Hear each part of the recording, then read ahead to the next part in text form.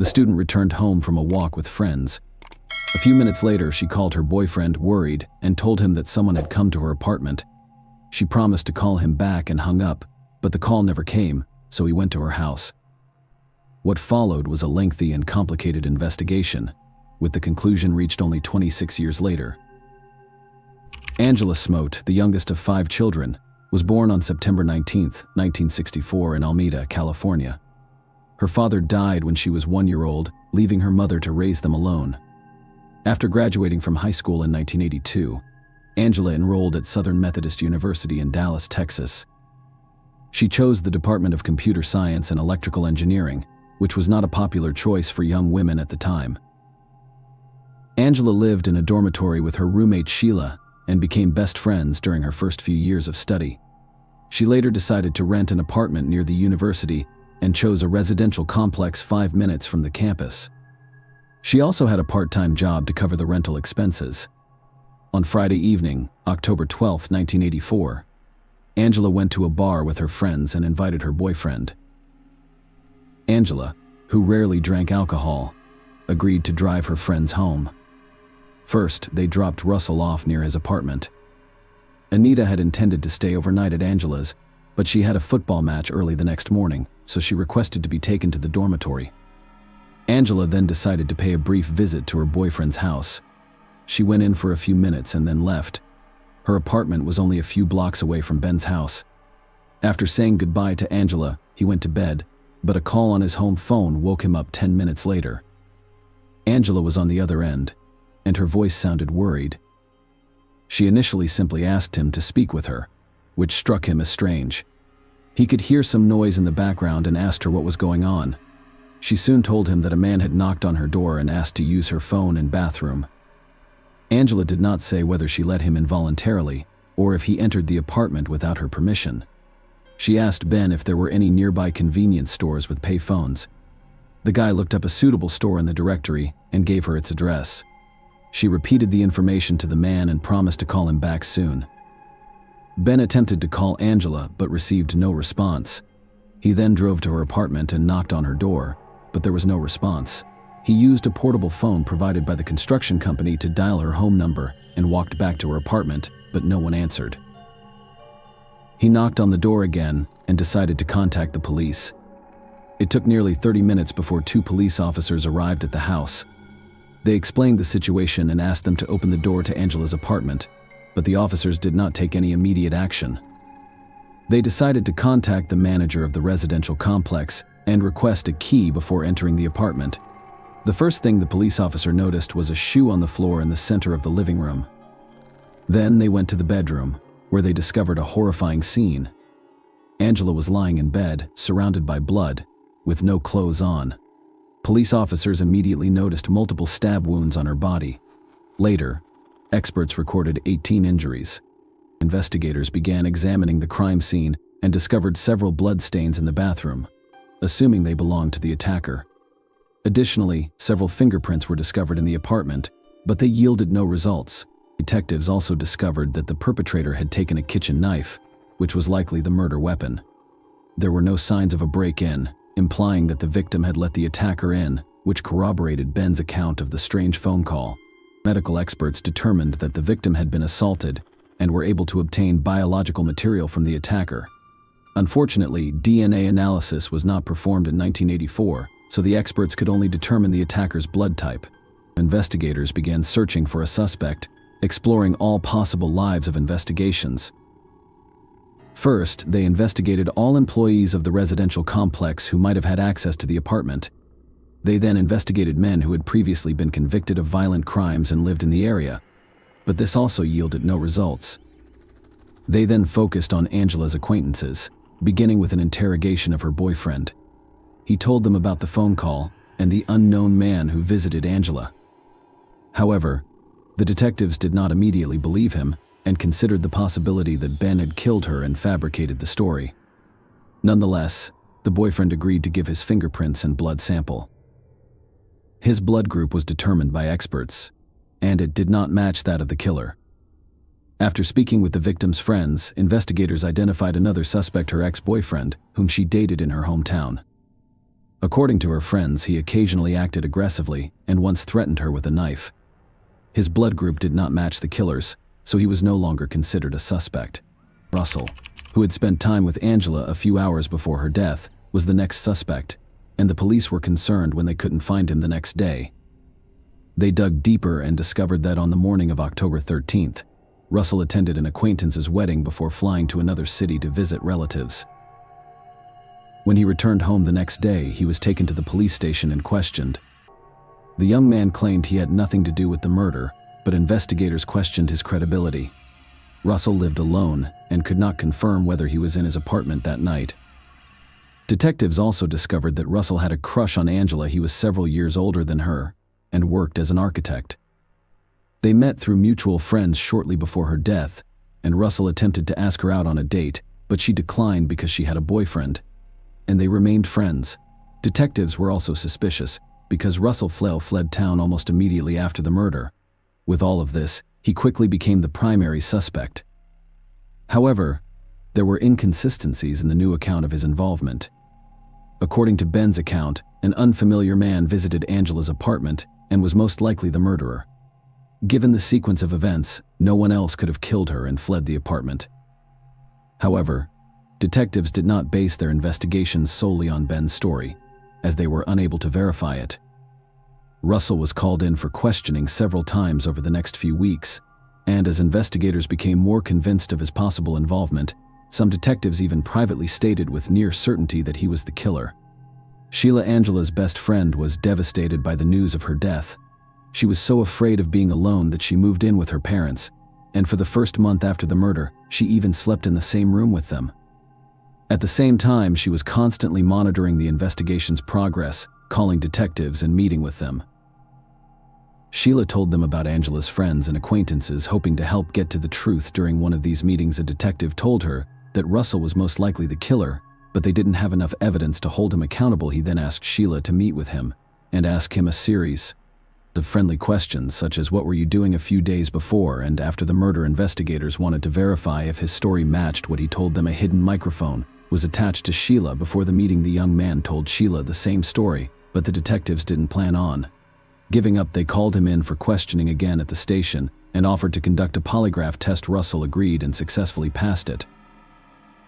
But the investigators continued to consider him the murderer. They were so convinced of their rightness that during the interrogation they showed the boy photos of Angela's body, hoping that this gruesome sight would break him, but all of this yielded no results, and Russell continued to insist on his innocence. After 6 months of constant questioning, he hired a lawyer and refused to communicate with the police personally. After that, Texas placed him under round-the-clock surveillance, but eventually had to switch their attention to searching for other suspects. Russell left for London to receive additional education in architecture, and the investigators lost the ability to monitor him during all that time.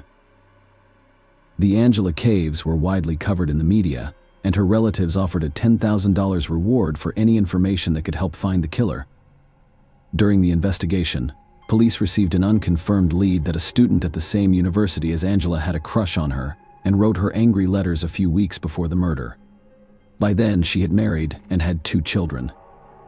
Despite the fact that her life continued, she could not forget her best friend's tragic death and the fact that the guilty party had yet to be punished. She spoke with the detectives, but they stated that there had been no progress in the case.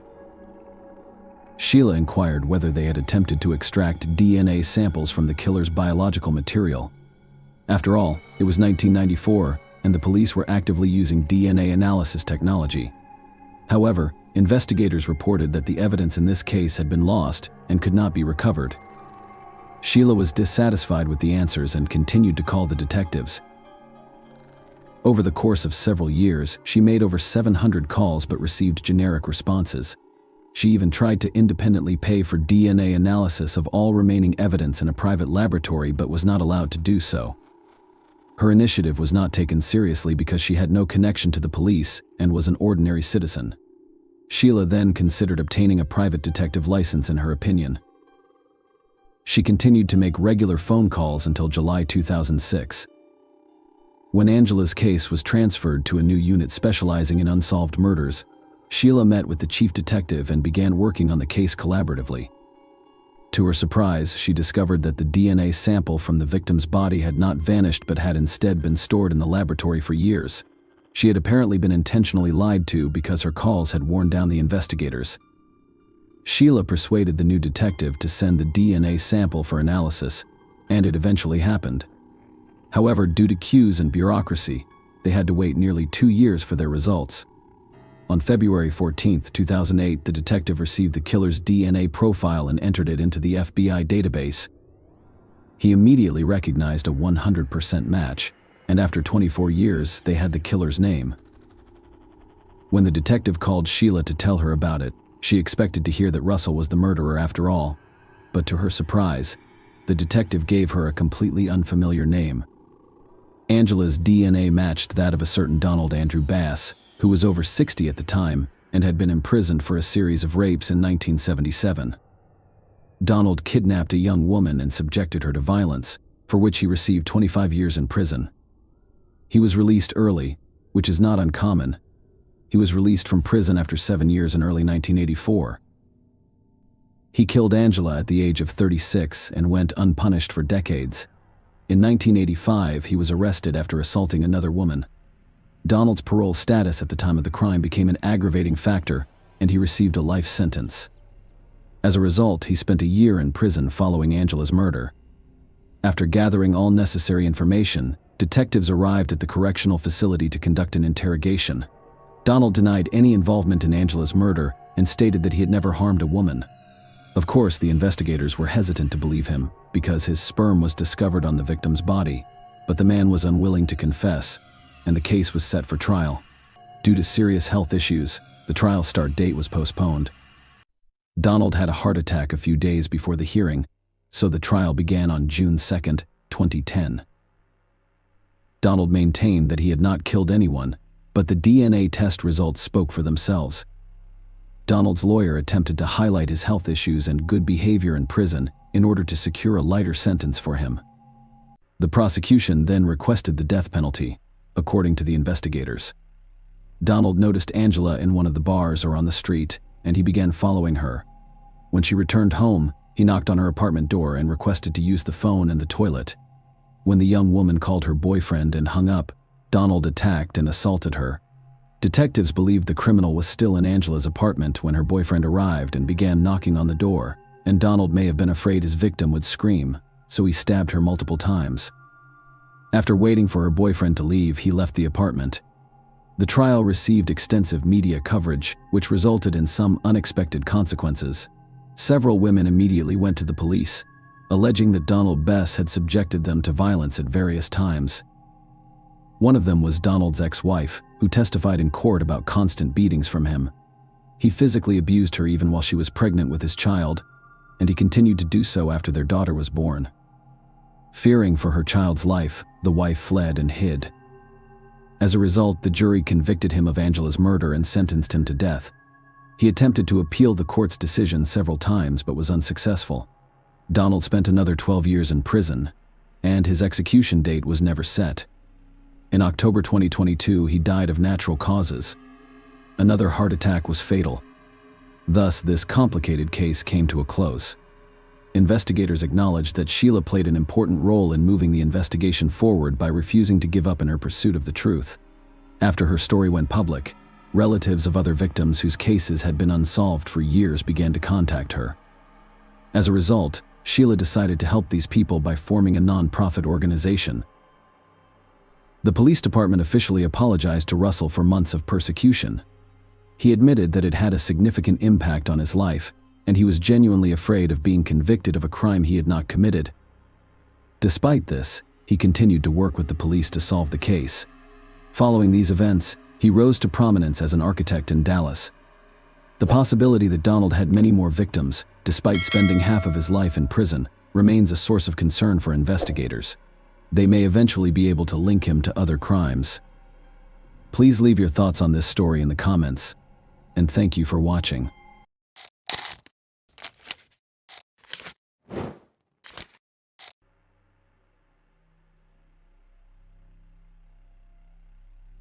A young woman who won a beauty contest was found dead in her own apartment.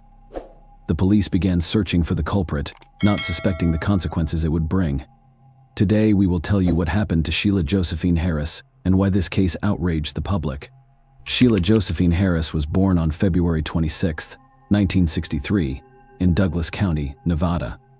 From an early age, she wanted to become an actress or a model, so she actively participated in various beauty contests in her school years. When she was young, her parents divorced and her mother remarried. Later, they had 2 more daughters, and Sheila actively helped her mother take care of her younger sisters in her senior year of high school. Sheila won a local beauty contest in her district and planned to compete for Miss Nevada and Miss Carson City. In case of victory, she intended to apply to participate in the National Beauty Contest. Despite such ambitious plans, the young woman decided to obtain a higher education in the field of business and trade. After graduating from high school at the age of 18, Sheila moved to Carson City and enrolled in community college. She rented an apartment and took a part-time job at a supermarket to cover her living expenses. The young woman took her studies and worked very seriously because she wanted to have a good education and provide for herself independently. She'd also dated a guy named Stephen Furlong. They tried to see each other as often as possible, but due to her studies and work, they only managed to spend time together a few times a week. On January 4th, 1982. Sheila went to his house to check on Stephen's condition since he had recently broken his arm, and the young woman periodically visited him. She spent the evening with him and his parents, after which she went home. The next day, Sheila was supposed to start her morning shift at the supermarket, so she wanted to go to bed early. Despite his injury, Stephen decided to see her off, and they parted at the entrance to the residential complex. The next day, Sheila did not show up for work. The store manager noticed her absence and was greatly surprised since the young woman had never been late, not even once. He called her home phone, but there was no answer, so we contacted Sheila's mother and asked, has anything happened to her? At first, her mother thought that Sheila might have just overslept, but when the building manager said he had called her home phone, the woman became nervous.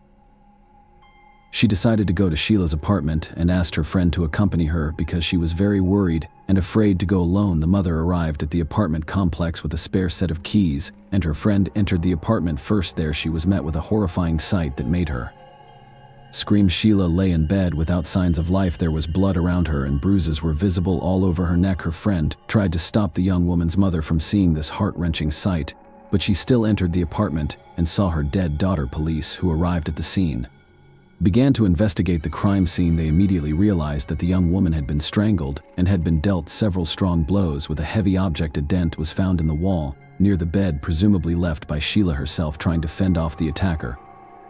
In addition, wood chips were found under clothing, and body medical examiners concluded that the young woman had been tied up and subjected to violence. The perpetrator had dealt her several blows, presumably with a board or other heavy piece of wood, and then strangled her with an electric cable, which caused her death. Investigators could not find either the board or the cable in the apartment, but they noticed that the wire had been ripped off the desk lamp, which could have been the murder weapon. Experts were able to extract biological material from the perpetrator, but they could now conduct a DNA test in 1982. At first, the detectives thought that this crime could have been committed without preparation and that the perpetrator could have been mentally unstable. Their thoughts were led to this by the cruelty with which he dealt with his victim. However, it quickly became clear that this attack was meticulously planned. First, no signs of forced entry were found on the door, which means Sheila must have let the perpetrator in herself. Second, none of the neighbors in the apartment building heard anything. The killer must have carefully planned every step to carry out such a cruel crime without making a sound.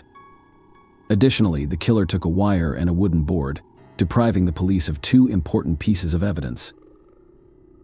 All of this led investigators to believe that the perpetrator was not a first-time offender, possibly a serial killer or someone who had been planning the attack long before it happened. With almost no evidence, investigators began searching for witnesses. They interviewed all of the building's residents, but none of them noticed anything suspicious that night. The area where Sheila lived was on the outskirts of the city and was not considered safe. She chose the apartment because the rent was low and she could not afford to live in a more prestigious neighborhood on her salary from the supermarket. This only complicated the police's work since many people live in this area. Somehow involved in criminal activity. For a month after the murder, investigators carefully studied local residents and tried to identify who might be involved. As a result, they questioned about 70 men, but they were unable to establish their involvement. From the first days, the police had the most obvious suspect. Sheila's boyfriend Stephen's statistics show that it is often people close to the victim who commit such crimes, and Stephen might have been the last person to see Sheila before the murder. He said he accompanied her to the entrance, but detectives were not quick to believe him. The young man did not have an alibi for the rest of that day and could not prove that he did not enter Sheila's apartment during the investigation. Another problem arose. Local media learned the detectives were considering Stephen as a suspect. Journalists quickly discovered that the young man's family had close ties to the police. His brother was the sheriff of Carson City, and his father held the same position before retiring. As a result, newspapers began to speculate on the topic of whether the police were covering up the young woman's killer. As a result, city residents were particularly convinced that Stephen was behind the crime and his brother and father were using their position and connections to cover it up. This led to people protesting, sending angry letters to Stephen and his family, and even threatening violence. The residents of Carson City demanded that the teenager be immediately arrested, and some even called for the death penalty. The situation was further complicated by the fact that just a few days after Stephen's murder, he was arrested for being drunk in public. Investigators tried to determine if the boy had a motive for committing such a crime. After speaking with Sheila's friends, they concluded that the couple had never had any serious problems and that the young woman had never complained of aggression from Stephen. Suffered serious injuries that required the killer to exert significant effort, and Stephen had a broken arm at the time, making it almost impossible for him to do this. As a result, the detectives began to lean towards the belief in the boy's innocence, but it was too late. Under pressure from public threats and constant accusations, Stephen took his own life before he could be definitively cleared of suspicion. After this, the police had only one candidate for the role of the murderer: a gardener and handyman named David Winfield Mitchell, who was assigned to the residential complex where Sheila lived. There was no direct evidence against him, but several indirect factors made investigators suspicious. Firstly, the man could enter any apartment in the complex to do some repair work. Secondly, shortly after the murder, he resigned and left in an unknown direction. The police tried to find him, but he seemed to have disappeared. When suspicions began to mount against Mitchell, detectives re-interviewed residents of the complex and other employees. They tried to find out if anyone had noticed any strange or suspicious behavior from the gardener, and indeed several witnesses told the police that Mitchell couldn't take his eyes off pretty young women. When they passed by, he silently watched them until they were out of sight. Several tenants found this strange, and investigators increasingly believed that he was the one who killed Sheila. A man was declared wanted, but over the next several years, investigators failed to obtain any leads on his whereabouts. Meanwhile, forensic scientists had one more card up their sleeve. They found a hair in the victim's apartment that could have belonged to Mitchell. He was originally from the small island state of Trinidad and Tobago, and experts were able to determine that the hair found matched his ethnicity. DNA analysis was still unavailable in those days, so they couldn't determine a 100% match with Mitchell's DNA in 1986. 4 years after the murder, the police finally received a lead on the man's whereabouts. He was living outside the state and was soon arrested. During questioning, Mitchell denied his guilt, and the detective said only one card, a hair that presumably belonged to him. The suspect himself claimed that he had cleaned the apartment a month before Sheila moved in, which should explain where his hair came from. Investigators continued to believe that he was the one who killed the young woman, but they had no serious evidence. They understood that this case had zero chances in court, so they decided to release Mitchell. No judge would have found him guilty based solely on one hair, which could indeed have been left there during cleaning. Since then, there have been no developments in this case. Investigators were convinced that it was Mitchell who was the killer, so they didn't really try to find other suspects, but they couldn't prove the man's guilt, so the investigation was practically frozen. It was only in 1999, 13 years later, that the case was reopened. Sheila's mother heard about how new DNA analysis technologies could help solve such crimes and contacted the detective in charge of the case. The woman convinced him to send the killer's biological material to the laboratory and request a comparison with Mitchell's blood, which had been given after the questioning in 1986. After a long wait, the investigators finally received the long-awaited results. The semen sample from the victim's body matched David Mitchell's DNA completely, and experts also confirmed that it was his voice that was found in the victim's apartment. Thus, the police obtained 100 confirmations of his guilt, but they faced another problem. Mitchell had left the USA for his home country, where he got a job as a security guard in a government institution. Now investigators had to obtain his extradition, which was quite problematic. They had to go through all the bureaucratic red tape and prove to the government of Trinidad and Tobago that it was Mitchell who committed the murder. This process took several years, and federal authorities and the state government engaged in dialogue with the other state for the next 7 years until 2006, when a decision was finally made to extradite him. The suspect was brought to Carson City, and soon one of the most high-profile trials in the state's history began. First, DNA analysis was not as actively used in those days as it is now, and this technology still raises some doubts in society. Second, journalists paid a lot of attention to the fact that the victim's friend Stephen had taken his own life because of accusations against him, and now the court had to decide whether David was the real killer or whether the entire town had wrongly believed Stephen was guilty. Mitchell's lawyer used these doubts in his strategy and insisted that Stephen was the real killer and DNA analysis could be mistaken. The prosecution side refuted these arguments, citing compelling evidence that DNA testing in modern conditions has extremely low chances of error. Moreover, they had another indirect argument on the day of the murder. Stephen had a cast on his hand. First, the young man was unlikely to have been able to inflict all these injuries on the victim using one hand. Second, particles of the cast would undoubtedly have been found at the crime scene, but there were none. But these were not the only arguments of the prosecution side. During the trial, they uncovered information that had not been publicly available before. It turned out that Mitchell had already been convicted of 5 episodes of violence against women in the late 1960s. When the suspect lived in New York, he was sentenced to 10 years in prison for attacking 3 young women in their homes. Mitchell broke into their home, tied women with an electric cable, and subjected them to violence. After his release from prison, he moved to California, where in 1979 he broke into the house of 2 sisters there. He attempted to assault them, but the young women managed to fend him off. They contacted the police, and 9 months later Mitchell was arrested. Here the most interesting part began. Despite his previous sentence, the man received only 3 years in prison, of which he served 1.5, and was released on parole. He was supposed to be deported to his homeland, but the man disappeared from. The police moved to Carson City and got a job as a gardener in that same complex. All these facts outraged not only Sheila's family but also the public. If the system had not allowed him to get out so early, the young woman would most likely be alive. The same goes for the management of the residential complex, which without knowing it hired a serial rapist who fled from the police. The work of investigators also raised questions. After Sheila's murder, they had no idea about Mitchell's criminal history. According to the prosecution's version, on the evening of Sheila's murder, David knocked on her door and said that he needed to do some repair work. He should have had a board with him, which he used to stun the victim. Then Mitchell committed all these atrocities with her and left the scene, taking the board and the electric cable with him. As a result, it took the jury only 30 minutes to unanimously find David guilty of the young woman's murder. He was sentenced to life imprisonment without the possibility of parole, but his lawyer tried to get more lenient conditions. He pointed out that for 25 years after the murder, Mitchell had reformed, lived an honest life, and had not harmed anyone. Fortunately, the court rejected these demands and left the original sentence in force at the time we began his prison term. David was 63 years old. He spent most of his life on the loose, and now he only has to spend the rest of his days behind bars.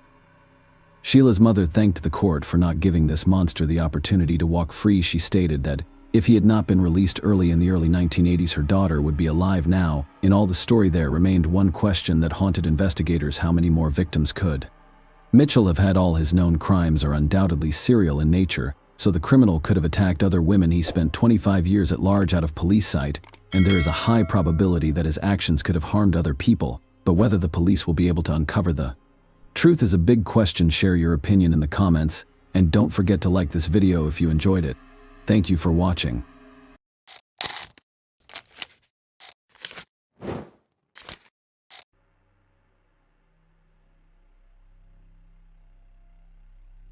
An 18-year-old Alaskan woman went missing from the coffee shop where she worked. Strange messages began to arrive from her phone, but the police and FBI were unable to find a single lead. They were able to uncover the truth after conducting a thorough investigation, but none of them could have predicted that they were dealing with one of history's most heinous crimes.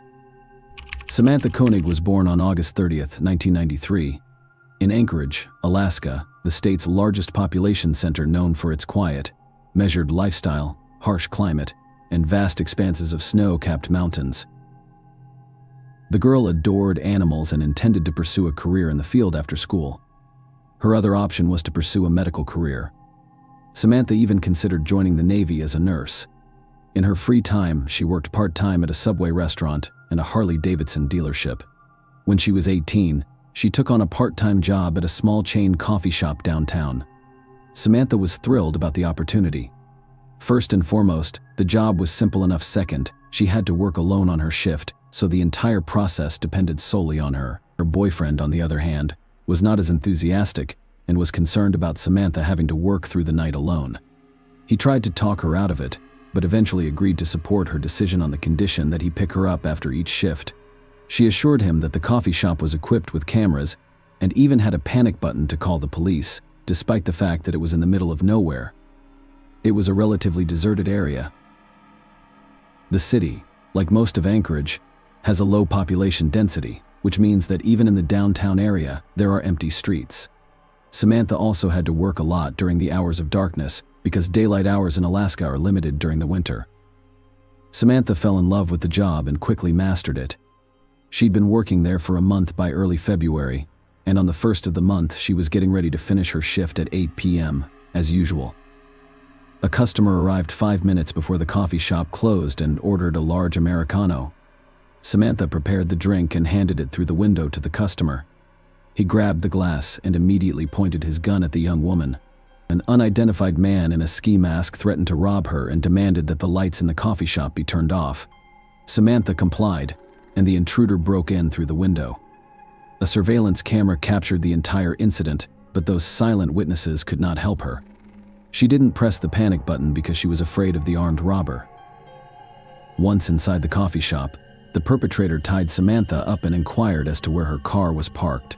The young woman responded that she did not have one, and that her boyfriend would be there any minute to pick her up. The man then led her outside and toward his car. Samantha managed to escape and run while he looked around, but the perpetrator quickly caught up with her and grabbed her. Unfortunately, no one was on the street at the time, so she couldn't get help. The man stated that if she attempted to flee again, he would kill her. He then led the young woman across the street to his pickup truck and seated her in the passenger seat. The perpetrator had obviously planned ahead of time, as the license plates had been removed from the car. As he drove her to an unknown location, the man stated that all he wanted was a ransom from her family, and Samantha could then return home. He continued to hide his face behind a ski mask the entire time. The young woman begged him to let her go, explaining that her family did not have much money, but the kidnapper refused. At one point, he asked Samantha where her phone was. The young woman responded that she had left it at the coffee shop, which enraged the perpetrator. He needed the phone for his ransom plan, so he returned to the coffee shop, took the smartphone, and sent 2 messages to Samantha's boss and boyfriend. In them, the kidnapper stated on the young woman's behalf that she was tired and planned to leave town with friends for a few days. Samantha spent the entire time in his pickup truck. After texting, the kidnapper removed the phone's battery and resumed driving. He drove the young woman to an undisclosed location that resembled a barn and instructed her to sit quietly. The man threatened to kill her if she tried to scream. He also mentioned that he had a police scanner and that if she managed to call for assistance, he would know right away.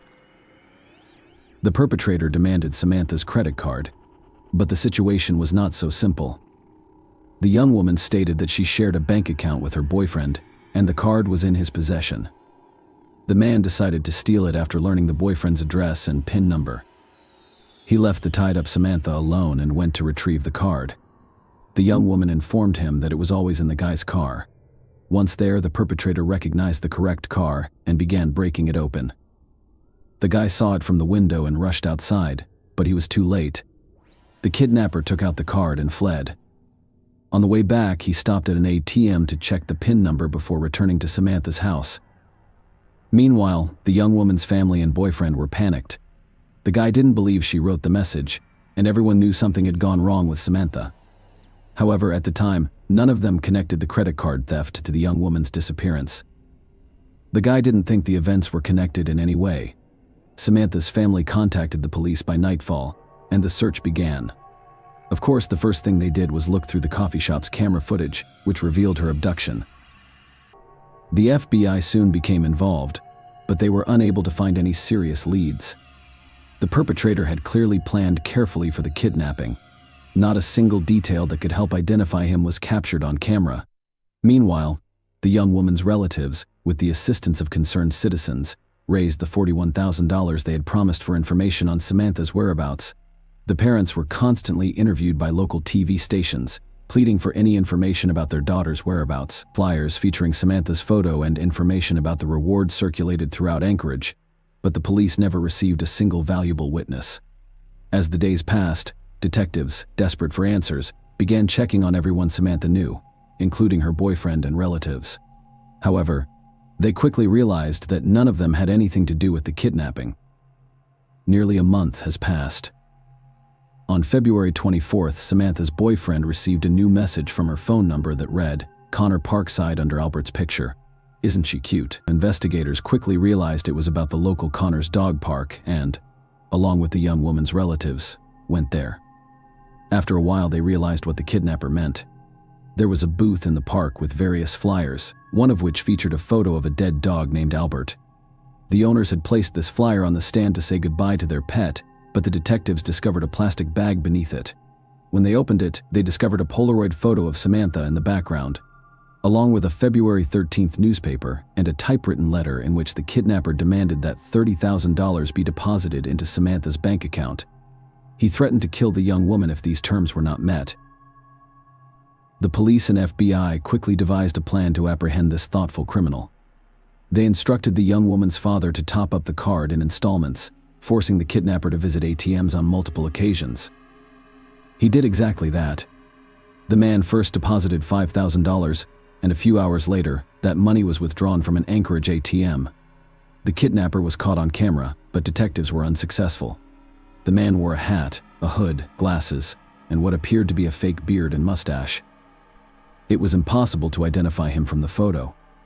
The police quickly arrived at the ATM, but the perpetrator had already fled. A week later, the thief withdrew more money from Wilcox, Arizona, on the other side of the country. He traveled 6,000 miles to evade investigators, but they continued to track his movements.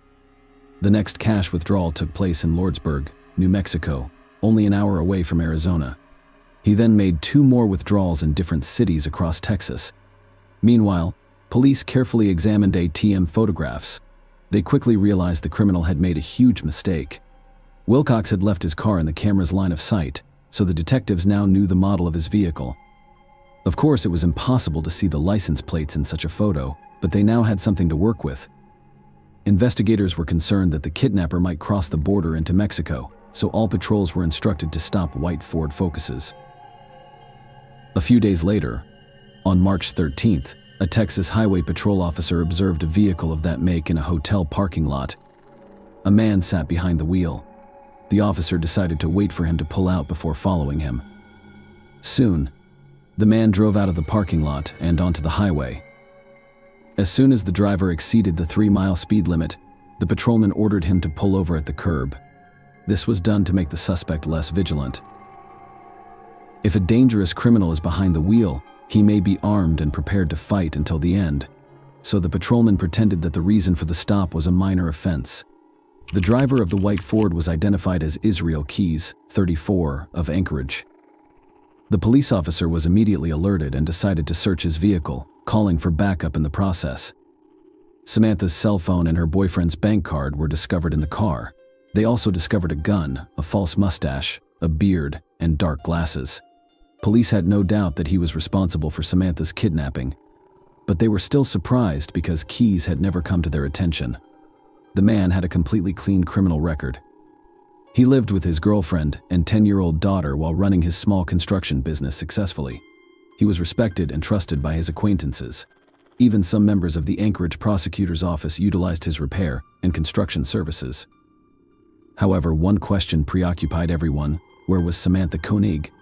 Keys remained extremely calm during questioning. He joked and laughed a lot. The FBI agents continued the conversation in his manner, and after a while he admitted to what he had done. He explained that he had been planning to rob this coffee shop for several days. He wasn't sure if he'd kidnap the employee. Furthermore, he had devised 2 rules that he himself violated: never look for victims near his own house and never transport them in his vehicle. All of this made him hesitant, as he stood in front of Samantha in a dark coffee shop, but he decided to see it through to the end. On the night of the kidnapping, he drove her to the shed in his backyard, where his daughter and girlfriend were present. The perpetrator turned on the radio in case his victim screamed, then left to retrieve the bank card. When he returned, Israel entered the house quietly, hoping not to wake his family, poured himself a glass of wine, and went into the barn. He abused Samantha and eventually killed her. But what about the photograph they discovered in the park? Samantha appeared to be alive in the February 13th issue of the newspaper, which was published 2 weeks after her kidnapping. But she had been dead all along.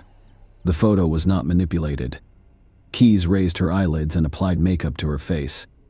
According to a detective who attended the interrogation, Israel described the murder with as much ease as if he were listing the foods he had for breakfast. The perpetrator agreed to tell everything under the condition that the confession portion of the interrogation not be published. He did not want his daughter to hear everything. In doing so, he murdered Samantha just a few dozen yards from her bedroom. The detectives thought Keyes' story was about to end, but that was only the beginning. The morning after the murder, Israel and his family took a sea cruise from New Orleans. Tickets had been purchased in advance, and the perpetrator was fully aware that he was committing this murder just hours before departure. As a result, he had to leave the body somewhere so that no one would find it. Keyes did the simple thing of leaving it in the same barn. The body quickly froze due to the cold outside temperature. When Keyes returned home 2 weeks later, he took a picture with a newspaper and typed a ransom note. He then dismembered the body and traveled to a small lake 40 minutes outside of Anchorage. He cut holes in the ice with a chainsaw and placed bags of body parts and additional weights inside. Following all of that, the maniac went winter fishing. It took police divers 10 hours to retrieve the bags from the bottom. Detectives also discovered that Keyes used the same white Ford Focus rental car for his trips between ATMs across the states. He experienced a malfunction and went to one of the dealerships to have the car repaired. Surprisingly, that woman played an important role in catching the perpetrator. The car was captured on an ATM camera prior to the breakdown, and the police were all looking for that specific model. The dealership gave him the same white Focus because they didn't have any other suitable vehicles at the time. If the situation had been different, he would not have been stopped. Finally, during questioning, Keyes confirmed what the investigators had suspected: Samantha was not his first victim. The perpetrator had agreed to tell them about all of his crimes in exchange for 2 conditions. First, he demanded a death sentence that would be carried out within a year of its pronouncement. Second, he requested that everything he said be kept private from the press. These conditions surprised the detectives, but they saw no reason to object, and the maniac began telling them horror stories. Israel began committing crimes from an early age. He'd break into people's homes, steal, start fires in the woods, and torture animals. His parents were strong believers, but they practiced a controversial and unpopular branch of Christianity. They moved around the country on a regular basis because his parents' religious preferences were constantly changing. At the age of 20, Keyes joined the army and served for 3 years. He had molested a random young woman he had seen in an Oregon park a few months prior. When questioned, Israel stated that he wanted to leave the army as soon as possible so that he could begin killing. After quitting at the age of 23, he began his killing spree. He established weapons caches in the woods so that he could return at any time and begin looking for victims. Police discovered 2 such caches in Anchorage and New York. Inside, there was money, knives, a gun, and body disposal supplies. Over the next few years, he went hunting in various states, but the exact number of his victims is unknown. The FBI has only identified 5 of them, but detectives believe Keyes committed at least 11 murders, and these are just the cases in which numerous factors point to his involvement. The total number of murders could be up to 30. Furthermore, Israel had been robbing banks, stores, and private residences, so he always had enough money to purchase weapons and travel. He had significant cash reserves in his hiding places, which were discovered after interrogation.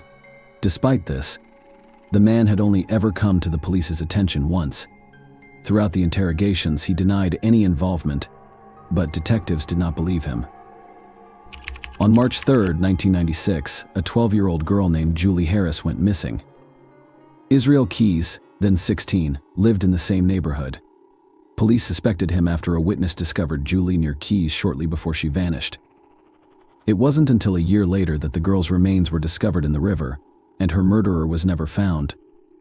During interrogations following Samantha's murder, Keyes denied any involvement, but investigators were still hesitant to believe him. They did not, however, possess any direct evidence. In a conversation with FBI agents, Israel admitted to studying serial killers since he was a child. His idol was Ted Bundy, and the maniac aspired to be like him. He had no remorse for his victims and proudly described how he managed to live two completely different lives.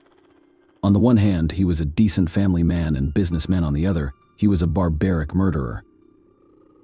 The only indication of emotion was Keyes' request that the detectives keep the details of his crimes from his daughter. He also stated that he had never killed any children or anyone he knew, citing his own daughter as an example. The FBI agents did not believe this, but they were unable to demonstrate otherwise.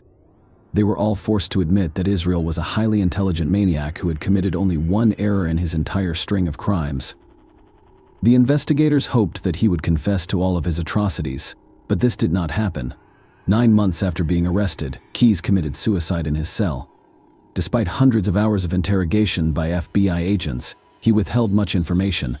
11 drawings of skulls were discovered under the bed in his cell. It's possible that each one represented a victim. The images of these drawings were not published until 2020. Thus, Israel Keyes can be classified as one of the most violent and elaborate maniacs. He maintained an impeccable reputation despite committing dozens of different crimes and always getting away with it. If he hadn't left his car in the camera's view, he might not have been caught. Investigators were certain that if he had, he would have continued to kill. Keyes stated that he saw killing as his life's purpose and intended to continue hunting people until he was caught. Please share your thoughts on this story in the comments section, and thank you for watching.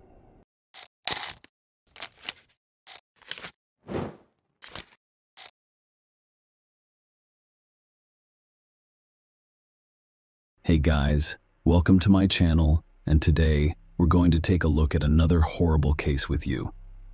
Rachel O'Reilly's case is one of Ireland's most violent crimes. When a person goes missing or dies in mysterious circumstances, the other half is usually one of the primary suspects. Unfortunately, in approximately 80 of cases, suspicions are valid.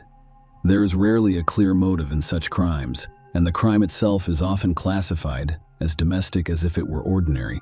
Rachel O'Reilly's high-profile case in the early 2000s stunned Ireland with its unprecedented cruelty and cold-bloodedness. A young woman and mother of 2 young children was brutally murdered in her own home, and police officers who arrived on the scene admitted that they had never seen such a horrific crime scene before, but they were determined to solve the mystery and put all the pieces of the puzzle together. It took investigators several years of meticulous work. Throughout this time, the criminal remained at large, confident that no one would prove his guilt. Perhaps this would have happened, but the killer was let down by his own arrogance. Let's start the story from the beginning. Who was Rachel O'Reilly? Rachel O'Reilly. Rachel O'Reilly, real name Callie, was born in 1974 on the northern outskirts of County Dublin, Ireland. His biological parents were not aware. Rose and Jim Calloway, her spouses, adopted her when she was very young. She grew up alongside the couple's other 4 adopted children. Rose and Jim, their own heirs, were unable to have children, so all of their parental love was directed toward foster children. Rachel was an active and purposeful child since she was very young. She excelled in school, participated in sports, assisted her parents with household chores, and never caused a problem. The girl grew up to be very sociable, open, and kind. She got along well with everyone and avoided conflicts. Rachel was an avid softball player as a teenager, competing in a variety of competitions and setting several local records. She also had a close relationship with her foster mother, to whom she confided all her secrets and communicated constantly, even after she married and had her own children.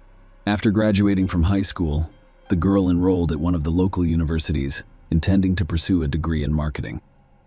At the same time, she secured a position as a salesperson in a city department store. In her spare time, she continued to participate in sports, most notably for the local Joe O'Reilly team. In fact, public sources contain very little information about Joe O'Reilly's early life. He was notorious for his inhumanity and extreme cruelty to his own wife and the mother of his 2 children. However, the type of person he was as a young man is rarely discussed or remembered.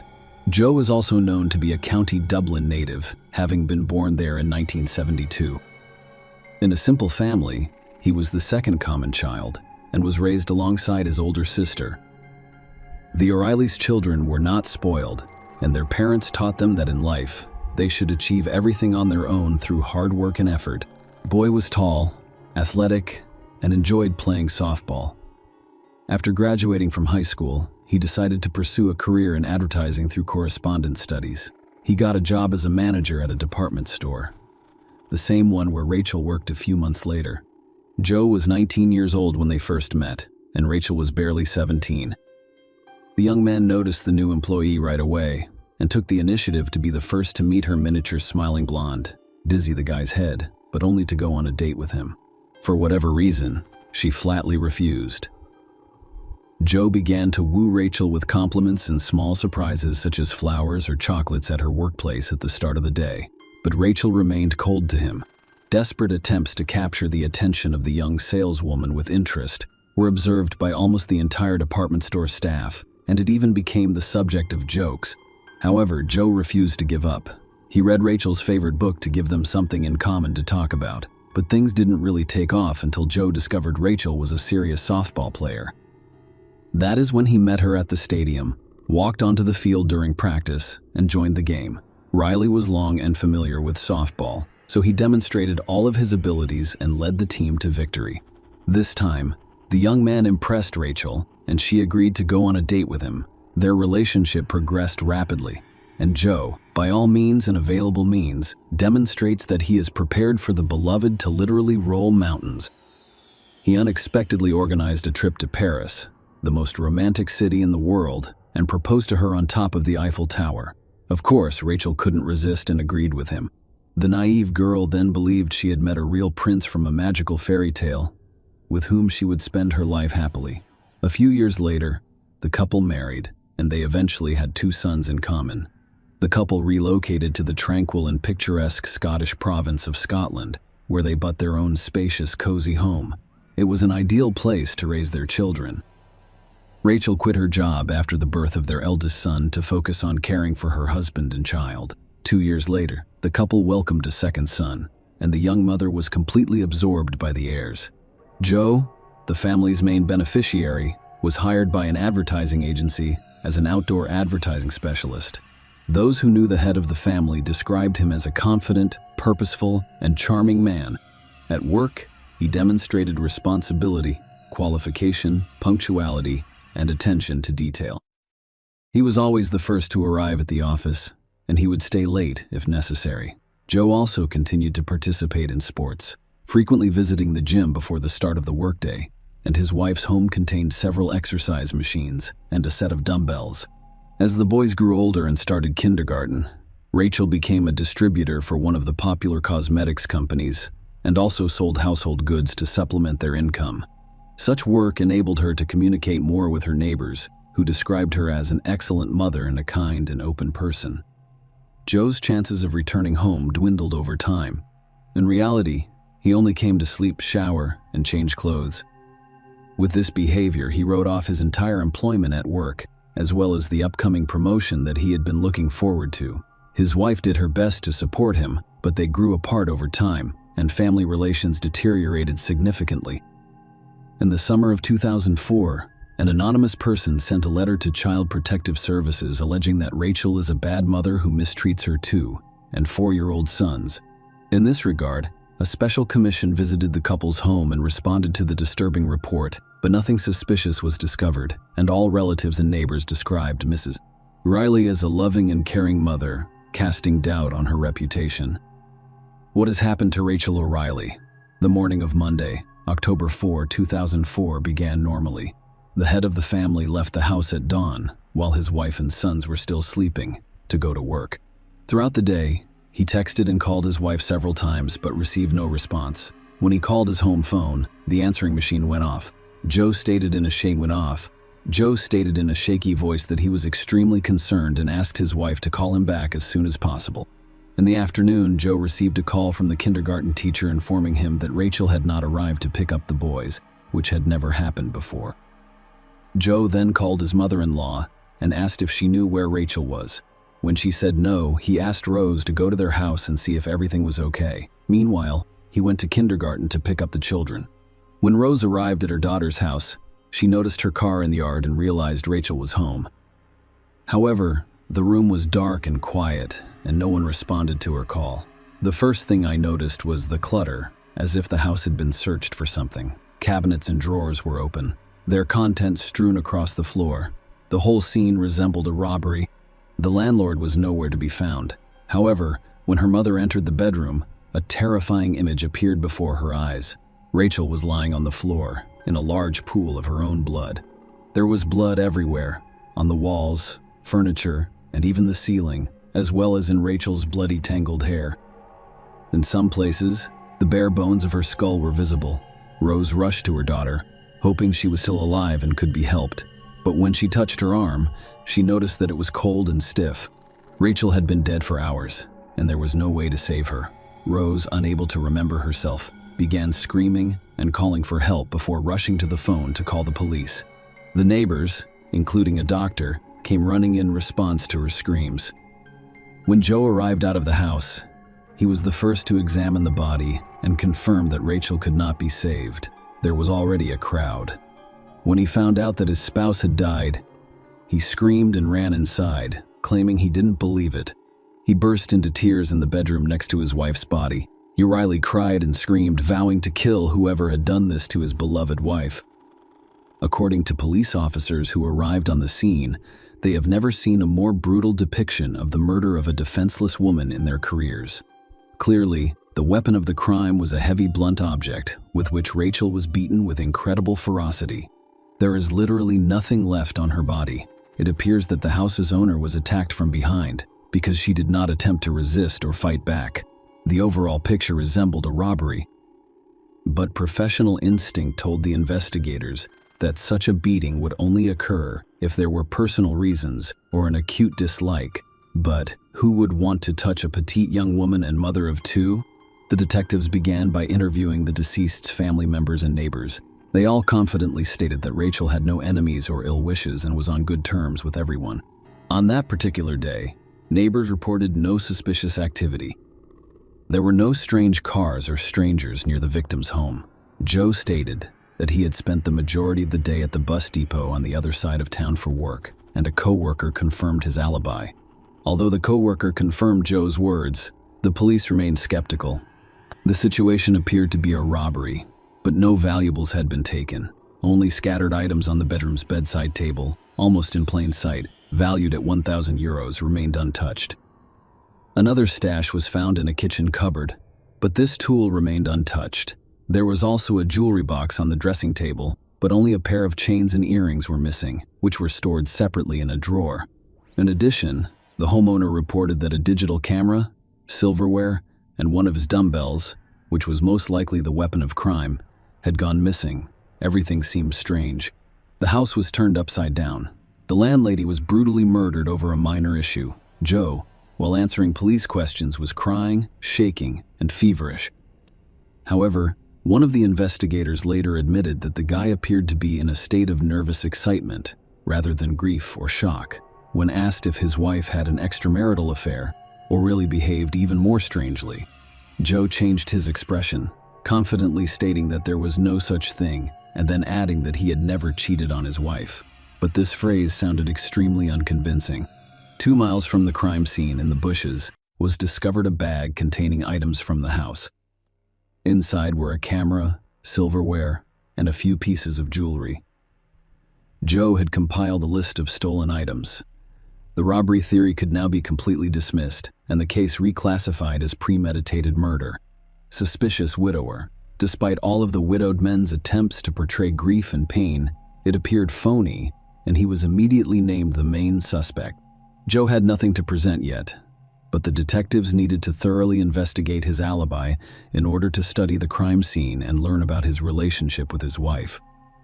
Joe stated that he stopped by the gym before work, as he did on a regular basis, and surveillance cameras in the parking lot and inside the gym confirmed this. He then drove to the office before going to a bus station in a remote part of the city to monitor the placement of advertisements on vehicles. His words were confirmed by a colleague he allegedly spoke with at the time. The investigators then went to Joe's workplace and seized his computer for inspection. This is where the most interesting part starts. Because the email contained strange correspondence that Joe had partially deleted, specialists were able to recover the deleted messages, and the police were finally confident that they were on the right track. Joe mostly corresponded with his friend and his sister, to both of whom he constantly complained about his wife. He wrote about Rachel in an insulting and profane tone. He wrote that his wife had not appealed to him as a woman for a long time and had generally disgusted him. Moreover, the computer discovered another curious correspondence between Joe and one of his colleagues, a woman named Nikki Pelly. Their communication made it clear that these two were much more than friends, and both should be questioned. Who is Nikki Pelly?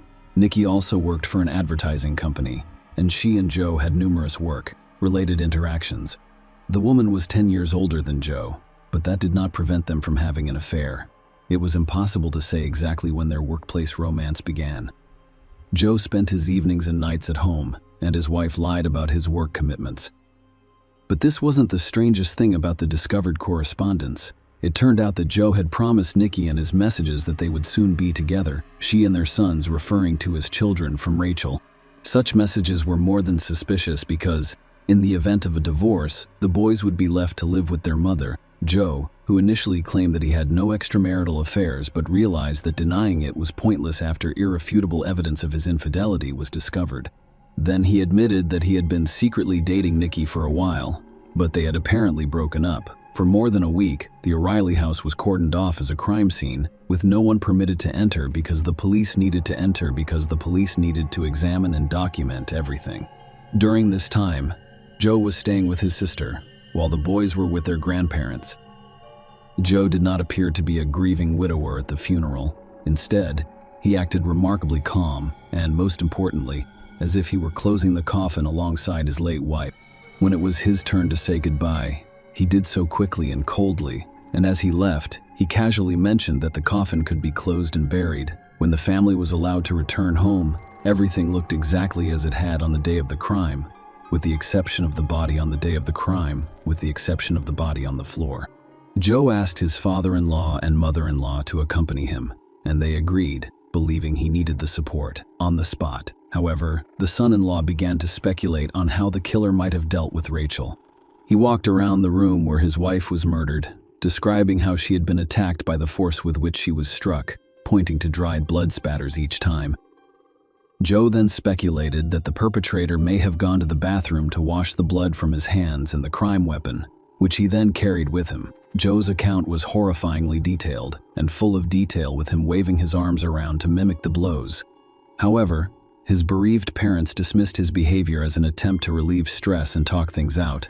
Rose later admitted that she had not let go of the idea that the son-in-law had repeated his previous actions and that he was the one who massacred their daughter. Thirst for fame. Almost immediately after the funeral, O'Reilly began actively communicating with the media, giving interviews left and right. He eagerly welcomed reporters to his home, literally giving them tours of the crime scene and explaining how everything happened. At the same time, Joe addressed the criminal on camera, offering him a voluntary surrender to the police.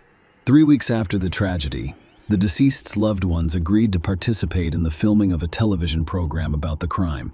But if Rachel's parents were depressed and literally killed by grief, Joe on set acted like a star.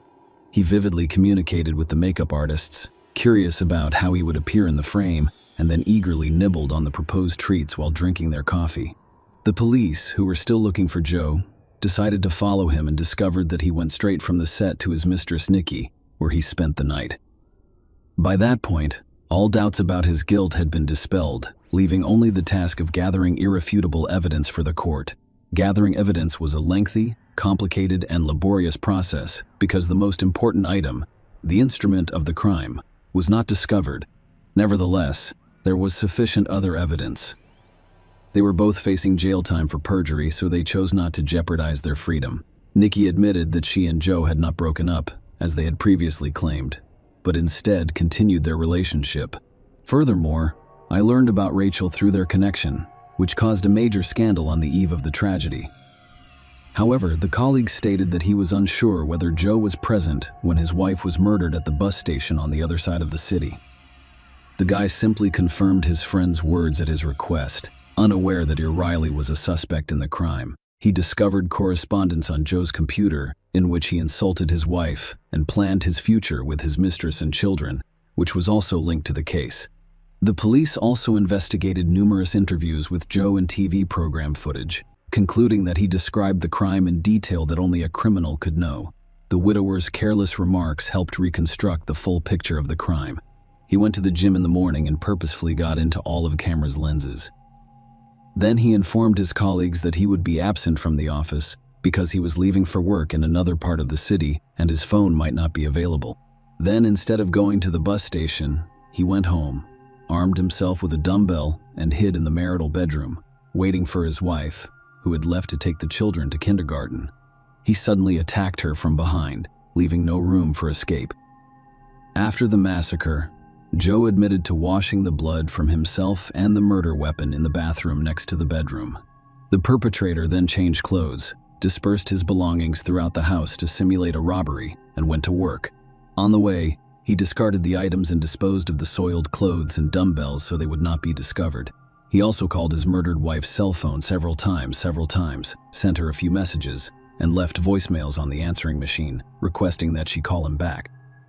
In the office, he was acting strangely and appeared overly excited, with his hands slightly shaking. Some of his coworkers noticed this and inquired whether he was okay. But Joe was perplexed, so instead of responding, he dashed to his office, where he quickly received a call from the daycare center, informing him that the boys had not been picked up. He did not hurry home, instead sending his mother-in-law to be the first to discover his daughter's disfigured body. He believed he had considered all possibilities and that proving his guilt would be impossible, but his desire for fame and public attention worked against him. Joe was not arrested until 2 years after he committed the crime. Despite the fact that the majority of the evidence was circumstantial, Joe's guilt was established by reconstructing the entire route of his movements that day using the signal of a cell phone that he did not abandon. It is worth noting that at the time of Rachel's murder, Joe's cell phone signal came from the family home.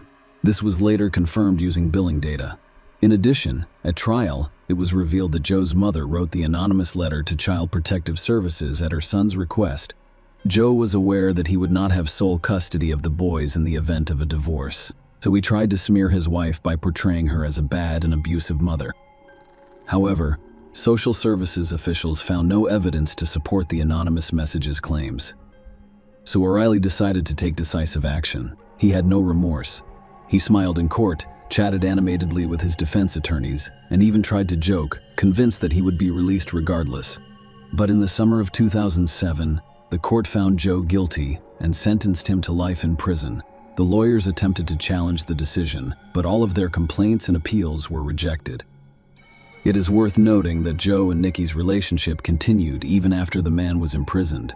His mistress paid him visits on a regular basis for many years before they stopped communicating in 2022, for unknown reasons. Joe Riley never pleaded guilty in prison. He has become a model inmate, never causing trouble, and hopes to be eligible for parole one day. Share your opinion with us in the comments and subscribe to the channel for more.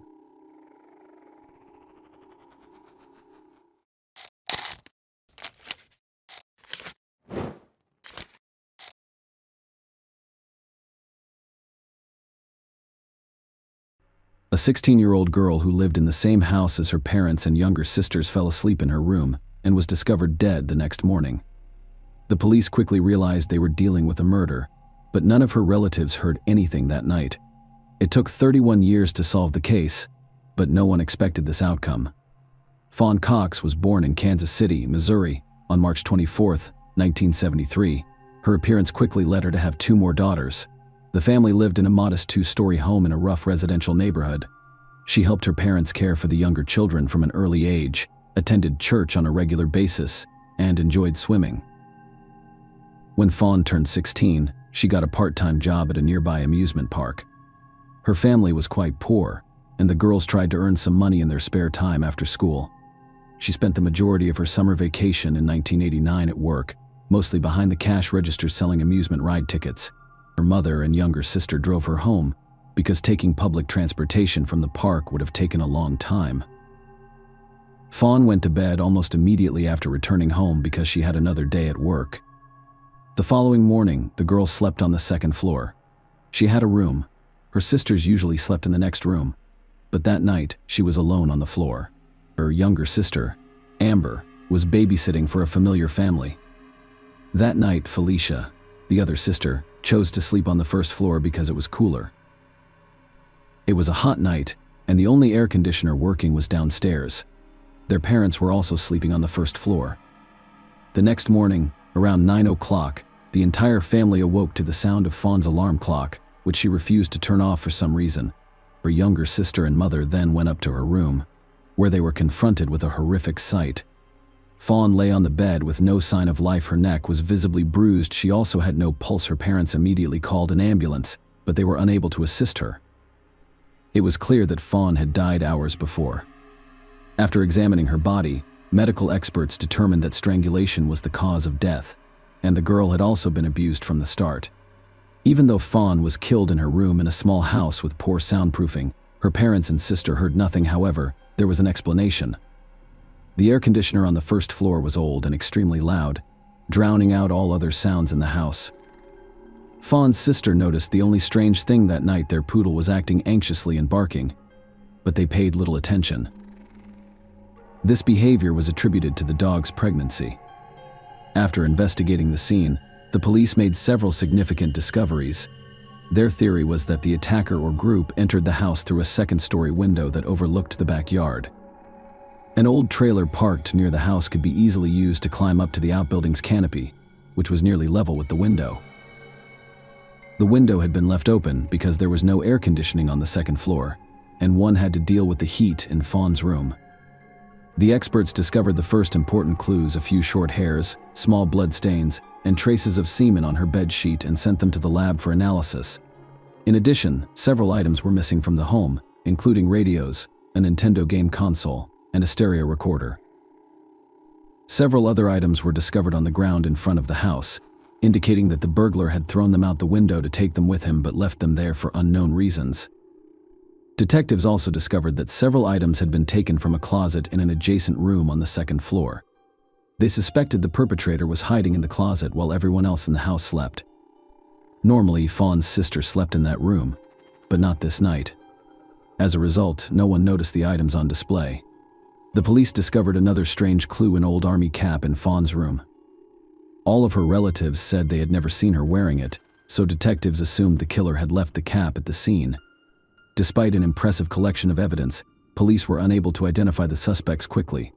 The issue is that in 1989, DNA forensics was relatively underdeveloped, and there were no shared genetic databases.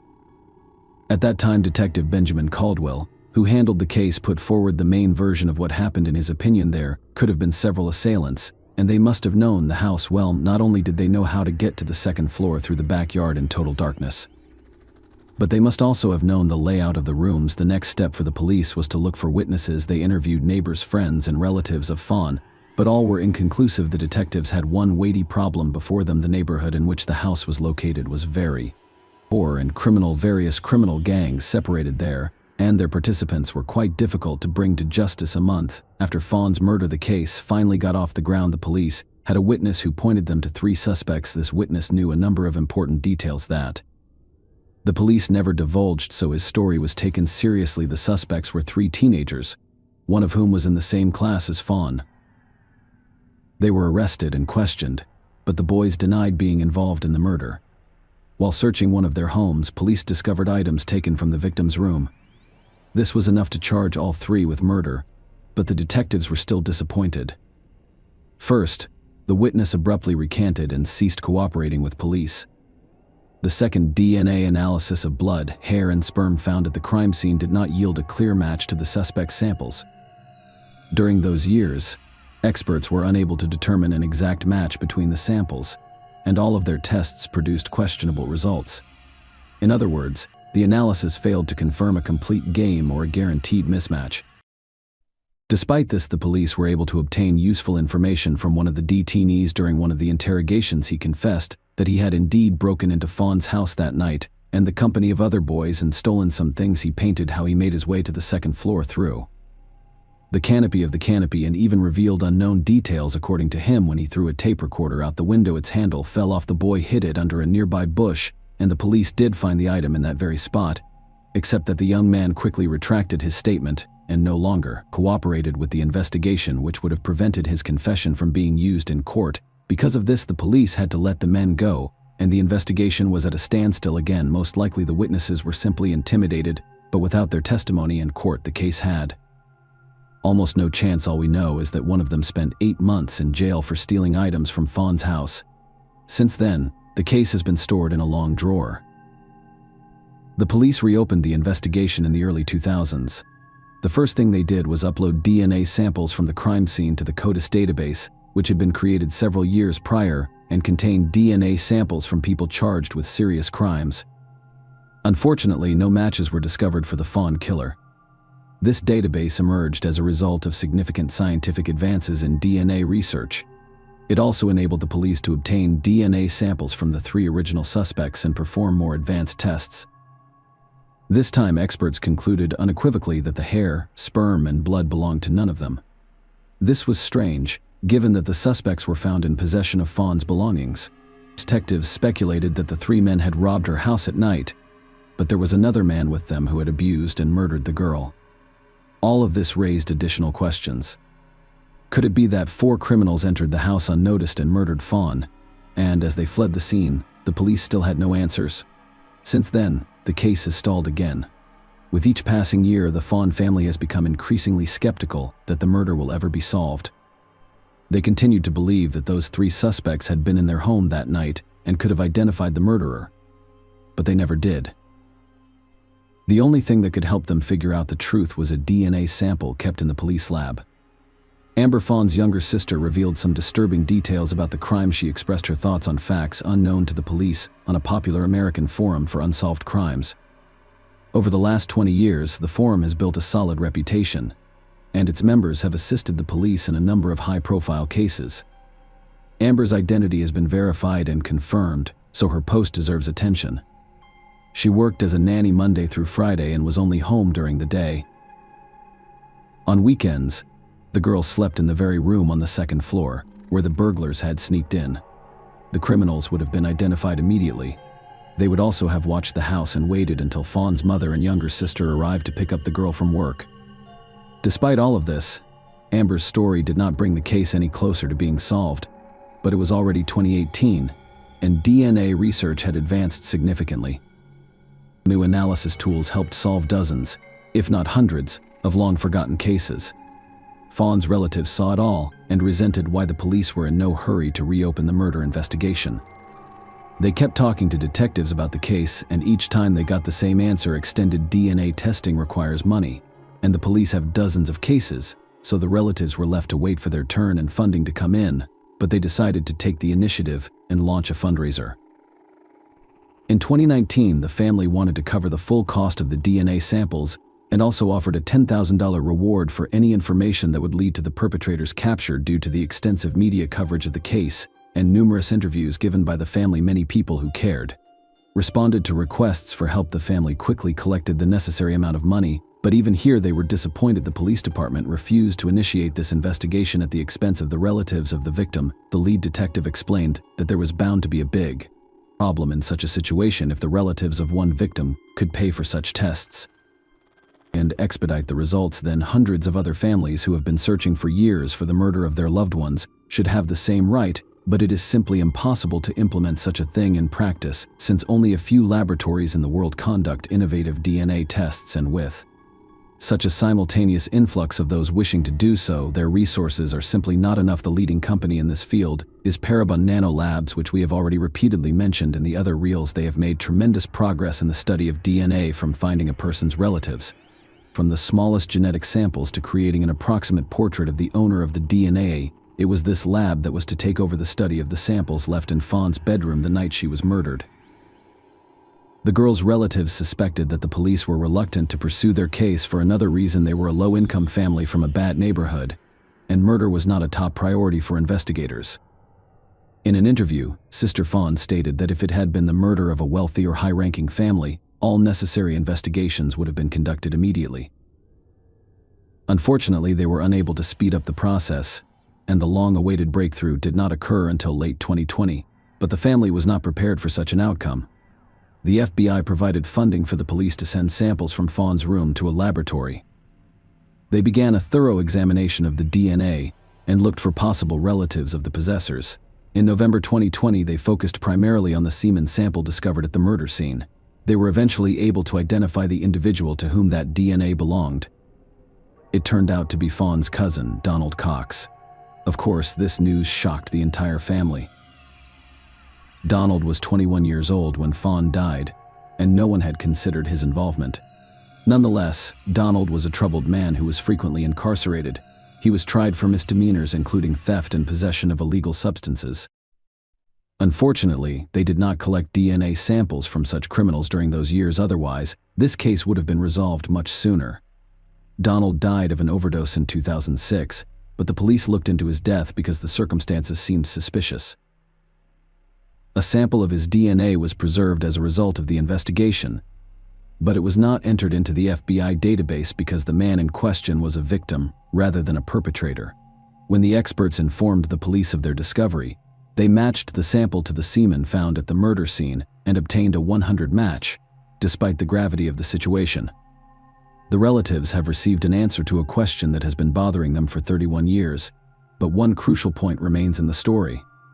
The evidence suggested that the 3 original suspects had also been in the Fawn house that night. It was now clear how the perpetrators knew the house and the family's routines. Donald was a frequent visitor and was familiar with all of these details. However, the police closed the case and no new charges were brought against the 3 men. Sister Fawn said she didn't see the point in getting them to confess. Even though the men were present in the house at night, they may not have witnessed the murder. Donald may have remained in the house alone and attacked Fawn only then. Felicia added that the 3 suspects had already paid for their actions during this time. While the case remained unsolved, the entire neighborhood was convinced of their guilt. According to Sister Fawn, as a result, they were treated extremely negatively, with all of the consequences that would follow. Their lives were effectively destroyed.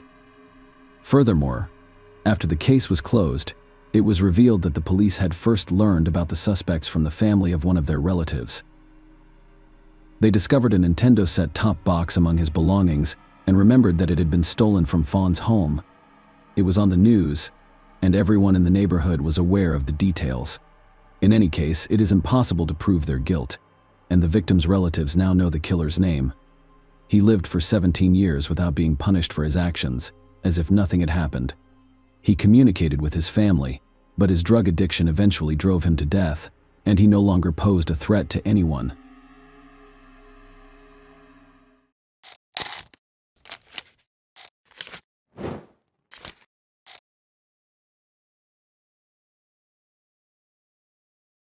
Hey guys, welcome to my channel, and today we're going to take a look at another horrible case with you. One summer day, in 2014, the New York Police Department received an unexpected call from a woman who wanted to speak with the detective working on the Shell Collin case. Deborah Holmes called and urgently requested a meeting with the investigators after learning such shocking news. They hoped that this unexpected call would help thaw the long, stagnant investigation into a tragic loss, which had been stalled for 5 years. It was about the tragic death of Shale Danishevsky, which caused a stir in Manhattan on New Year's Eve 2010. Shale Kovlin grew up on the West Side, surrounded by Orthodox Jews. Her family's deep roots in this close-knit community shaped her upbringing. Shale's transition from a happy childhood to a successful adulthood was marked by her love of learning and academic excellence. This thirst for knowledge eventually led her to a prestigious asset management degree, which opened the door to a successful career in the Swiss banking industry. Her rapid rise in the financial world saw her managing multi-million-dollar portfolios for clients in 1998. Despite a successful career in one of the world's wealthiest cities, Shale felt unfulfilled. She had a stable financial situation and a loving family. However, her dream of starting her own family and becoming a mother remained unfulfilled. In February 1998, you were determined to change your fate. Shale attended a Jewish singles event aimed at assisting those looking for a significant other. There, she met 26-year-old Rod Kovlin, a fellow banking professional. The young couple shared many common interests, both motivated by a desire for success and stability in life. Their connection was instantaneous and profound. The relationship blossomed quickly because they complemented each other perfectly, disregarding the significant age difference. Shale and Rod were inseparable, sharing every moment together. They were so in love that they decided to marry soon after meeting. Despite the fact that some acquaintances thought Rod and Shelley had made a hasty decision, everything felt right. The happy couple soon welcomed 2 beautiful children, a boy and a girl, to complete their family. On New Year's Eve, 2009, the Kovlin family's idyllic life was shattered by a tragic accident that killed Shell. At first, the police thought it was a freak accident. They were convinced it was only that early on December 31. At the Manhattan police station, 2 officers are finishing up their night shift and were having coffee to talk about their holiday plans. However, the peaceful atmosphere was abruptly disrupted at 7:30 a.m. An urgent phone call. Rodney Kovlin. In a frantic state, he informed the officers from the Upper West Side of strange occurrences, including the discovery that his ex-wife, Shella Danishevsky, was dead in her bathtub, submerged in blood-stained water. Emergency services hoped Rod could help save the victim. Following the operator's phone instructions, Rod pulled her out of the water and attempted resuscitation, but it quickly became clear that saving her life was not possible. Shell's body remained cold and motionless. A distraught Rod wrapped her in a blanket he found in the bedroom and waited for the police to arrive. Thus, on December 31, 2009, Manhattan witnessed a heartbreaking event in Rod Kovlin's life. The police responded quickly to the incident. Upon arrival, they quickly assessed the situation and cordoned off a major street in Manhattan. They were greeted by a luxurious home just a few steps from the city park. The Upper West Side was known for its safety, so officers assumed Shel Danishevsky's death was another tragic case of self-harm. When they entered the apartment, they discovered children's toys scattered throughout, which was not surprising given the upcoming holiday. They then went to the bathroom, where a woman's body was wrapped in a blanket by her husband. Rod had just pulled the body from the water, as evidenced by the bloody water in the tub and the wet floor. There was a bleeding wound on the back of the Shell's head.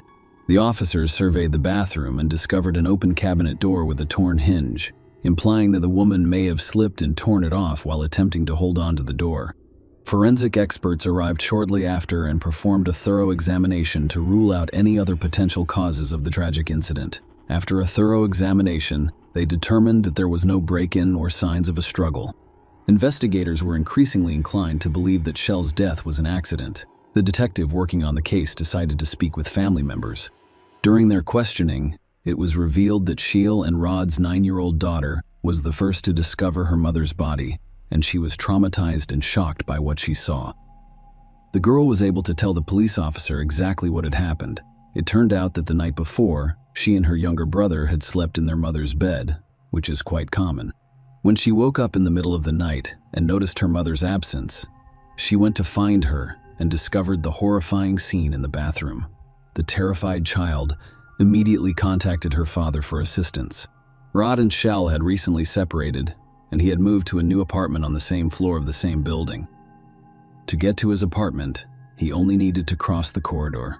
The girl called her father, who was nearby and arrived right away. When he entered the bathroom, he removed Sheila's body from the water and called for help. The girl's account was exactly what Rod had described, confirming the theory of an accidental death. The police informed Shell's relatives about the tragic incident, which shocked everyone.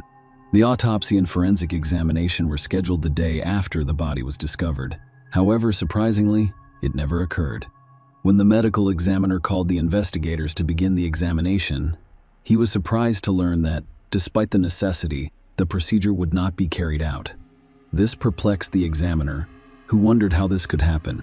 A rabbi from the synagogue had intervened. He contacted an organization in charge of Orthodox Jewish burials, which then requested permission from the police to access the tragedy site in order to exercise religious rites guaranteed by the victim's family faith. Permission was granted, and a team led by the rabbi arrived on scene. They cleaned the bathtub of blood traces and prepared the body shell for burial. All evidence and clues gathered were destroyed before reaching the police's forensic department. Autopsies are considered taboo in Orthodox Jewish tradition and are seen as desecration of the deceased body, so the organization acted quickly.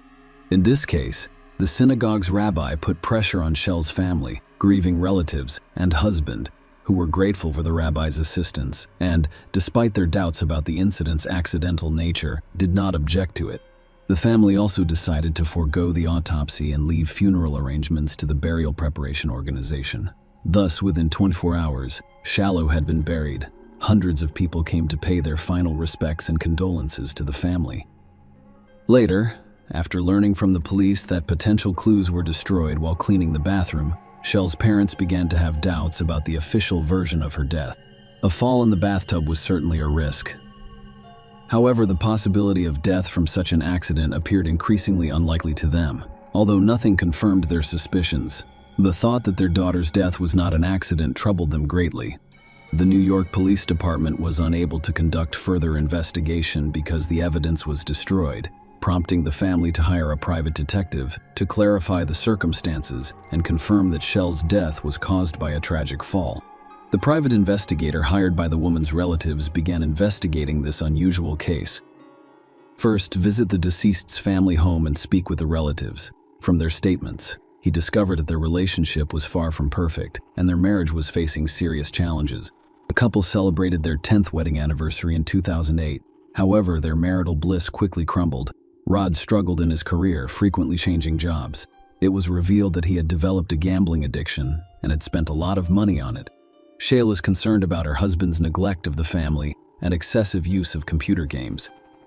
Rod was spending their savings on backgammon tournaments, which Shell had complained about to her close friends.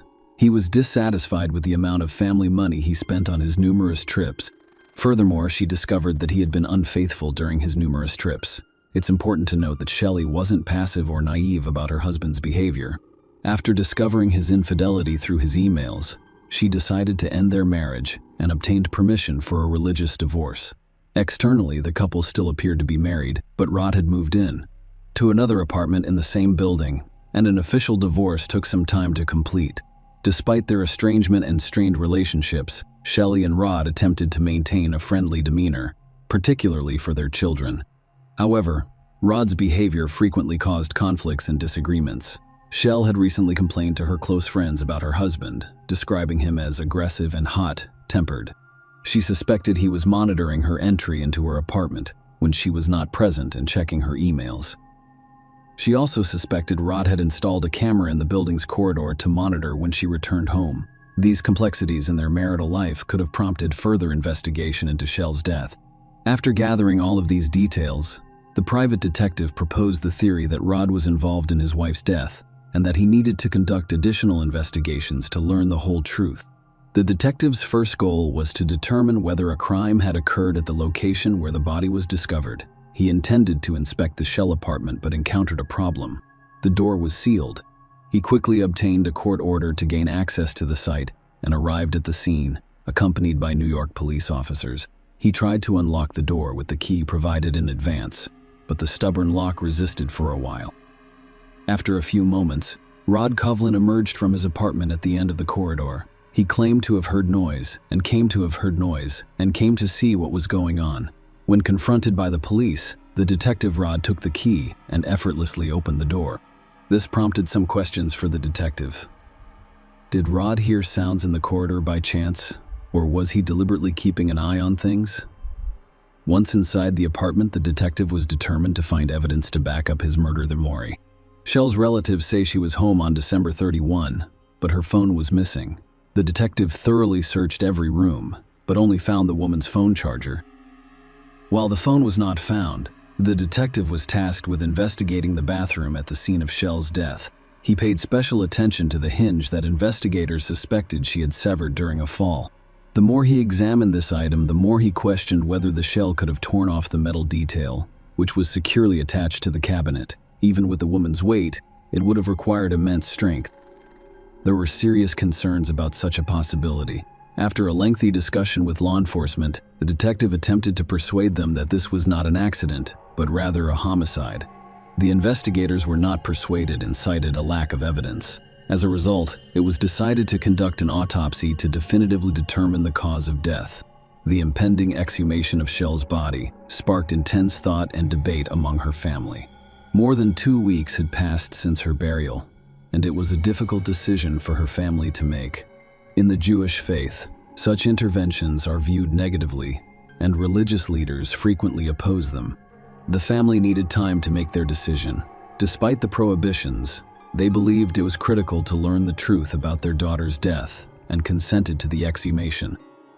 However, this step was complicated not only by moral considerations, but also because carrying out the exhumation required a special order from the prosecutor's office, which was difficult to obtain. Despite the family's consent, it took nearly 3 months to obtain the necessary documents. The exhumation and autopsy were performed. The results were startling. The examination revealed that Shell died as a result of asphyxiation caused by violent strangulation, which had broken her neck bones. As a result, the official account of her death changed. Her death could no longer be considered an accident, and the young woman was officially identified as a murder victim. The New York Police Department resumed their investigation into Shell's death after the autopsy results confirmed the detectives' suspicions. Investigators began meticulously examining new details such as phone call records and bank statements, all critical information in a murder case. Aside from family members, everyone who interacted with Rod and Sheil was questioned, including the nanny, housekeeper, and even the divorce lawyer. The lawyer informed the police about the couple's unusual behavior. Rod claimed at the first divorce hearing in May 2009 that he was unable to pay alimony due to unemployment. The judge jokingly suggested that Rod give up his favorite games, which infuriated him in court and exposed his true nature to everyone. Rod did not stop there. He sought vengeance on Shell, accusing her of living an immoral lifestyle, misusing funds, and even calling her employer with slanderous allegations about drugs and violence against their son. Shelley suffered greatly as a result of these false accusations. An investigation launched in response to these allegations revealed no evidence to back up her husband's claims. The most shocking aspect of this story, however, was when Rod and Shell's son revealed that his father had coached him to say phrases designed to discredit his mother. Rod paid a high price for his despicable actions. At a new divorce hearing on July 7, 2009, he was barred from being alone with his children, a measure that remained in effect even after Sheil's death. Rod was denied custody of his children, and a social worker turned them over to Rod's parents, inciting his rage. He most likely believed he would finally accept responsibility for his children. The police also spoke with a woman who had previously cared for Rod's children before being fired by him. She provided the detectives with intriguing information. It turned out that on December 30, Shelley had an expensive keratin hair treatment worth several $100s. After treatment recommendations included avoiding moisture and heat exposure for several days, which precluded bathing or showering. This begs the question of why Shelley would risk damaging her hair by disregarding these recommendations. Investigators suspected that Sheil did not take a bath on the day she died. However, their conclusions lacked direct evidence and were insufficient to charge anyone with murder on their own. Detectives also looked at the building surveillance footage where the couple lived. On the day of the murder, they noticed Rod's unusual behavior. At 4 a.m., he left his apartment dressed as if he was going out. He returned after some time. The night watchman at the building's entrance, who was interrogated, found Rod's early morning departure unusual because he had never left so early before. The watchman remembered Rod asking if he needed anything, to which he said no. However, Rod returned a few minutes later with chocolate bars and offered them to him. The investigators believed Rod's actions were deliberate in order to create an alibi for himself. Rod was now the primary suspect, and the investigators' task was to prove his guilt using any means necessary. Their main question was what possessed Rod to murder his wife during the investigation. Despite 2 divorce hearings, Shelley and Rod remained legally married, which meant that without a will or divorce, the property would automatically go to Rod. It amounted to more than $5 million. Another critical point was that on December 31, 2009, Sheila scheduled an appointment with her lawyer to change her will, intending to exclude her husband. This was undoubtedly a blow to Rod, providing a motivation for the crime. Rod's potential loss of $5 million was undoubtedly a motivating factor. Because he was already a suspect, All of Shell's assets were transferred to a secure account pending further investigation into his involvement in the crime.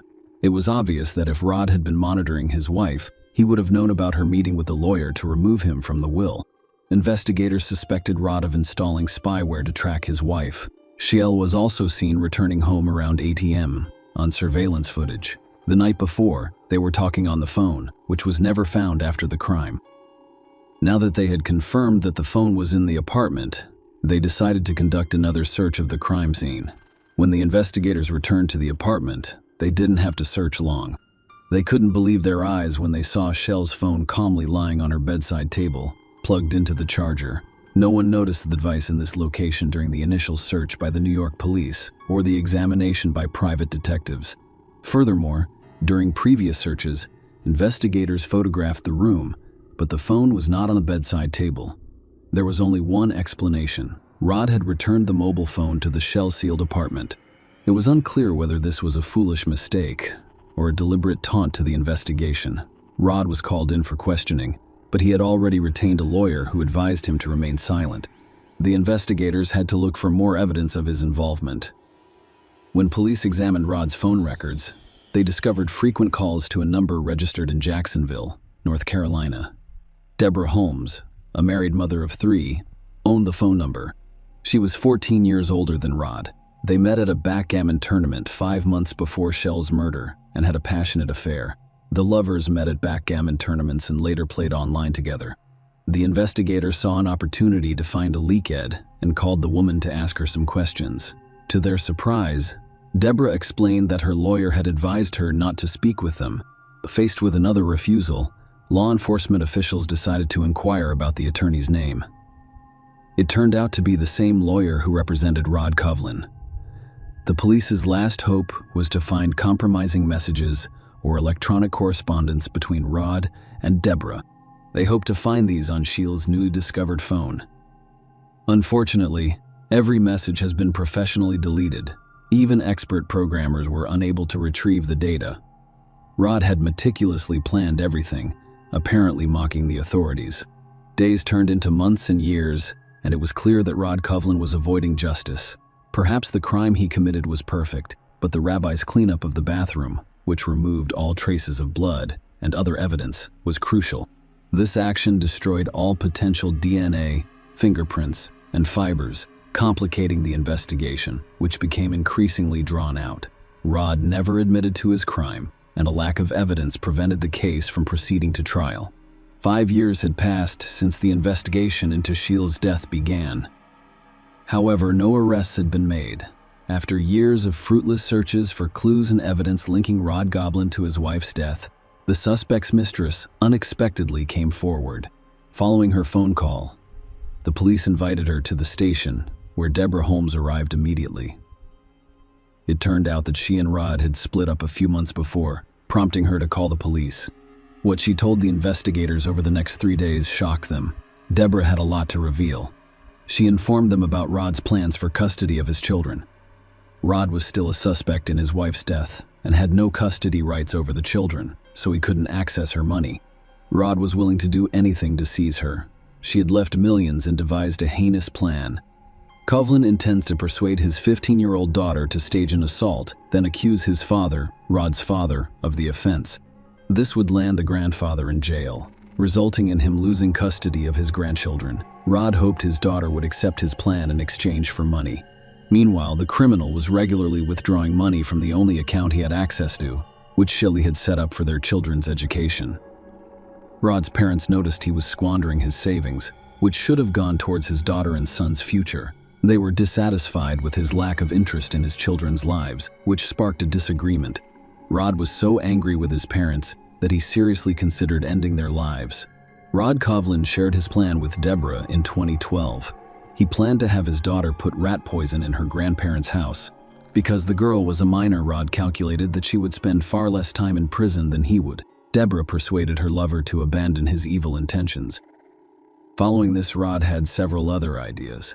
At one point, he considered burning down his parents' house and jamming the doors to keep them inside. He also considered arranging a sham marriage for his daughter with a Mexican man, after which she would be required to give up a portion of her inheritance to her father. When the police heard Deborah's testimony, they couldn't believe the accuracy of the details. She had been gathering evidence and storing it on hard drives all along. She realized she was dealing with a psychopath. She patiently waited for Rod to lose interest in her before handing over these valuable insights to the authorities. The recordings included hundreds, if not thousands, of Rod's conversations with various people.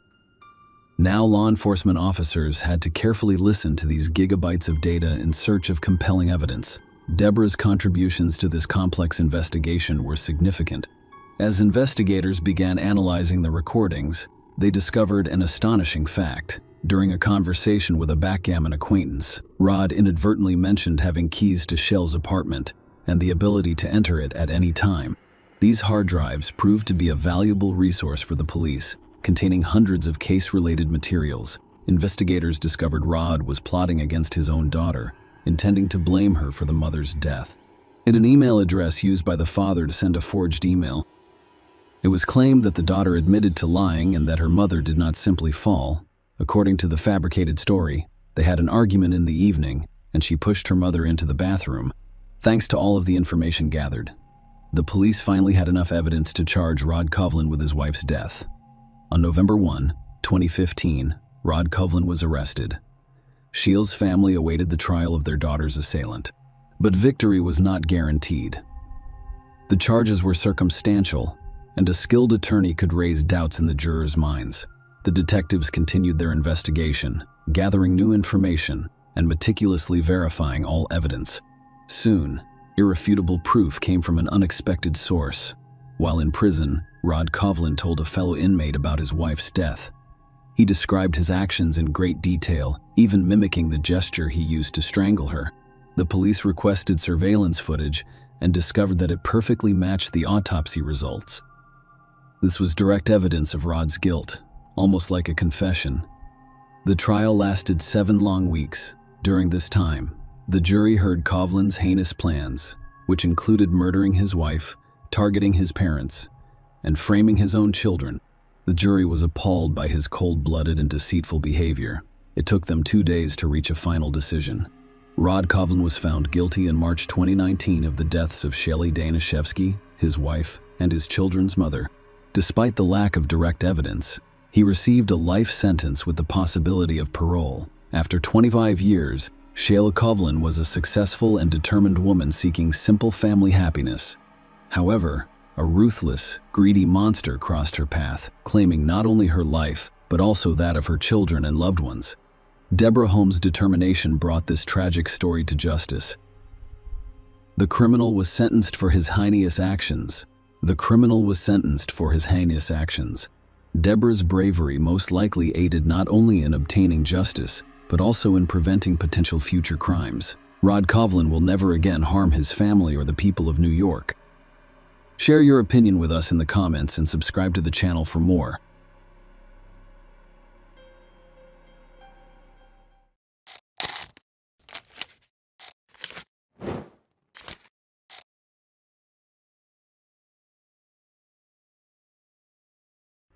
Hey guys, welcome to my channel, and today we're going to take a look at another horrible case with you. In this video, we will discuss what happened in Germany in 2016. The story of Maria Lodberger, a 19-year-old Freiburg resident, sparked widespread outrage in German society, raising concerns not only about the work of local police, but also about Germany's entire government. Maria was born on December 6, 1996, to Clemens and Friederike Lodberger. According to the German press, her parents were both lawyers. Furthermore, her father was a senior official in the European Union. In 2016, Maria was a medical student at the University of Freiburg. In her spare time, she worked part-time in an urban center that assisted immigrants. Maria attended a medical faculty organized party on the night of October 15 to 16, 2016. She had a good time with her friends, and when she started getting ready to go home, it was around 2:30 a.m. Maria lived on campus, approximately 3 miles from the university where the party was held. After saying goodbye to her friends, she went outside and rode her bike to campus. It was 2:37 a.m. At 8:20 a.m., on the same day, someone jogging along the river discovered a woman's body in the water near the shore. Witnesses called the police and an ambulance. However, there was nothing the medics could do to assist. They identified the victim as Maria Lodberger, who was 19 years old. She never made it to her dorm. A jogger discovered her body about a mile away. During the forensic examination, experts determined that Maria died from drowning. At the same time, someone attempted to strangle her with a scarf, which police discovered on the scene. That scarf contained a sample of male DNA, presumably belonging to the perpetrator. The police also determined the most likely motive for Maria's attack. The forensic medical examination determined that someone forced the girl into intimacy prior to her death. The police established a special commission of 68 investigators to investigate this case. In addition to the DNA on the scarf, police discovered several black hairs with bleach stains 7 inches long in the bushes near the crime scene. Importantly, this strand of hair contained the roots, allowing authorities to collect another sample of male DNA. This sample matched the one found on the scarf used to strangle Maria. The police were unable to determine the identity of the person to whom the DNA samples belonged because there was no information about him in the databases. On November 8th, the police offered a €6,000 reward for information that could help solve this case. Thanks to several individuals, the reward amount quickly grew to €35,000. The police questioned over 1,000 people, including those who attended Maria's last party. At the same time, over 100 people voluntarily donated DNA samples for comparative analysis. The majority of those who provided DNA were partygoers. However, none of the samples matched the DNA found at the crime scene.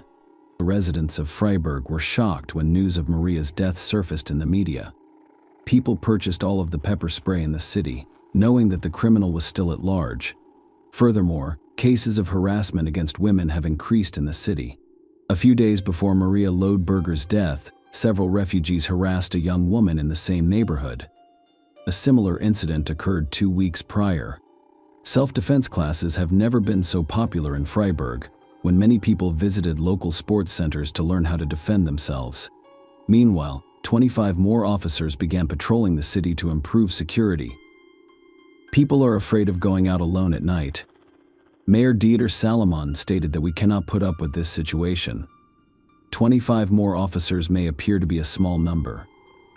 However, in a city with a high crime rate, it signaled that the authorities were finally paying attention to the Freiburg problems. The police investigated all possible leads. However, the hair and scar discovered at the scene proved to be the deciding factor in identifying the perpetrator. Knowing that the man they were looking for wore long black hair with bleached ends. The police began analyzing the recordings from numerous city cameras. They discovered a man with similar hair color and length while reviewing CCTV footage from the city tram. The man wore an undercut, with short hair on the sides and back and longer on top. This recording is from the night of October 16th. At 1:57 a.m., 40 minutes before Maria left the party, the suspect boarded a tram near the university. After about 20 minutes, he got off at the last stop, which was less than a mile from where a jogger discovered Maria's body. According to the police, the suspect was bothering 2 girls on the tram, but they were eventually able to avoid his attention. On December 3, 2016, nearly 7 weeks after Maria's death, police arrested a suspect. Hussein Kavari, 17, considered himself an immigrant from Afghanistan when he first arrived in Germany. However, the investigation revealed that he was not 17 years old and did not hold Afghan citizenship. Kavari entered Germany without an ID card in November 2015. When crossing the border, he stated that he is from Afghanistan and was born in 1999. Hussein Kavari stated that he was 16 years old when he entered the country, but he did not have any documents to back up his claim. Due to his stated age, Germany accepted him as an underage, unaccompanied refugee. They placed Kavari with a foster German family in a picturesque town near the Black Forest, where he attended a local school, learned German, and received government benefits. Such a trick with age fabrication became common, giving an advantage not only when applying for asylum, but also when breaking the law. After all, juvenile offenders are punished less severely. We will return to the suspect's age later because it is only the tip of the iceberg in his biography. After Khavari was arrested as the main suspect in the Maria Loebner case, his image appeared in the press, despite German media attempts to conceal his face. Other European TV channels and newspapers did not follow suit, instead publishing a non-blurred image of his face. Maria Elena Anakopoulou, a lawyer from Greece, recognized the arrested young man after seeing photos of him in the media. She defended him in court in spring 2013. He was then charged with and convicted of a life-threatening attack on a young student on the Greek island of Corfu. Khavari robbed and threw a 20-year-old student off a cliff. The girl flew about 25 feet down and miraculously survived, thanks to the bushes on which she fell. She spent 17 days in the hospital and had 3 surgeries. Khavari was arrested, and when the girl recovered, she identified him as the attacker. However, Guevara did not understand the reason for his arrest and told the police that she was just a woman. A court sentenced a young asylum seeker to 10 years in prison for theft and attempted life deprivation. What's important to note here is that he claimed during the trial that he was born in Iran in 1996. However, when he entered Germany, he claimed to have been born in 1999. So the question is, how did Hüseyin Khavari get to Germany in 2015? If he was sentenced to 10 years in prison in Greece in 2014, here's why. He was released on parole in October 2015. Due to prison overcrowding in Greece, he violated his probation by failing to report to a police station on a regular basis, only visiting once. They put him on the wanted list, but only for Greece. At the time, the borders were open, and Khavari, along with thousands of other refugees, traveled to Germany, where he pretended to be an unaccompanied minor seeking asylum. Khavari was arrested as a suspect in the Maria Loebner investigation. His fingerprints were compared to those from a crime scene in Greece. This confirmed that he was the same person who attacked the woman on Corfu.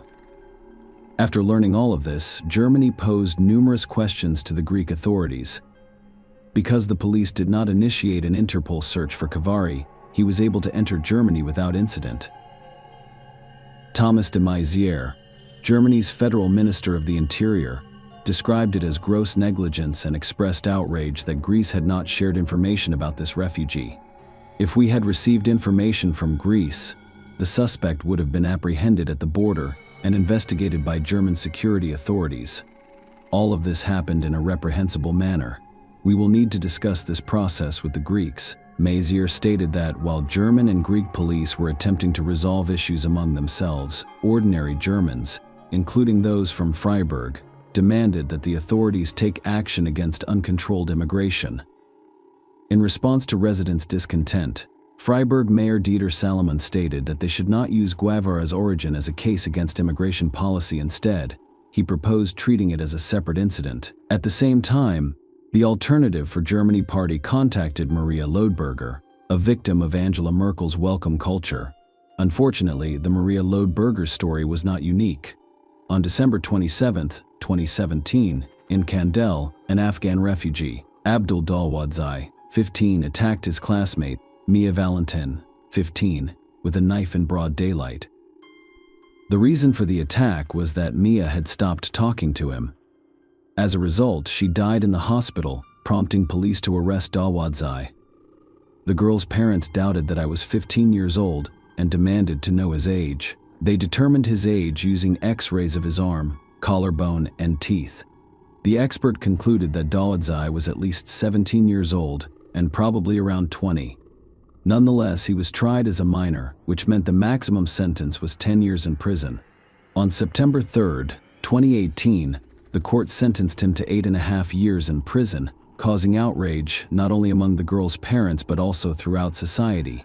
It is worth noting that Dalwadzai died in his prison cell a year after being convicted. He had self-harmed, and doctors did not have time to treat him.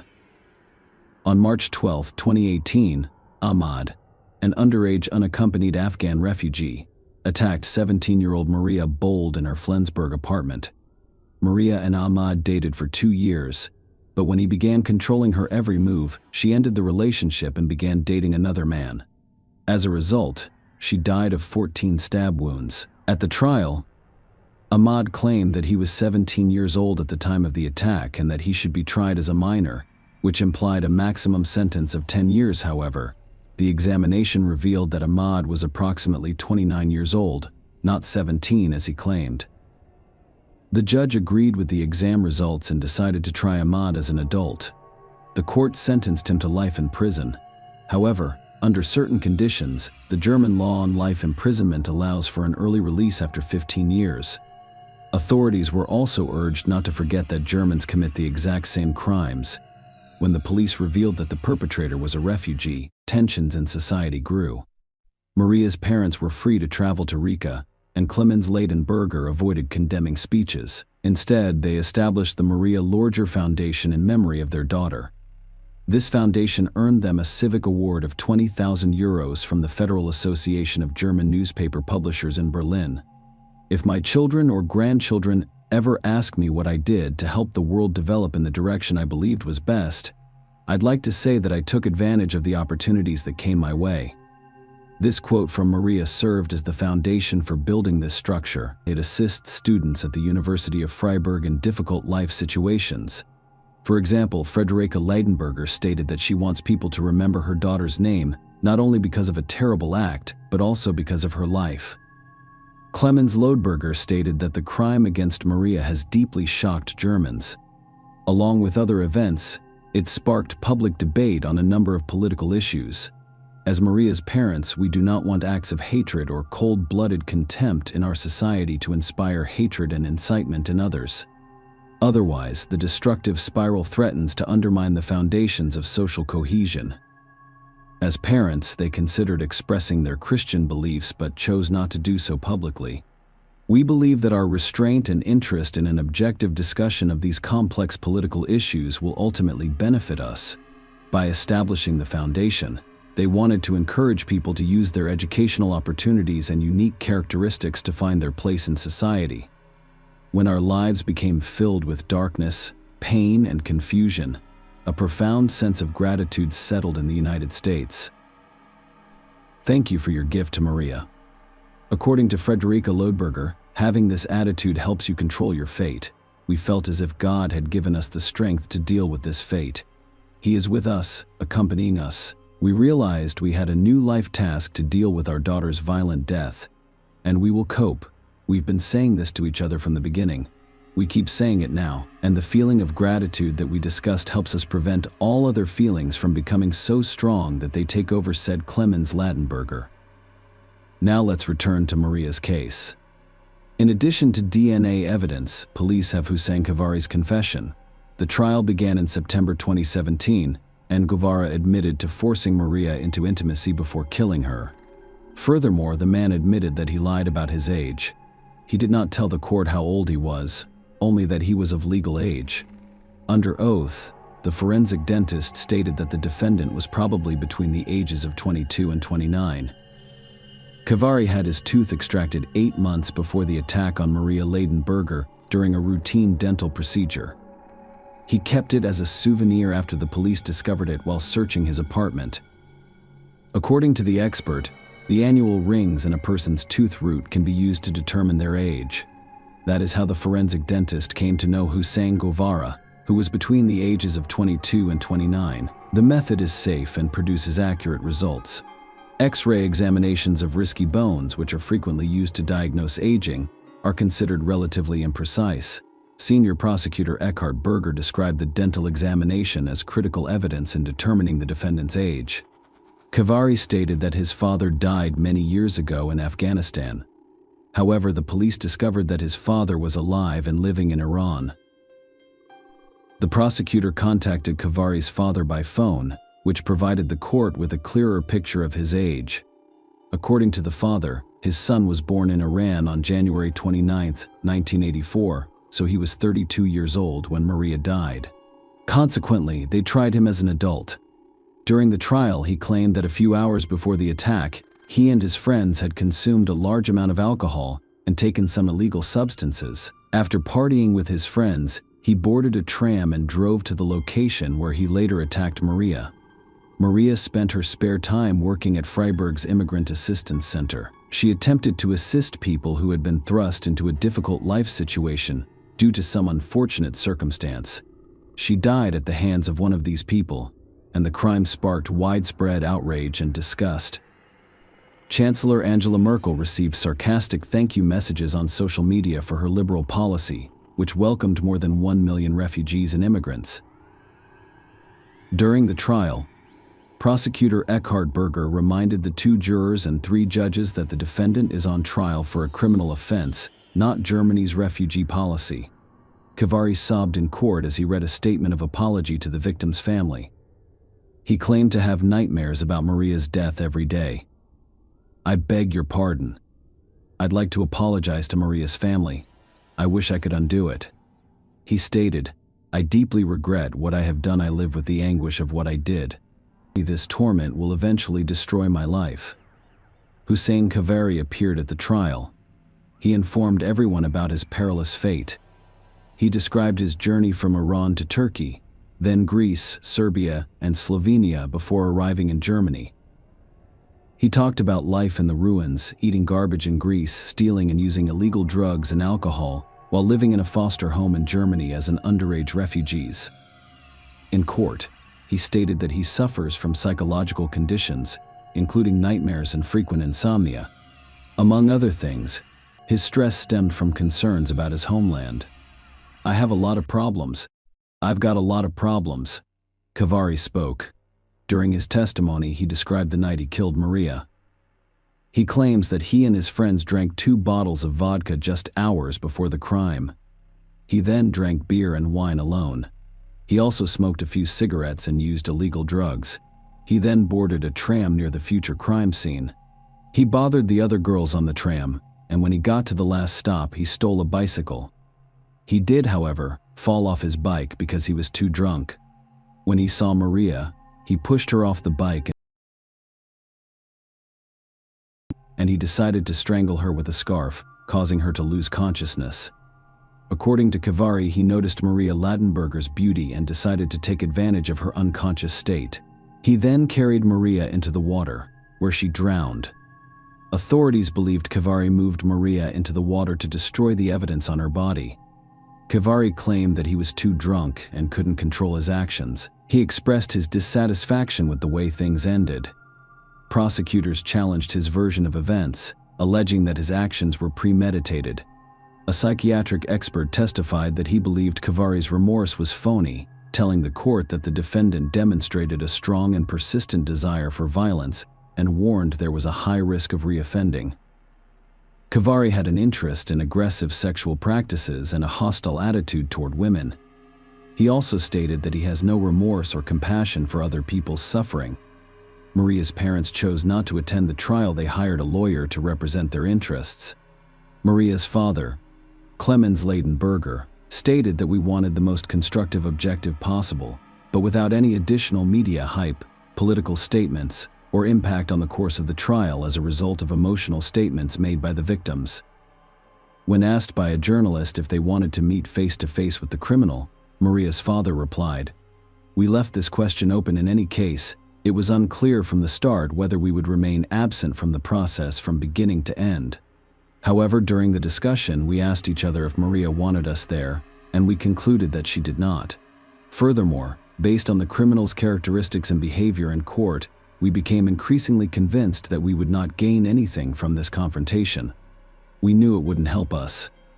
On September 22, 2018, Hussein Khavari was found guilty.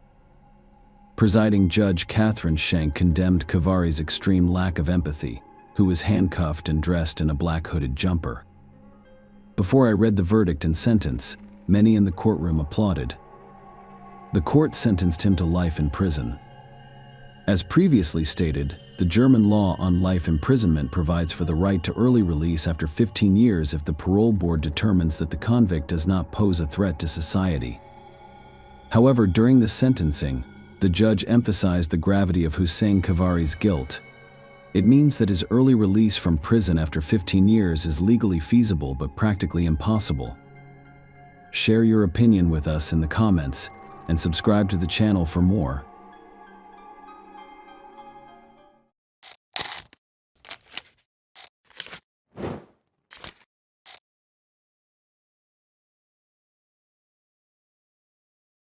Hey guys, welcome to my channel, and today we're going to take a look at another horrible case with you.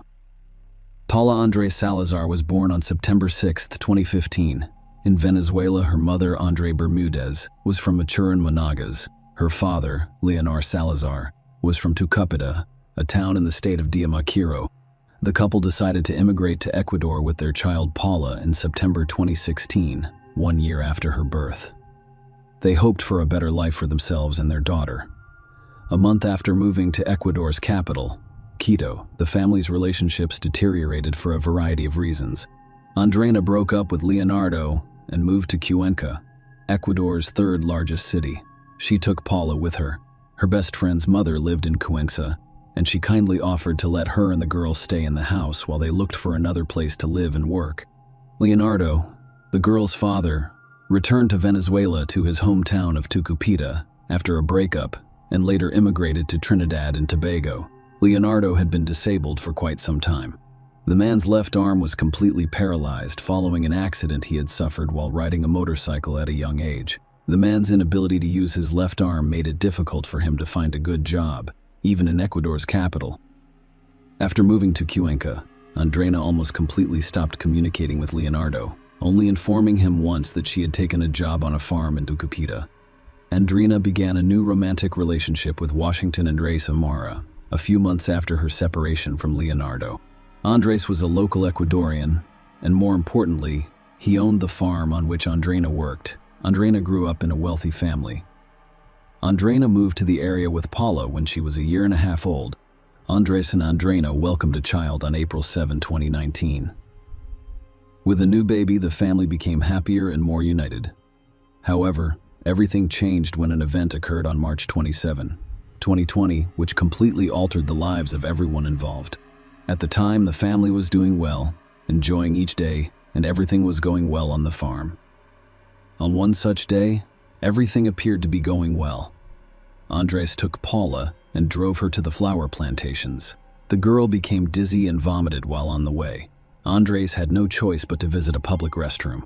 As soon as he and the girl entered, Paula vomited again. He decided to leave her alone for a few minutes and return to the car to get a change of clothes, because the girl's clothes were all dirty. When Andrés returned, he discovered Paula lying with her head in the toilet bowl. The men rushed the girl out, attempted first aid, and quickly transported her to the hospital. When the 4-year-old girl was handed over to the doctors, she showed no signs of life. According to the doctor, Paula has died. After the doctors on duty performed an initial examination and assessed the girl's condition, they discovered that Andrés' story was riddled with inconsistencies. For example, the doctors determined at first glance that the girl had bruises on her body and face, which could not be explained by the information her foster father provided. In such cases, medical professionals must notify the police. Indeed, the circumstances indicate that shortly after the police arrived, Andrés was arrested as a suspect in Paul's murder. Although Andrés claimed Paula drowned in the toilet bowl, the autopsy revealed something much darker. First and foremost, the tests revealed that the girl had been dead for approximately 24 hours when she arrived at the hospital, which contradicted the man's version of events. Paula's foster father claims that he administered first aid and cardiopulmonary resuscitation just minutes before transporting her to the hospital.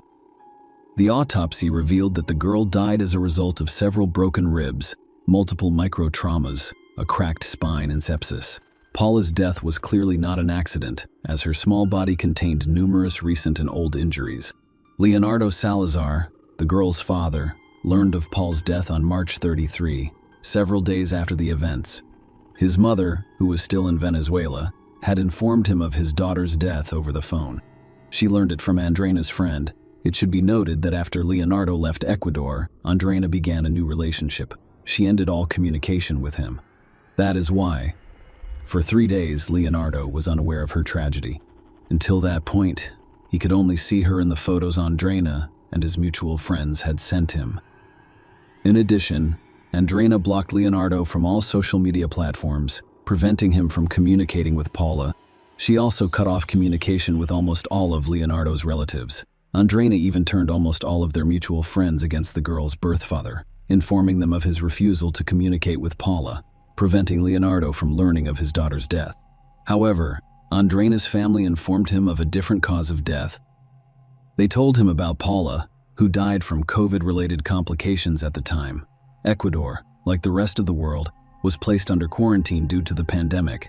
At the time, there were almost no deaths from the coronavirus in the country. Leonardo was undoubtedly suspicious that his daughter had died from COVID, so he immediately began researching virus-related deaths in Ecuador. These statistics were shared on social media and news sites. Leonardo immediately noticed that there were no children among the few coronavirus victims in Ecuador. Leonardo's relatives assisted him in his investigation, and one of them promptly sent him a newspaper article about the arrest of Andres, who was suspected of killing Paula. Leonardo then started calling Andreina every day, but it wasn't until 10 days later that she decided to call him back herself. During that conversation, Andreina rather coldly informed Leonardo that Paula had died of COVID and that she couldn't give him any more information because her lawyers had forbidden her to do so. Leonardo went on to create a Facebook page dedicated to Paula, as well as an Instagram profile called Justice for Paula, with the help of an acquaintance. The published posts sparked a massive backlash on social media. Their primary goal was to bring those responsible for his daughter's death to justice on the same day that Andreina called Leonardo. She arrived at the morgue to begin preparing for her daughter's funeral, despite the fact that the prosecutor handling the case requested more time to investigate the body. However, the girl's funeral took place on April 10, 2020. Andreina simply refused to allow a second autopsy on the girl because of the information she shared on social media. Andreina's friends and acquaintances contacted Leonardo and informed him of Paula's sad life in the years preceding her death. Leonardo had the majority of the information they possessed, which was based on isolated recordings of conversations, photos, audio recordings, and other similar items. Witnesses claim that since Paula's mother moved in with Andres, the girl has been abused by both her stepfather and her mother. Andrea not only allowed her daughter to be treated this way, but she was also directly involved in the entire situation. Everyone claimed that they only saw Paula happy and cheerful when she was playing alone in front of her stepfather. The girl appeared depressed, shy, and suddenly became very frightening. The little girl once told people that she was aware that her mother and stepfather had beaten her for misbehaving. She even confessed to it as a form of punishment. Andres pushed her, and she hit her head against the wall. Paula described her stepfather as a monster, and she was clearly terrified of him. The little girl had nightmares all the time, and she had insomnia since she was a child. A couple initially preferred that the girl, who was 2 years old at the time of moving into the stepfather's home, fall asleep alone. She frequently cried, but no one paid attention to her. In addition, her mother and stepfather forced her to tuck in by herself. Furthermore, her mother Andreina had taught her how to cook since she was 2 years old. This was absurd. Paula was forced to cook her own breakfast and dinner because her mother preferred to sleep in the mornings and take a break from the baby in the evenings. She just didn't want to take care of her daughter. Not only that, but Andreina was unconcerned about the girl having to deal with baking on her own, despite the dangers at the preschool where mother had placed Paula, a girl who constantly complained of leg and back pain and frequently stated that she could not walk. Her constant complaints, as well as the bruises on her body, compelled the teacher to take her to the medical center. Following an examination, they concluded that the girl was mistreated in her family.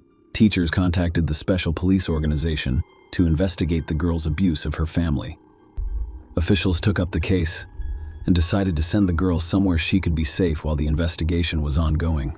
As a result, on October 16, 2019, Paula was temporarily transferred to her uncle Andreina's brother. A hearing on the case was scheduled for December 4, 2019. Unfortunately, the teacher scheduled to testify did not show up, and for whatever reason they were unable to attend this hearing. As a result, it was decided to hold a retrial on February 27, 2020.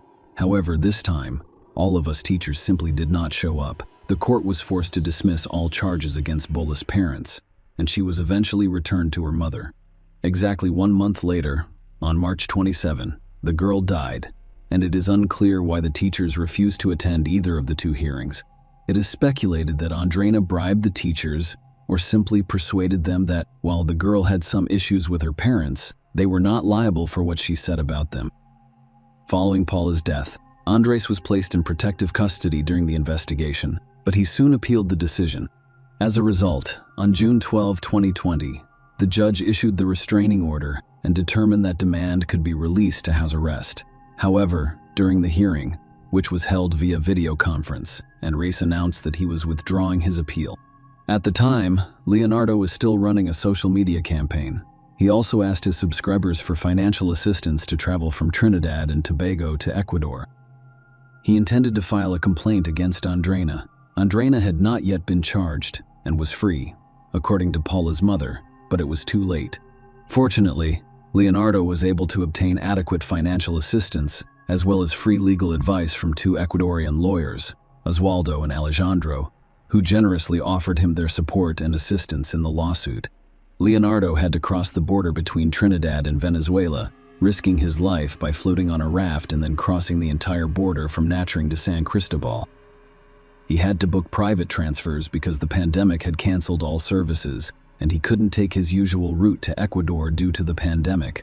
Venezuela's maritime and land borders were closed, leaving only a few regular flights to 4 or 5 countries in the months that followed. Once Leonardo arrived in the state of Táchira, he had to cross the border into Colombia over treacherous terrain. He then took a bus to Hipaluxo and continued through the hills and plains until he arrived at the Rumichaca Bridge, which connects Colombia and Ecuador. Leonardo then took a cab and drove to Quito on June 30. He met with a lawyer as soon as he arrived, and the deceased girl's father filed a complaint against the ex-girlfriend, who was also named as a suspect in Paula's murder. On July 6, 2020, Envious was found to be addicted, and the woman appeared in court. Should not be held in custody, that a house arrest would suffice, and that she must report to justice twice per week.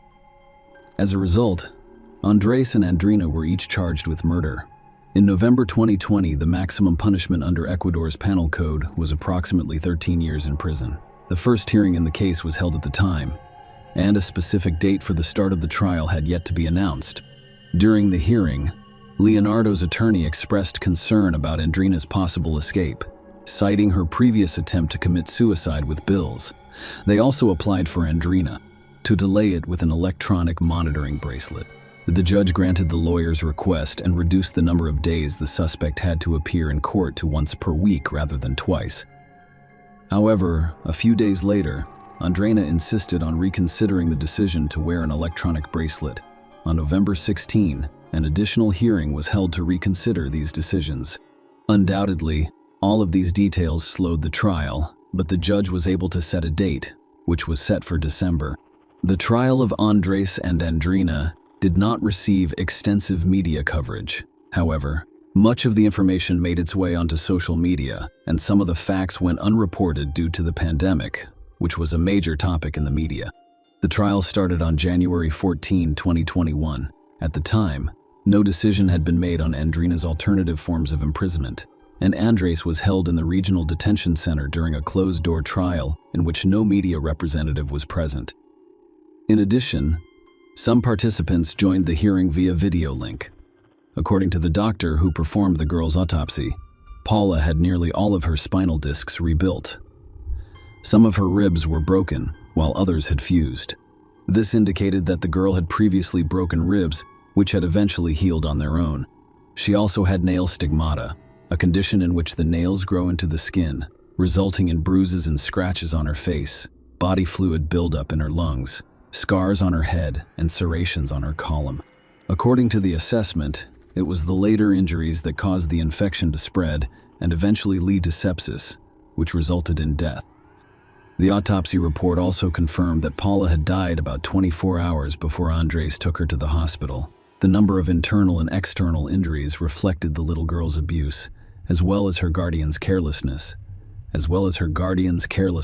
as they had never taken her to the doctor. Furthermore, the girl was malnourished, underweight, and too small for her age, as well as having mineral and nutritional deficiencies due to Paula's injuries. Andreina, the girl's mother, attempted to persuade her family friends that the child suffers from a variety of psychological issues, which have resulted in a proclivity for self-torture, which Paula used to draw attention to herself. According to the girl's mother, when her younger brother was born, Paula lost parental attention, stopped sleeping at night, and tried to manipulate everyone by crying. The trial also revealed that in October 2019, when Paula was supposed to remain in her uncle's custody under the board's decision, she instead stayed at her parents' house and only slept at her uncle's house for a few nights. In other words, if the police organization's measure did not have the desired effect, it was possible to establish that the girl began to be abused in 2017, only a few months after Leonardo's departure from Ecuador. It most likely began as soon as Andreina started dating Andres. More than 40 accusing party witnesses testified at the trial, confirming that Paula was subjected to abuse for at least 3 years of her short life. Andreina stated at the final hearing before the verdict was handed down that she accepted full responsibility for the child's abuse. The woman claimed she had beaten Paula with a belt and, on occasion, her fists. Through this statement, a girl's mother attempted to shift blame away from her husband. She stated unequivocally that he was innocent, had nothing to do with it, and had never mistreated Paula. Andreina also admitted that she chastised her daughter for causing problems with her new husband. Breaking up with her new husband meant returning to the streets and losing the financial stability she could only find with him. Her daughter's well-being came last. After learning about Paula's life situation, the judges were concerned about the couple's newborn son, but unlike Paula, this child was never abused. It must be established that Andres has chosen to exercise his right to remain silent and has never made a statement about the incident since being arrested. By February 3, 2020, Paula's trial had concluded, and the couple had been sentenced. Both defendants were convicted of murdering the girl, and the maximum sentence for this crime is 13 years. Leonardo's original attorneys and the accusing party demanded the maximum punishment for the perpetrators, but the chief judge decided to consider an aggravating factor, namely that Paula was only 4 years old, implying that she could not defend herself against her attackers as a result of a judge sentenced Andreina and Andres to 17 years and 4 months in prison. According to Ecuadorian law, convicts have 3 days to appeal their verdict. So, despite Andreina's 17-year and 4-month prison sentence, the couple was expected to file an appeal right away. She is still on house arrest while Nuss is in jail.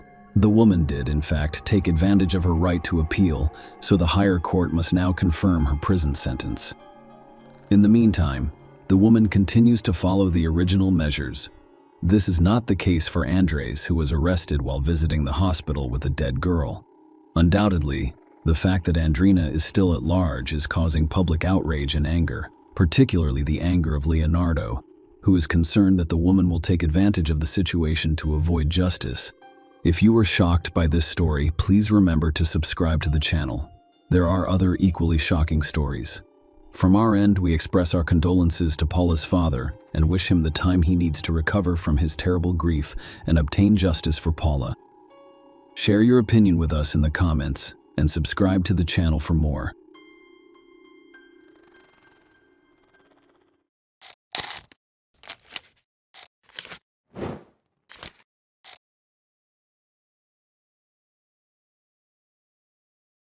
Hey guys, welcome to my channel, and today we're going to take a look at another horrible case with you. In 2012, at the Summer Olympics in London, a young Puerto Rican boxer named Felix Verdejo Sanchez shone brightly. He was dubbed a diamond, one of his country's most promising athletes, and was expected to win championships and gold medals.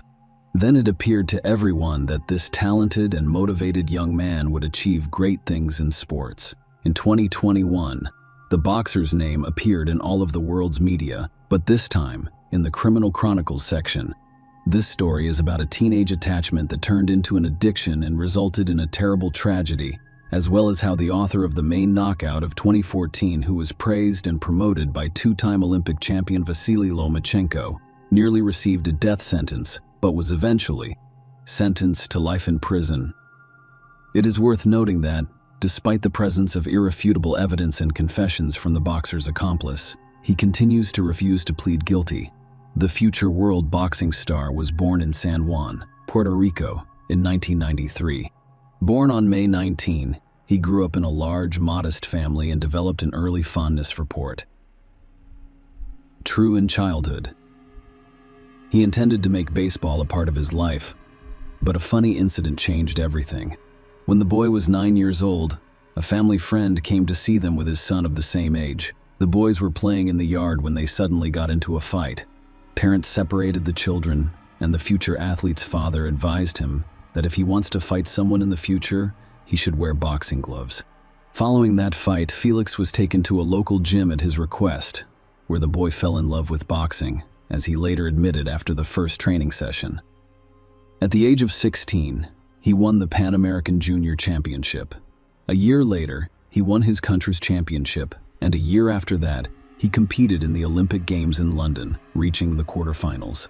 In the same year, he began his successful professional wrestling career. Verdejo competed in 29 fights, winning 27 of them convincingly, and in 2014 he was named the author of the best knockout in a fight against Sergio Villanueva. Felix won his first championship belt, the WBO Latino title, a year later and defended it 6 more times over the next 2 years. Everyone who witnessed the fight was certain that this young man would leave his mark on the history of world boxing. Meet Keishla Rodriguez. The girl was born in San Juan in November of 1993. Her full birth name is Keishla Marlene Rodriguez Ortiz. Her parents, Josie and Kyla Rodriguez, shared another daughter, Belize Nicole, and they also raised Kyla's son, Jonathan. Keishla, who had a previous marriage with a woman, grew up to be an open and sociable girl. She excelled in school and adored animals, with aspirations of becoming a veterinarian in the future. Her best friend was her sister, Elise, to whom she confided all of her secrets and concerns. Keishla attended the same school as Felix Verdejo, who was her age. Young people have known each other since childhood, and in adolescence, they formed a romantic relationship. In 2011, Rodriguez's parents divorced and separated. Kyla moved to Florida with relatives, while her daughters, who were already adults, chose to remain in San Juan. Despite the fact that each of the sisters had long since lived their own lives, they remained in close contact and informed each other of everything that happened to them. At the age of 18, a promising boxer who had already competed in the Olympic Games had an affair with a young schoolgirl and aspiring model named Elisa Maria Santiago Sierra. At the time, the girl was only 14 years old and still in school. Even so, she had big plans for the future with a promising and world-renowned athlete. In addition, Eliza's parents were not opposed to the relationship. Felix, an attractive and talented boxer who has always had a large fan base and is on his way to becoming a star, was literally bathed in the rays of fame and surrounded by female attention. He did not pass up the opportunity to write a novel or have a side affair. In addition, despite his serious relationship with Eliza, he continued to meet with his school friend Keishla, whose sister barely informed her mother Kayla Rodriguez, who was aware of the affair and did not approve of it. In addition, the situation was very unclear.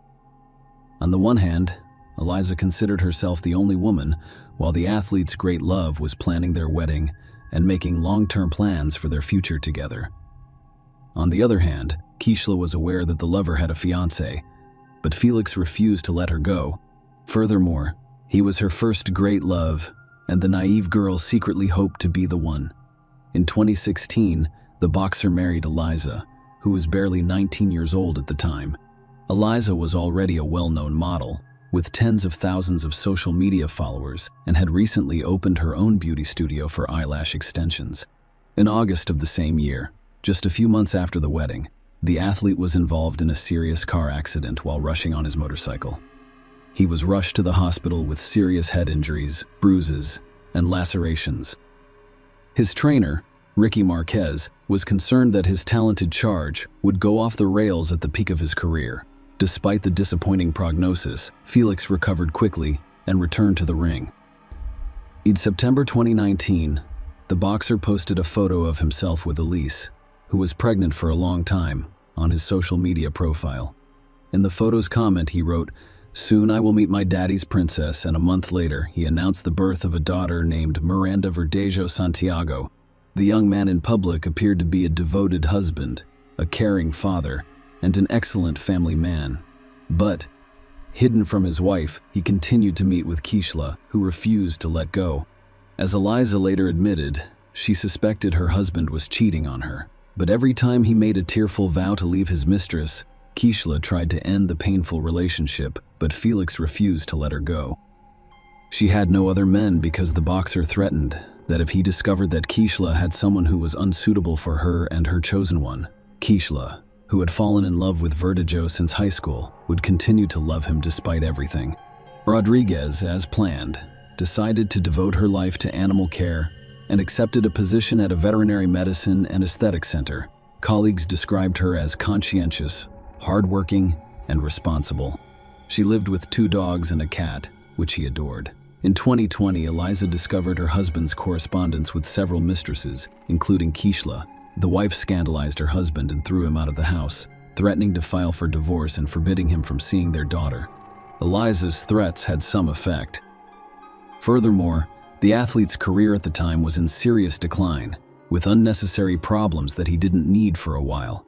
He stopped seeing Rodriguez, but Felix refused to let her go.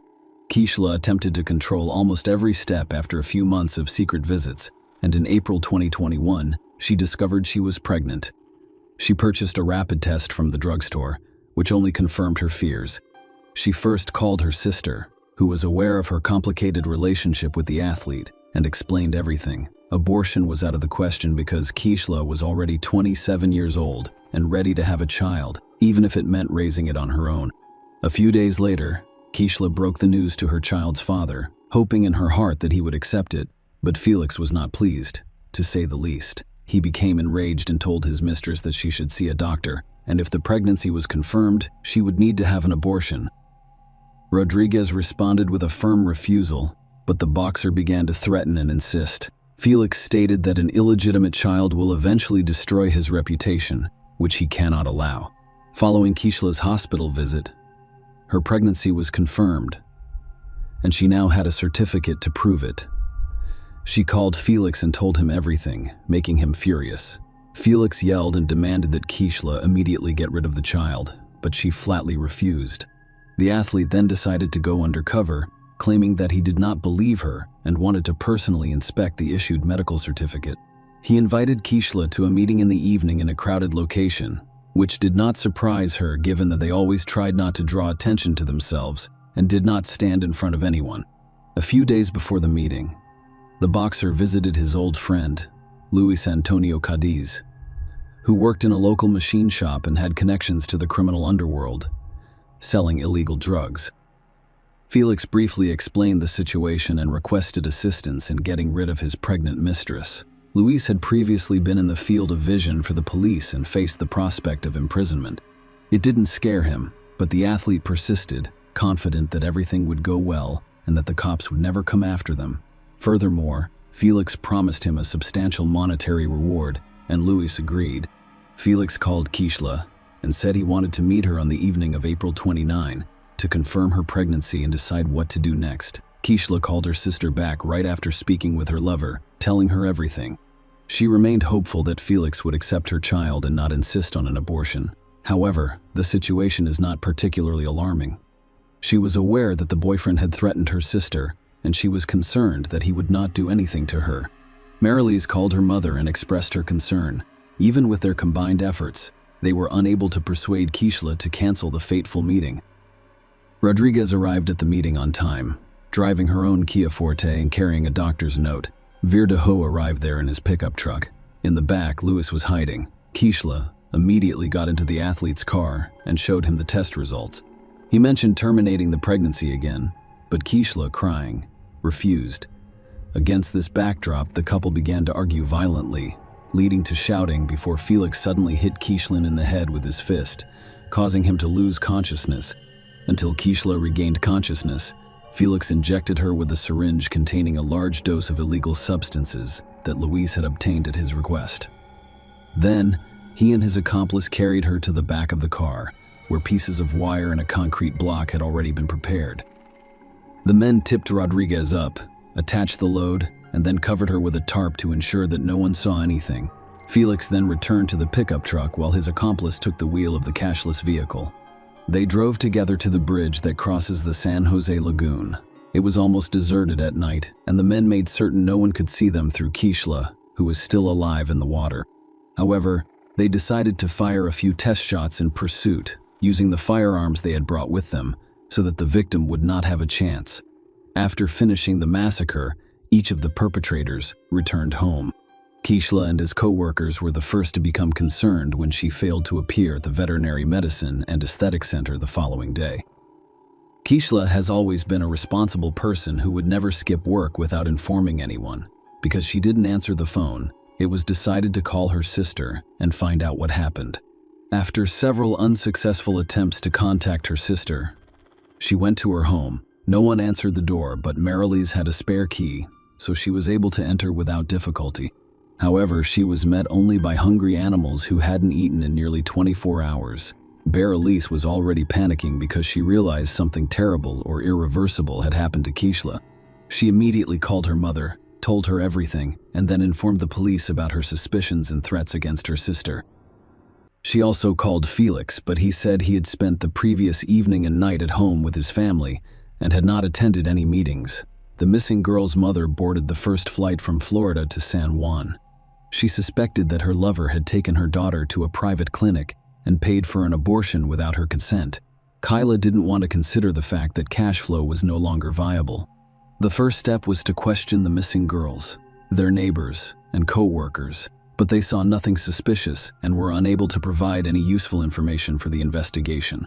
In parallel, messages about Rodriguez's disappearance were posted on popular social networks with requests for responses from anyone who knew anything about her fate or current location. The case quickly gained widespread attention, and when it was revealed that the missing girl was in a long-term relationship with a famous athlete and was expecting a child with him, reporters lined up to interview any of Rodriguez's family members. The relatives did not hold back and openly expressed their suspicions, including blaming Felix for the incident. On April 30, Keishla's car was discovered abandoned on the east side of the city.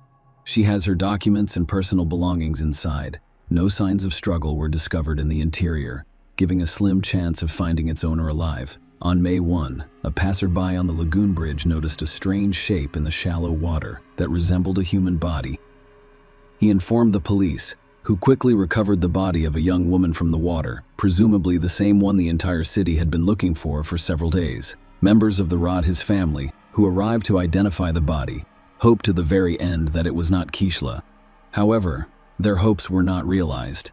The body had been in the water for a few days and had changed significantly. However, the girl was easily identified by a remarkable tattoo on her arm. When news of the gruesome discovery reached the press, city residents revolted and began to hold spontaneous rallies, demanding punishment for those responsible, who were detained and taken to the police station for questioning on the same day. However, the athlete categorically denied his involvement, claiming that on the night of Keishla's disappearance, he was at home with his family because there was no evidence to charge him. Felix was released under his own recognizance. One of the key witnesses was the athlete's legal wife, who admitted during the initial interrogation that she was aware of his affair with Keishla, but had only recently learned of her rival's pregnancy. Furthermore, she did not confirm her husband's alibi, claiming that he was not home on the night of the murder. The first thing investigators did was review traffic surveillance footage on the way to the bridge from which Keishla was thrown. That's how they discovered Felix's pickup truck and the victim's car driving behind each other. However, the Kia Forte was clearly not driven by its owner. On the same day, the boxer's car was seized for examination, and some of the deceased's hair was discovered in it. Lewis was the first to surrender to police, promising to tell the whole truth in exchange for a lighter sentence. Felix was also arrested, but he refused to cooperate with the investigation, did not answer questions, and continued to deny his guilt. Despite the presence of irrefutable evidence, Felix was apprehended with a firearm that he used to shoot the victim from the bridge, and for which he had a valid permit. Furthermore, a cell phone check reveals that Felix Lewis and Keishla were in the same location on that fateful night. Keishla's final farewell took place on May 8, and the funeral ceremony made national headlines. It was a type of action that called for the perpetrators of the tragedy to be punished to the fullest extent of the law, while also drawing public attention to the issue of gender violence. The coffin containing Rodriguez's body was transported to the cemetery in a white carriage, over which white flower petals were thrown from the air, rather than the traditional hearse. Many well-known Puerto Ricans, including show business stars, athletes, politicians, and public figures, have spoken out about the high-profile case in which Verdejo was charged with carjacking, kidnapping, premeditated murder, and murder of an unborn child. Each of these crimes carried the death penalty. However, the relatives of the deceased requested from the start that the court sentence the killer to life in prison so that he could suffer in captivity for the rest of his life. The hearing was repeatedly postponed due to the global coronavirus pandemic, but in the spring of 2021, the trial was held virtually. The court determined that the crime was committed by a group of people through prior conspiracy with particular cruelty to a pregnant woman. The chain of events of that night, as well as the details of the crime, could be reconstructed, thanks primarily to Lewis' testimony, who did not deny guilt. He admitted that, at the request of a friend, he obtained the drug for injection and brought a wire and a concrete block to dispose of the body. But Felix insisted on his lack of involvement in the case. Although his words had no significant impact on the situation, the boxer's wife, who testified in court almost immediately after her husband's arrest, filed for divorce and attempted to distance herself from what was going on, focusing on the development of his business and raising a young daughter instead. According to some reports, Lisa Santiago recently remarried. Elisa admitted in an interview that she had received numerous anonymous calls and messages containing death threats, as well as death wishes for her and Miranda. Many believed the athlete's spouse was the organizer of the crime, but no evidence was found. In summer 2023, it became clear that the jury, having reviewed all of the evidence and heard testimony from all of the witnesses, was finally ready to announce the final verdict. Felix Verdejo and his accomplice Luis Cadiz were found guilty of all of the charges against them. Despite this, the killers have yet to be sentenced. The next court hearing is set for mid-November 2023. Most likely, both men involved in Keishla Rodriguez's and her unborn child's deaths will be sentenced to life in prison with no possibility of parole. Share your opinion with us in the comments and subscribe to the channel for more.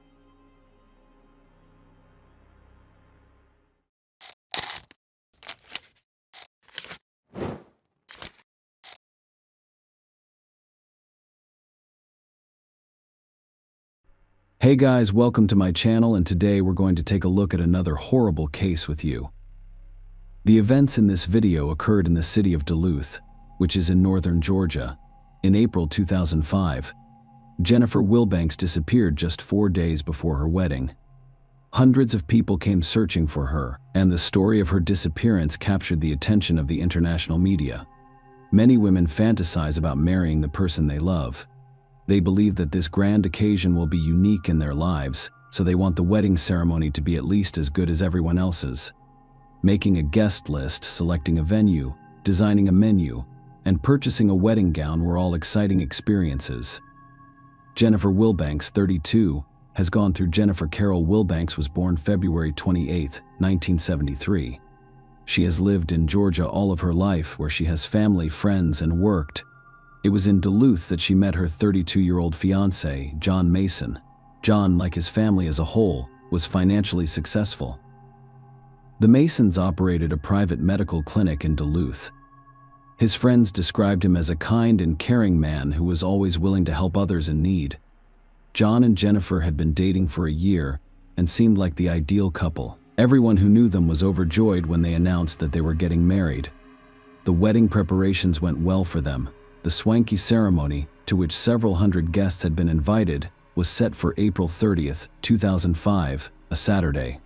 However, 4 days before the wedding, on Tuesday, April 26th, John Mason reported Jennifer's disappearance to police.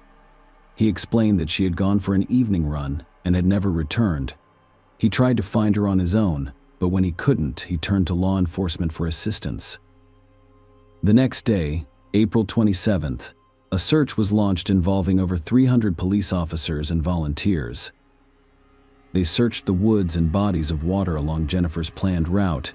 In such cases, every minute counts, so the police involved officers who were supposed to be off duty. On the same day, April 27th, one of the search teams discovered potential clues, including clothing, sneakers, and a strand of long, dark hair. All of the findings were sent to the laboratory for analysis. Jennifer's family posted and distributed flyers featuring her image in the hopes that someone would have seen her or had valuable information for the investigation. The media became involved in covering the story. Additionally, Billboards with Jennifer's image appeared throughout the city.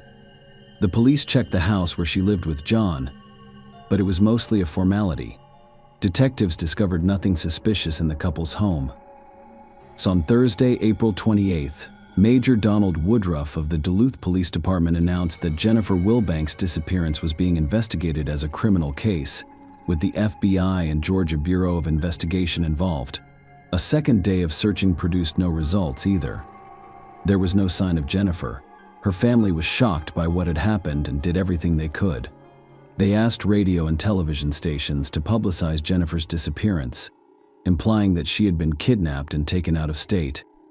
They begged the possible kidnapper to let her go. The cable news networks swarmed around the incident like flies on a pie. Where was Jennifer? Did something bad happen?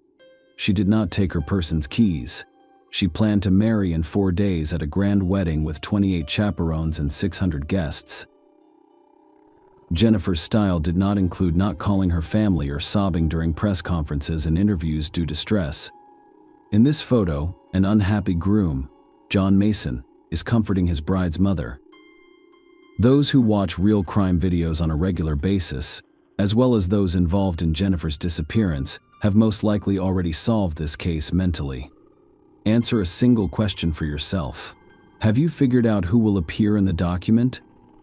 John was the last person to see Jennifer alive, and when the investigation yielded no results, suspicion fell on him. The detectives decided to find out who was hiding behind the guise of a law-abiding do-gooder who went to church every Sunday and, according to his friends, couldn't kill a fly. The man was asked to take a lie detector test, but he refused. Instead, he took a private polygraph test in front of his lawyer, and the results were given to the police. However, such strange and unusual behavior only heightened detectives' suspicions about John Mason. The test results provided to the police did not definitively answer the question of whether John was involved in the disappearance of his fiancée. Detectives conducted a more thorough search of the couple's home to determine whether he had any motive to get rid of Jennifer, and 3 computers were seized. It is worth noting that no evidence of a struggle or other crime was discovered in the house on Friday, April 29th. Jennifer's relatives offered a $100,000 reward the day before her wedding for information that could help them find her, dead or alive. Police held a press conference to announce that the active part of the search would be halted. According to the chief of the local police, they must have investigated every possible lead in this town. There were no clues, so they called off the search in the area. John Mason attended the press conference but did not speak with reporters. Jennifer's uncle suggested that John simply didn't know what to say, which added to the speculation about his role in his fiancée's disappearance. Meanwhile, it was revealed that the clothes, shoes, and lock of hair discovered on the first day of the search had nothing to do with Jennifer's disappearance. According to police reports, the finds were for litter. The only suspect who might have had a motive was John, a journalist who was at his house all day and literally followed him around. There was little doubt that he was involved in the bride's disappearance, but proof had yet to be discovered. The next day, April 30th, was scheduled to be spent at the wedding. But now, people were gathering to pray for Jennifer's safe return. 29th, John received a phone call. A number appeared on the screen, but John wasn't sure who it belonged to. When John answered the phone, he put it to his ear. He was nearly speechless. He heard Jennifer's voice. She claimed that she was kidnapped, taken somewhere, and forced to be intimate. She cried and said that after everything was done, she had been released and now she had no idea where she was. This image depicts John rejoicing that his beloved is alive. I cried. I laughed. I tried to remain calm and talk to her to help her stay calm. John stated that he had no idea that his joy would be quickly overshadowed by an interesting circumstance. After speaking with John, Jennifer dialed 911. She told the operator that she had been kidnapped and then released, and that she had no idea where she was. The number from which she called was traced, as it came from a payphone in Albuquerque, New Mexico, more than 1,400 miles from Duluth, Georgia. Police officers were dispatched to the address where the phone was found, and when they arrived, they discovered Jennifer. Her family thanked everyone involved, including the media, for successfully convincing the kidnapper to release Jennifer. When the police took Jennifer to the station, they noticed that her appearance did not match the accounts she gave of her captors, whom she described as a man and a woman in their 40s, torturing her in a blue van with her hands and feet tied inside. The FBI agents who came to speak with Jennifer quickly discovered inconsistencies in her story. And when they pointed these inconsistencies out to her, she admitted that no one had kidnapped her on April 26th. She told John that she was going for a run, but instead went to the station and boarded the bus that brought her to New Mexico. According to her, she did so because she could not stand the pressure and excitement of her upcoming wedding. News outlets found that she had a history of criminal behavior, including 3 separate charges of shoplifting. In 1996, she stole $37 worth of merchandise from Walmart in 1997. She was accused of stealing $1,740 worth of merchandise from a supermarket. She was 24 years old at the time. Jennifer repaid the damages and was placed on community service, and after completing that, the theft charges were dropped in 1998. She was caught stealing again, this time for $98 in damages. She was also accused of stealing from the homes of people who hired her as a nanny. She always managed to avoid imprisonment because the thefts were petty after her kidnapping story ended. All was well in some sense. Jennifer was found alive and unharmed. But on the other hand, the state of Georgia spent nearly $60,000 searching for her on April 30th. Jennifer returned to Duluth to shield herself from the attention of the people and reporters greeting her at the airport. She hid her head under a plaid. There was no more talk of the wedding, which was scheduled for that day, and it was postponed indefinitely. She left Georgia because of the pressure of the wedding. Officer Michael Medrano said the list of things she needed to get done, and no time to do it, made her feel overwhelmed. It turns out that Miss Will Banks basically felt the pressure of this large wedding and could not handle it. Duluth Police Chief Randy Belcher added that John turned out to be an abandoned bridegroom who, contrary to rumors, suspicions, and baseless accusations, had nothing to do with his bride's disappearance. Jennifer was dubbed the runaway bride. She publicly apologized to her family, friends, and residents. According to John, the first thing he did when he saw Jennifer again was to give her the engagement ring she had left behind to show that he still wanted to marry her. Just because we haven't walked down the aisle, just because we haven't stood in front of the 500 people and said, "I do," my commitment before God to her was the day I bought that ring and put it on her finger. Mason said on Fox, and I'm not backing down from that now. On May 9, 2005, Jennifer went to a medical facility to address the physical and mental problems that she believed were instrumental in her escape. On May 25, 2005, she was charged with making false statements relating to her abduction. She faced up to 5 years in prison for this charge on June 2, 2005.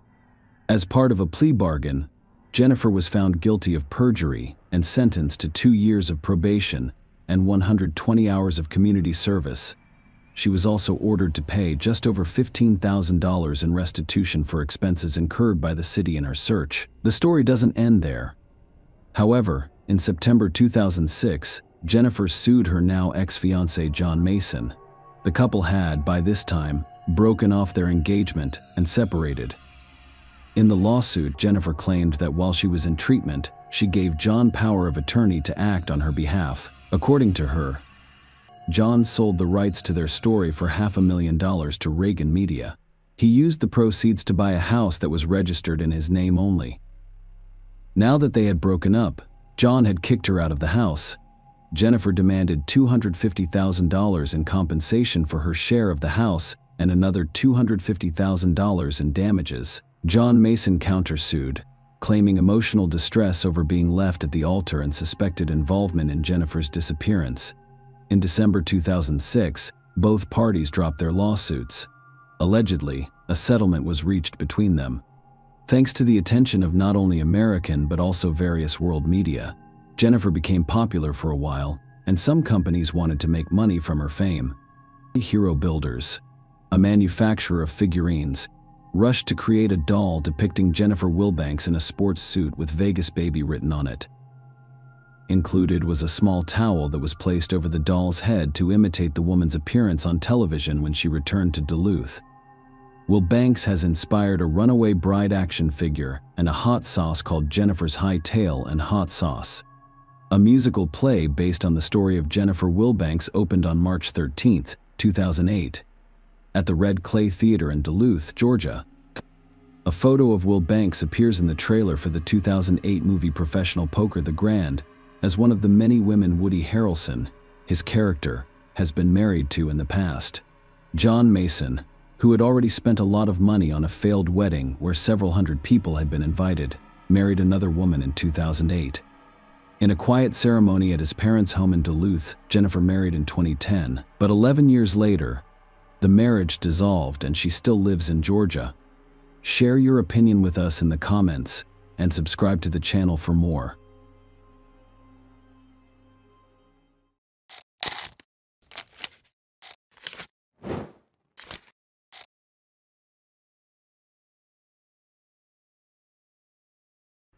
Hey guys, welcome to my channel, and today we're going to take a look at another horrible case with you.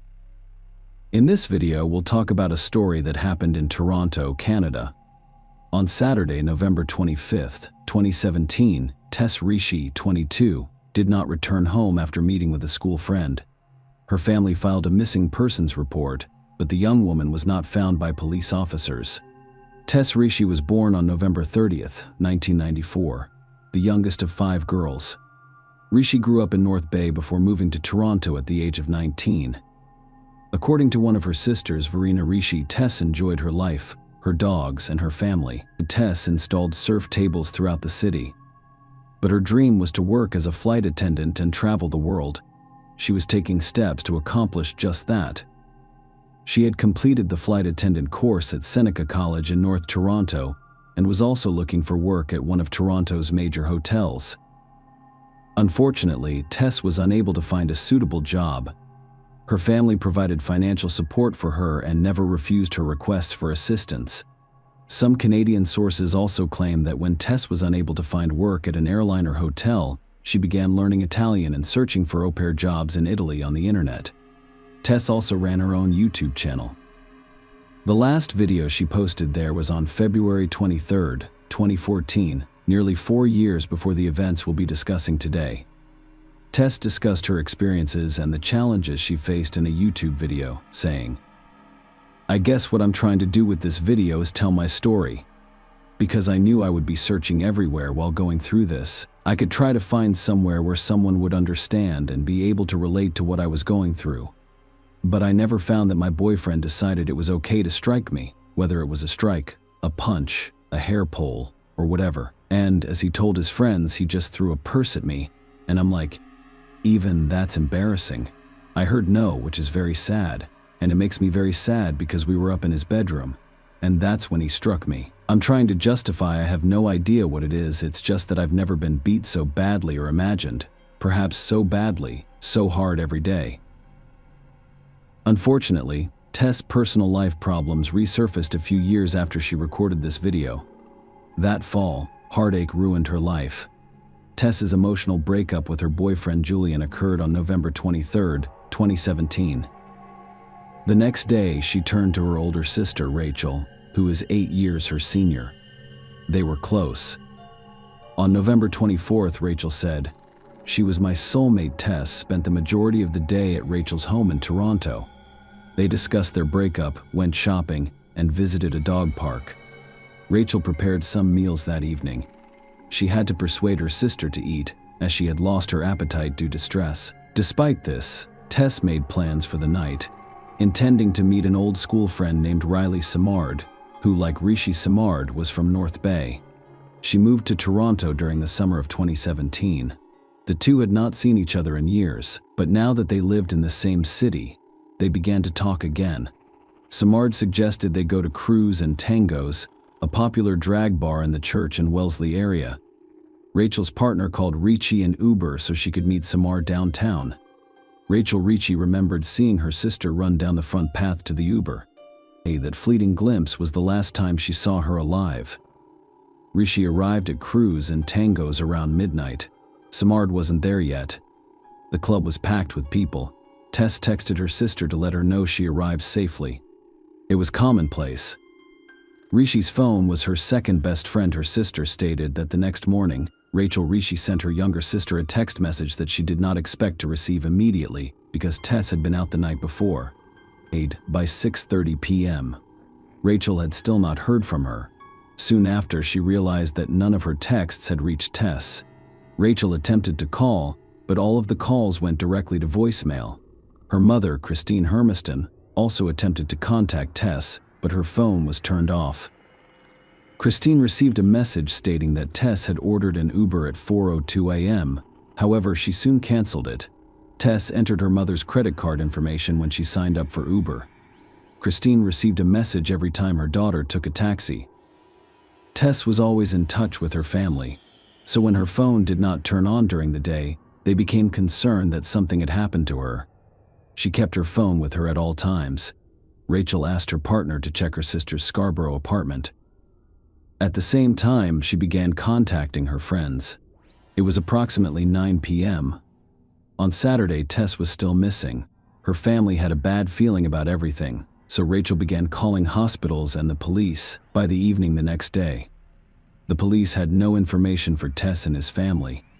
Several officers tried to locate Tess Rishi, but no one had seen or heard from her in the previous 2 days. Tess' mother, Christine, and one of her sisters drove from North Bay to Toronto on Monday to help with the search. They were putting up and handing out flyers with Tess' picture in the hopes that someone would see her. The family did everything within their power. Unfortunately, the police did not show their best side when investigating Tess' disappearance. But we'll talk about it later. At the same time, Tess's friend Riley, with whom she had visited the bar, returned home safely that night. When they asked Riley where Tess had gone, she said she and Tess had drunk so much that bar security asked them to leave.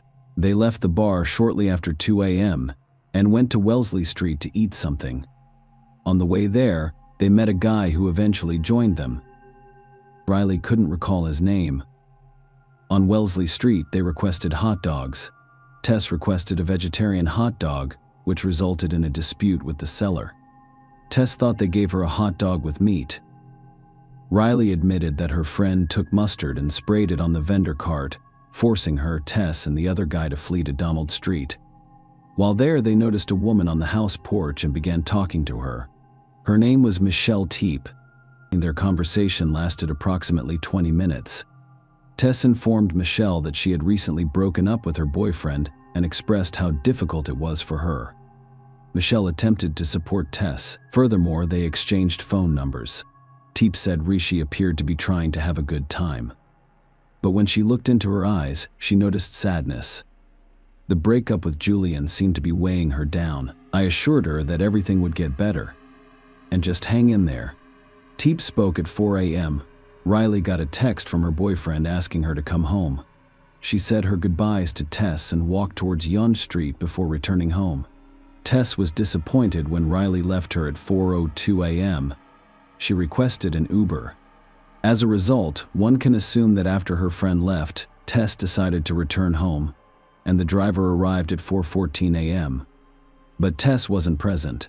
Christine distributed flyers with Tess' picture in the area where she was last seen on Wednesday, November 29th, just 1 day before her 23rd birthday. Knowing Riley had parted ways with Tess on Dundonald St. Christine decided to investigate this area. She turned to Brazeau, a nurse at St. Michael's Hospital, whose daughters had been friends since elementary school in North Bay. They set out to find Rishi amidst a growing search and social media campaign to locate her. That's when Brazeau made an unsettling discovery. Looking down an outdoor stairwell in a construction site at 582 Church Street. In 2017, Brazeau immediately recognized Rishi's body lying on the concrete. This building was under construction and was partially fenced. It looked like this. I experienced complete shock, horror, and disbelief. I couldn't process or understand what I was seeing. Brazeau spoke through tears. I felt terrified. Dust from a nearby gravel pile lay like sand on her skin. Brazeau let go of the staircase railing and walked backward down the gravel driveway to Church Street. Hermiston was further up the sidewalk at this point, unaware that her daughter's body was so close. Brazel began to call out to her. "Christine, come back here," she said. "There's a girl in the stairwell you must return." Hermiston turned and raced down the driveway, coming to a halt at the stairwell. After a few moments, she began screaming and begged God for help. Tess' death created a heartbreaking challenge for her entire family. They discovered her body 300 yards from the bar where she had spent time before disappearing, and only 20 yards from where her friend Riley last saw her. It raised many questions about the police's work. After all, her body was a few blocks away from the bar the entire time. However, after Christine discovered Tess's body, an anonymous police source provided the media with new information. Tess allegedly advertised her intimate services on the internet and worked at a strip club. The grieving mother claimed that Toronto police did not conduct a thorough search for Rishi because they assumed she was an escort. It was horrifying to read Hermiston's angry response to what police sources told the media after her body was discovered. She was not making a living from the sex trade. "It's an outright lie. They leaked that so it appeared she lived a high-risk life and was in a lane with someone, which was not their fault."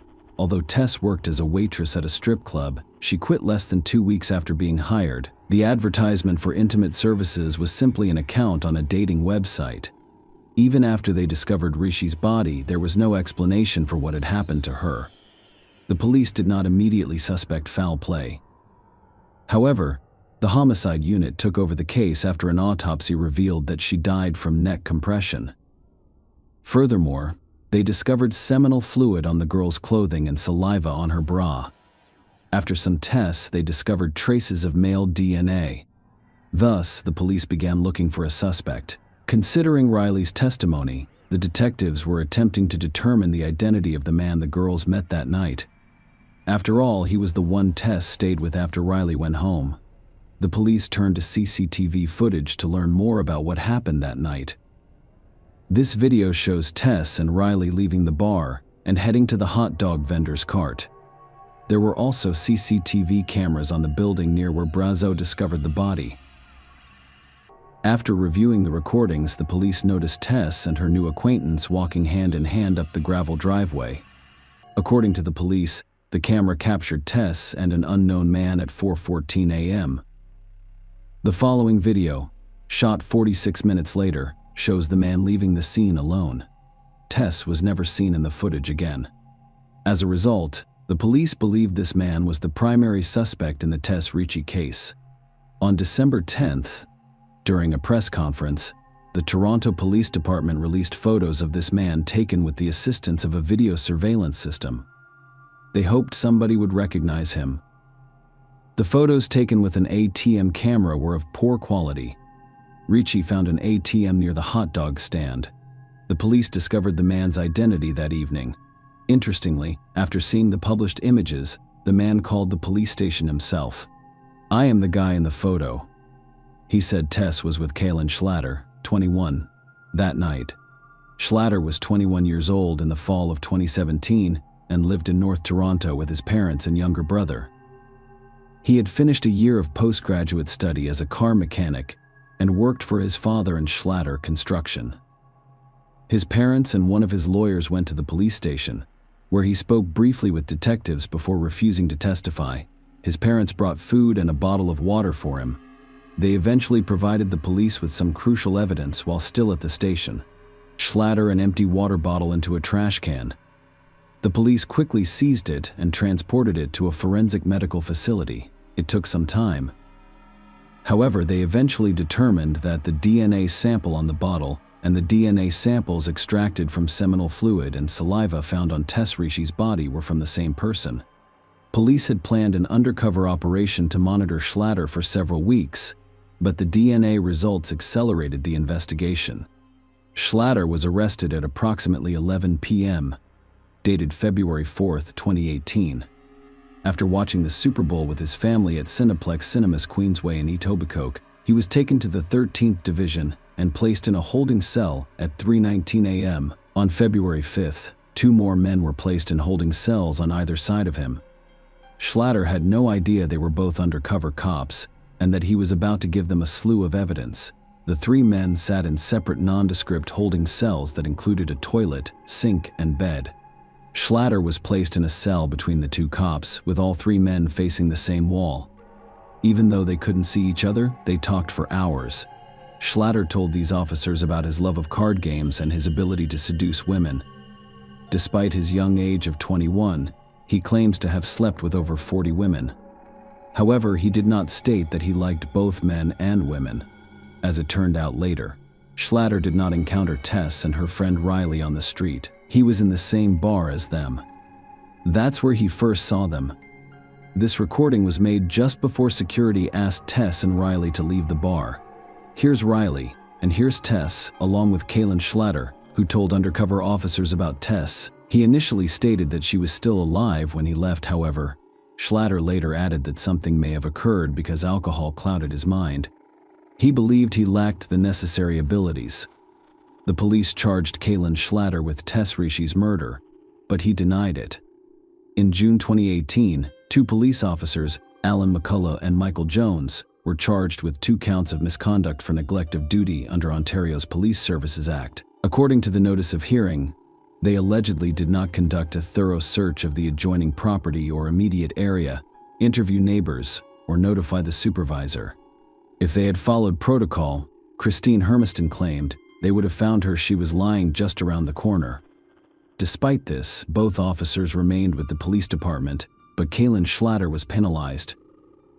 During the 7-week trial in 2020, his defense attempted to prove his innocence by claiming that someone else could have approached the stairs where Tess was lying by climbing over the fence on the other side of the building and remaining invisible to the cameras. The lawyers even provided the name of another suspect. However, the police thoroughly investigated and interrogated this person and found no evidence linking him to Tess' death. The DNA evidence pointed to only one person. Kaylin Schlatter was a slight man who spoke softly in court. He claimed to have a speech defect that causes him to slur his words and stutter, and he even attempted to explain the presence of his DNA on his belongings. He claimed she offered him a place to hide from prying eyes. Tess Rishi ordered an Uber at 4:02 a.m. The driver arrived at the pickup location at 4:14 a.m., but Tess wasn't present. Instead of allowing Rishi to meet her Uber driver, Schlatter approached her again. They sat on a bench at the corner of Church and Dundonald. Tess appeared to be upset after the argument, so I approached her to see if she was okay. Schlatter stated that Rishi had asked him to sit and talk. It is impossible to verify his account because there is no sound on any security footage from the area. Schlatter testified that Rishi was upset about her breakup, so he began discussing the end of one of his previous relationships to make her feel better. She listened carefully, he said, and even declined a phone call during their conversation. That was a lie. The police investigated Tess's mobile phone records and discovered that no one had called her during their conversation. Later, she asked if it was okay to kiss me. Schlatter suggested we stand up and give each other a hug and kiss. These words could not be confirmed either because no kisses were visible on the CCTV footage available to the police. According to Schlatter, Ricky asked him to accompany her to the driveway at 582 Church Street and descend into the property's outdoor stairwell. The prosecution considered Tess' words to be a lie because the Uber driver was waiting for her at the time. They suggested Schlatter offer to escort Tess to her car, but he had other plans. We'll never know what Kaylin Schlatter told Tess Rishi as they walked up Church Street, convincing her to walk into the dark at 4 a.m. with a man she had recently met. Schlatter claimed he and Tess went down the stairs and began kissing. He wanted more, but Tess said they couldn't go any farther. According to Schlatter, they kissed for a long time, causing him to ejaculate into his pants.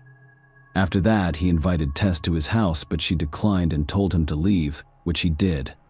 Schlatter insisted that Tess was alive when he left. It is important to note that all of the above was Schlatter's story, which the police were unable to verify. Only 2 people knew the truth about what had happened that night. One of them had already died. Riley, Tess's friend, and Michelle Teep testified for the prosecution during the trial. A woman with whom they spoke that night. They both recognized Kaylin Schlatter, who spilled his guts to 2 undercover cops. He allegedly revealed sensitive information to a cellmate while they were detained at a Toronto detention center for approximately 2 months in 2018. Because of a publication ban, the man can only be referred to as IS. He has a criminal record dating back decades, including several breaks and domestic assaults. The informant stated that he initially felt sorry for Schlatter because he was a young man in jail for the first time. That's why I invited him to share his cell while we were in protective custody. However, over time he has grown to dislike his new cellmate. Schlatter would cry himself to sleep at night because he didn't want to do time and missed his mother, but he expressed no regret for Ricci's death. Aya spoke. He claimed Schlatter told him about his kiss with Ricci, and he lost control when she refused to go any further. He couldn't stop and strangled Tess with a scarf. In court, Schlatter flatly denied that such conversations took place.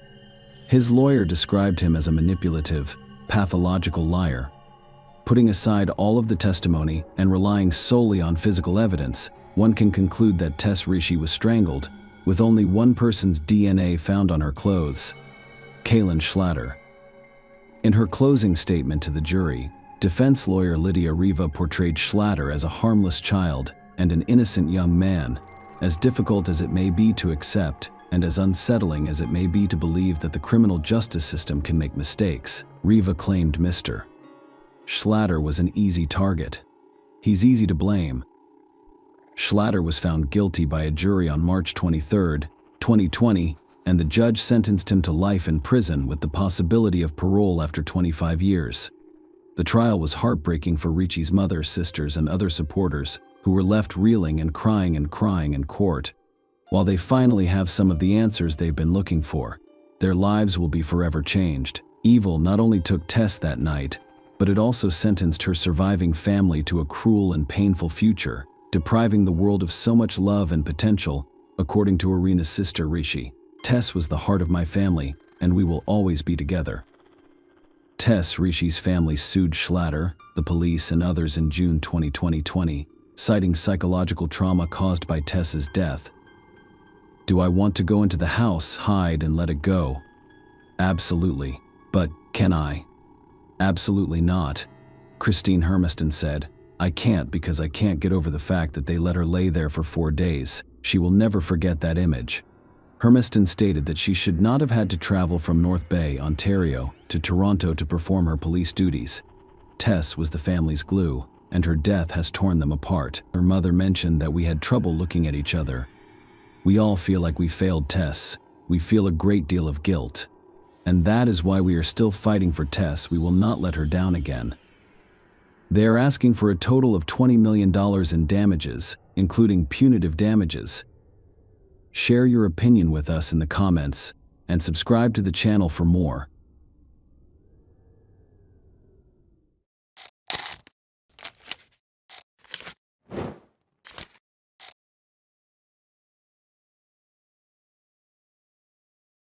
Hey guys, welcome to my channel, and today we're going to take a look at another horrible case with you.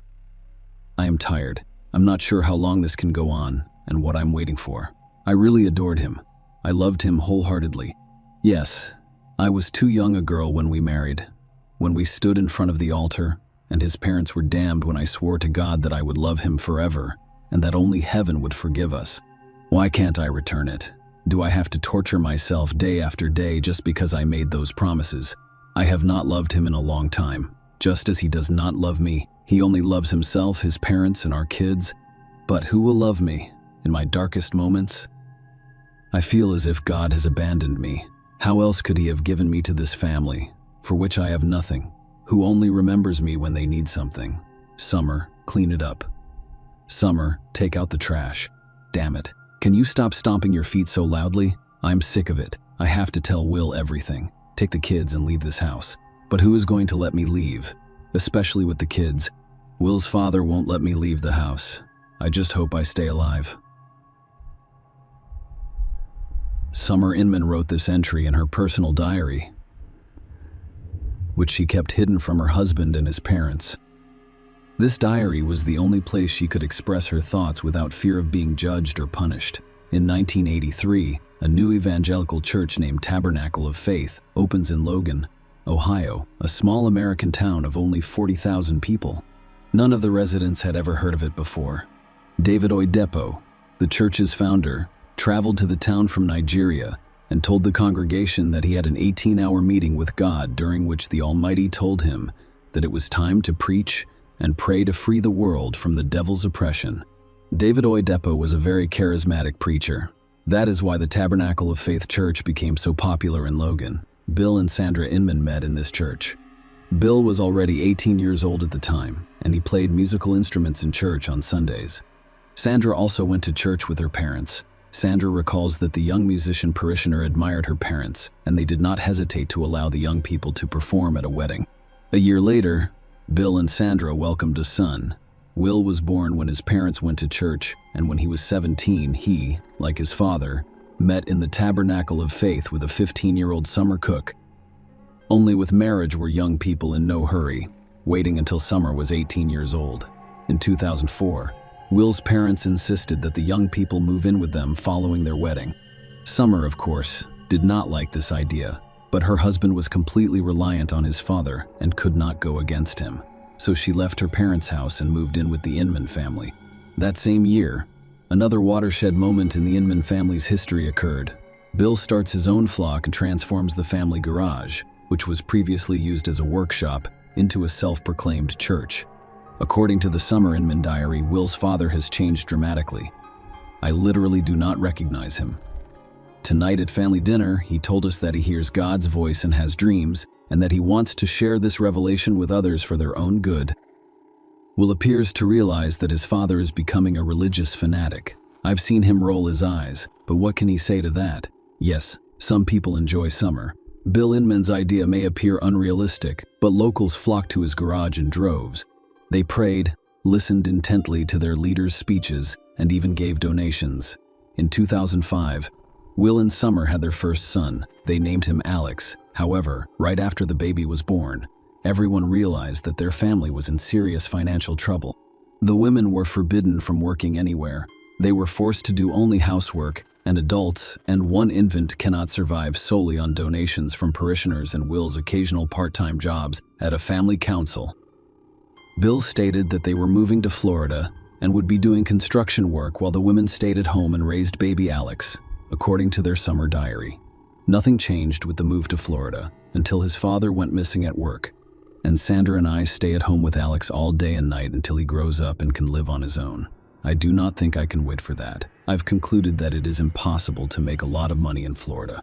Bill Inman decides to return to his home state, but due to non-payment of taxes, their house and Logan are taken away, and the court prohibits their subsequent redemption.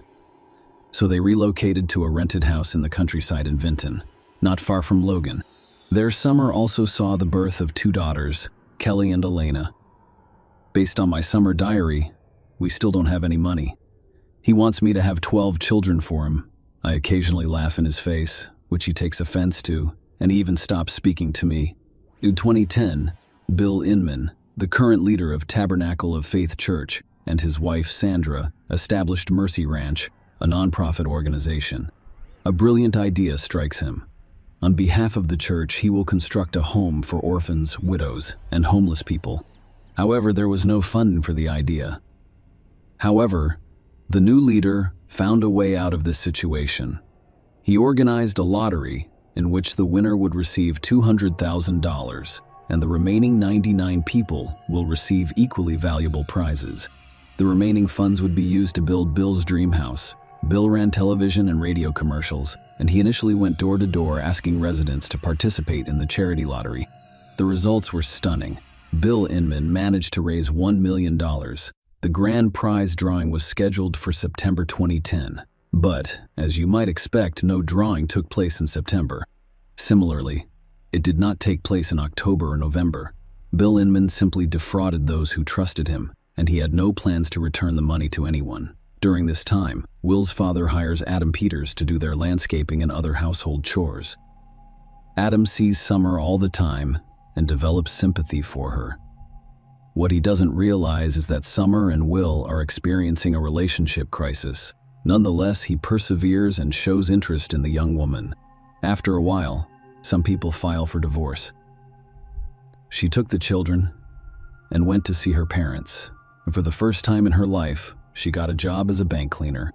Unfortunately, due to her early marriage and constant confinement in the Inman home, she had no education or work experience beyond raising children. Summer did not expect to get a higher-paying job, but deep down she was even happier because for the first time in many years, she felt independent and no one told her anything.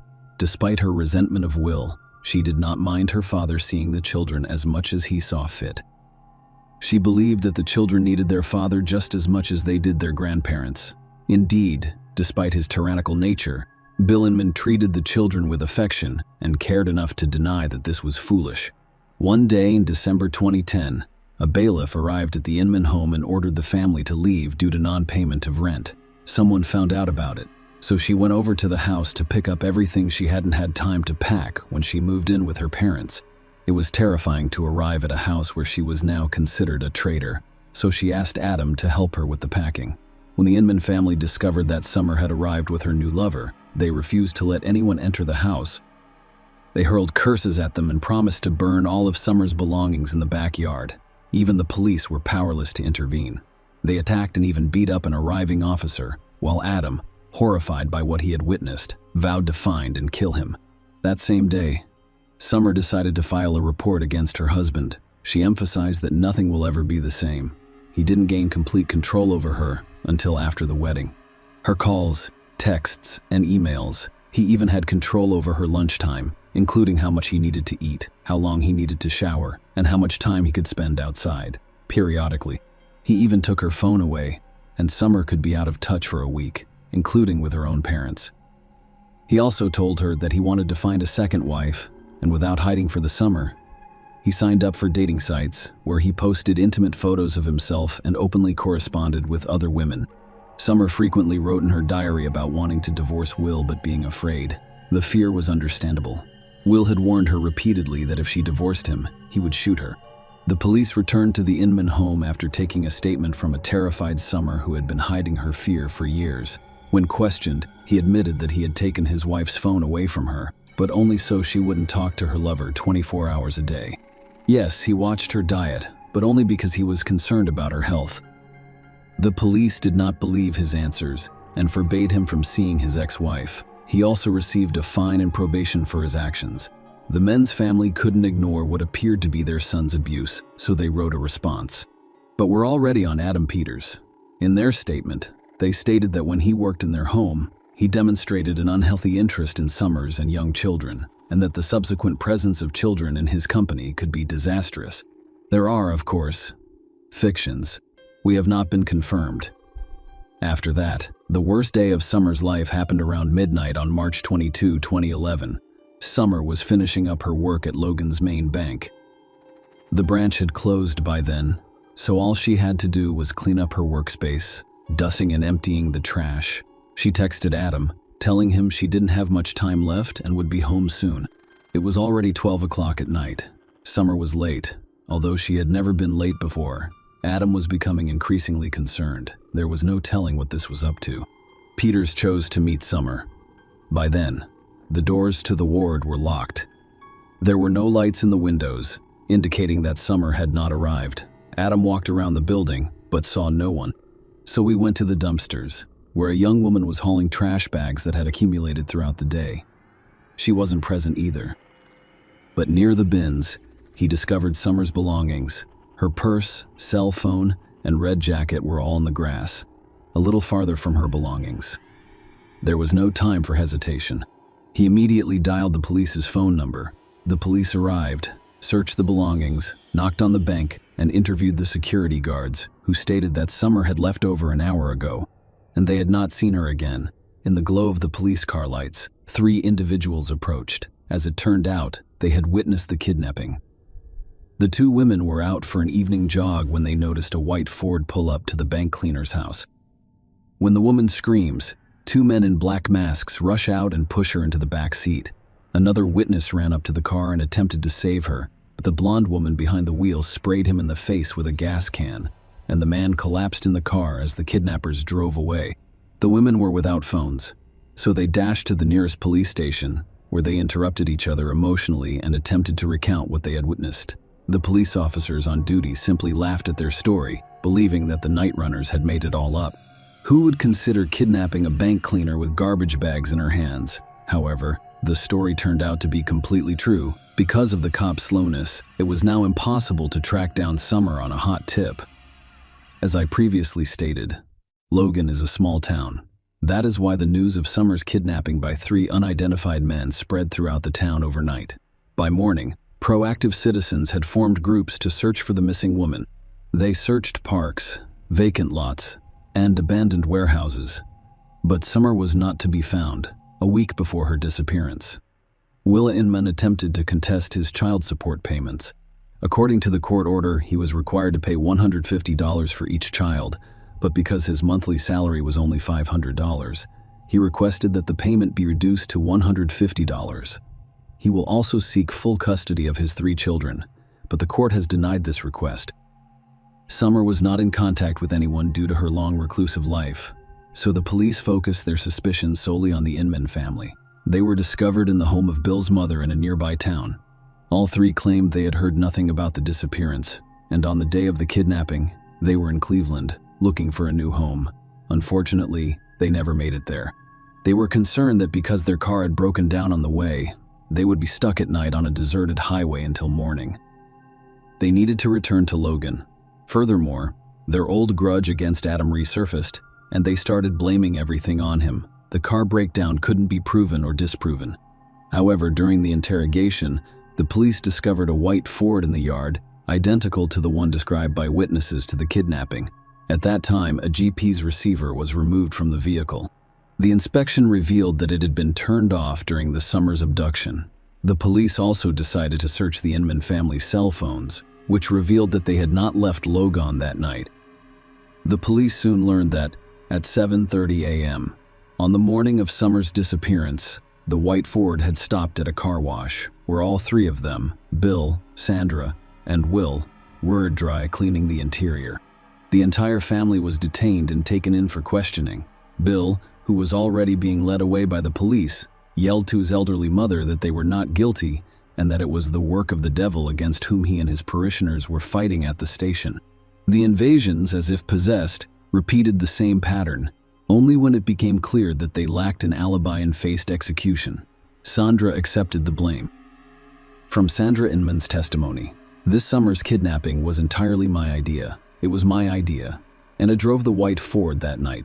Of course, neither of us intended to kill Summer, and I swear it was an accident. On the night of March 22, we drove up to the bank where Summer worked and waited for her to finish her shift.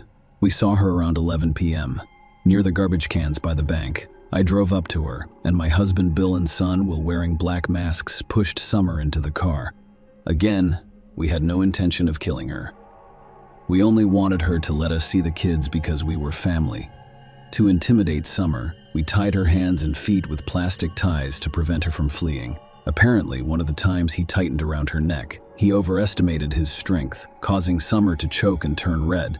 He wanted to cut the tie, but he couldn't find any knives, and the knife we'd brought with us had gotten under my seat. When he finally found it, it was too late. Summer had died. Sandra Inman revealed the location where they hid Summer's body. It was an old well near the Tabernacle of Faith Church. Yes, the same church where Bill and Sandra first met, as well as Will and Summer, where they married and had gone to pray and confess for many years. Sandra's claims were supported by the autopsy results. Summer had indeed died from asphyxiation. No other injuries were discovered on her body. Bill and Will Inman were sentenced to life in prison in 2012, and Sandra Inman was sentenced to life in prison as well, despite accepting full responsibility, but the court allowed her to request parole after 15 years. Why is that? According to relatives, the women of the Inman family never made any decisions. The entire family obediently obeyed only the bill, and if it was someone's cruel plan to reclaim custody of the children, it was his, and Sandra accepted responsibility in order to save her husband and son, but she was never successful. Share your opinion with us in the comments, and subscribe to the channel for more.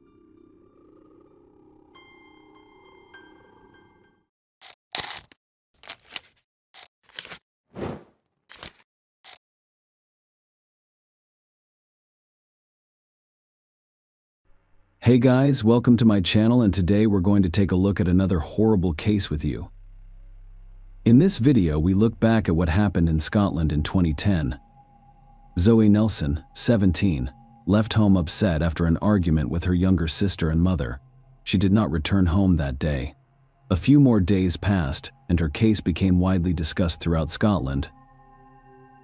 Zoe Nelson was born on August 13, 1992, in Wishaw, Scotland, in the year 2010. She lived with her mother, stepfather, and two younger sisters in New Mains, a village and former mining township on the eastern outskirts of Wishaw, 18 miles southeast of Glasgow. Zoe attended Motherwell College, where she was known as a popular student with many friends. Zoe and her 16-year-old sister Laura were both in relationships with the same guy, which caused a number of conflicts between them. On May 22, 2010, Robert Bain, 20, was living with his grandparents about a mile from the Nelson family's home. Zoe met Robert outside her house, and when Laura Ann saw this, she became upset and ran out of the house to confront her. Marianne Nelson, the girl's 40-year-old mother, witnessed the rival sisters fighting and recalls what happened that day. According to Marianne Nelson, Laura Ann ran out, flicked Zoe's hair, and attempted to slap her face, resulting in a fight at the end of the driveway. I divided it up. I said, "Go away, cow," and never return. She said she wouldn't return. Zoe kept her word and didn't return home until around 11 p.m. That same day, some locals noticed someone starting a fire in the wooded area known as Monkey Hill. The stench of smoke wafted into nearby homes, but no one paid much attention. Shirley Nelson, Zoe's aunt, would later recall that night and describe it in the following words. "When I finished my second shift at work, I was sitting in my garden in New Mains, having consumed alcohol the night before. We sat in the back of the house with my sister until approximately 11 p.m. When it became cooler, we smelled smoke," she explained. "We didn't think much of it because it was warm and all." The following day, she overheard other family members attempting to contact Zoe. She also tried her cell phone, but nobody answered. On the afternoon of May 23rd, Stuart Bell, 45, a government employee from Wishaw, rode his motorcycle into a wooded area near his home. When he saw something strange, he decided to stop. He described what he saw as something resembling a charred tailor's dummy. However, his opinion changed as he approached and took a closer look. When Stuart realized he wasn't looking at a man Quinn, but rather a human body that had been damaged in a fire, he went home and called the cops, who arrived 15 to 20 minutes later.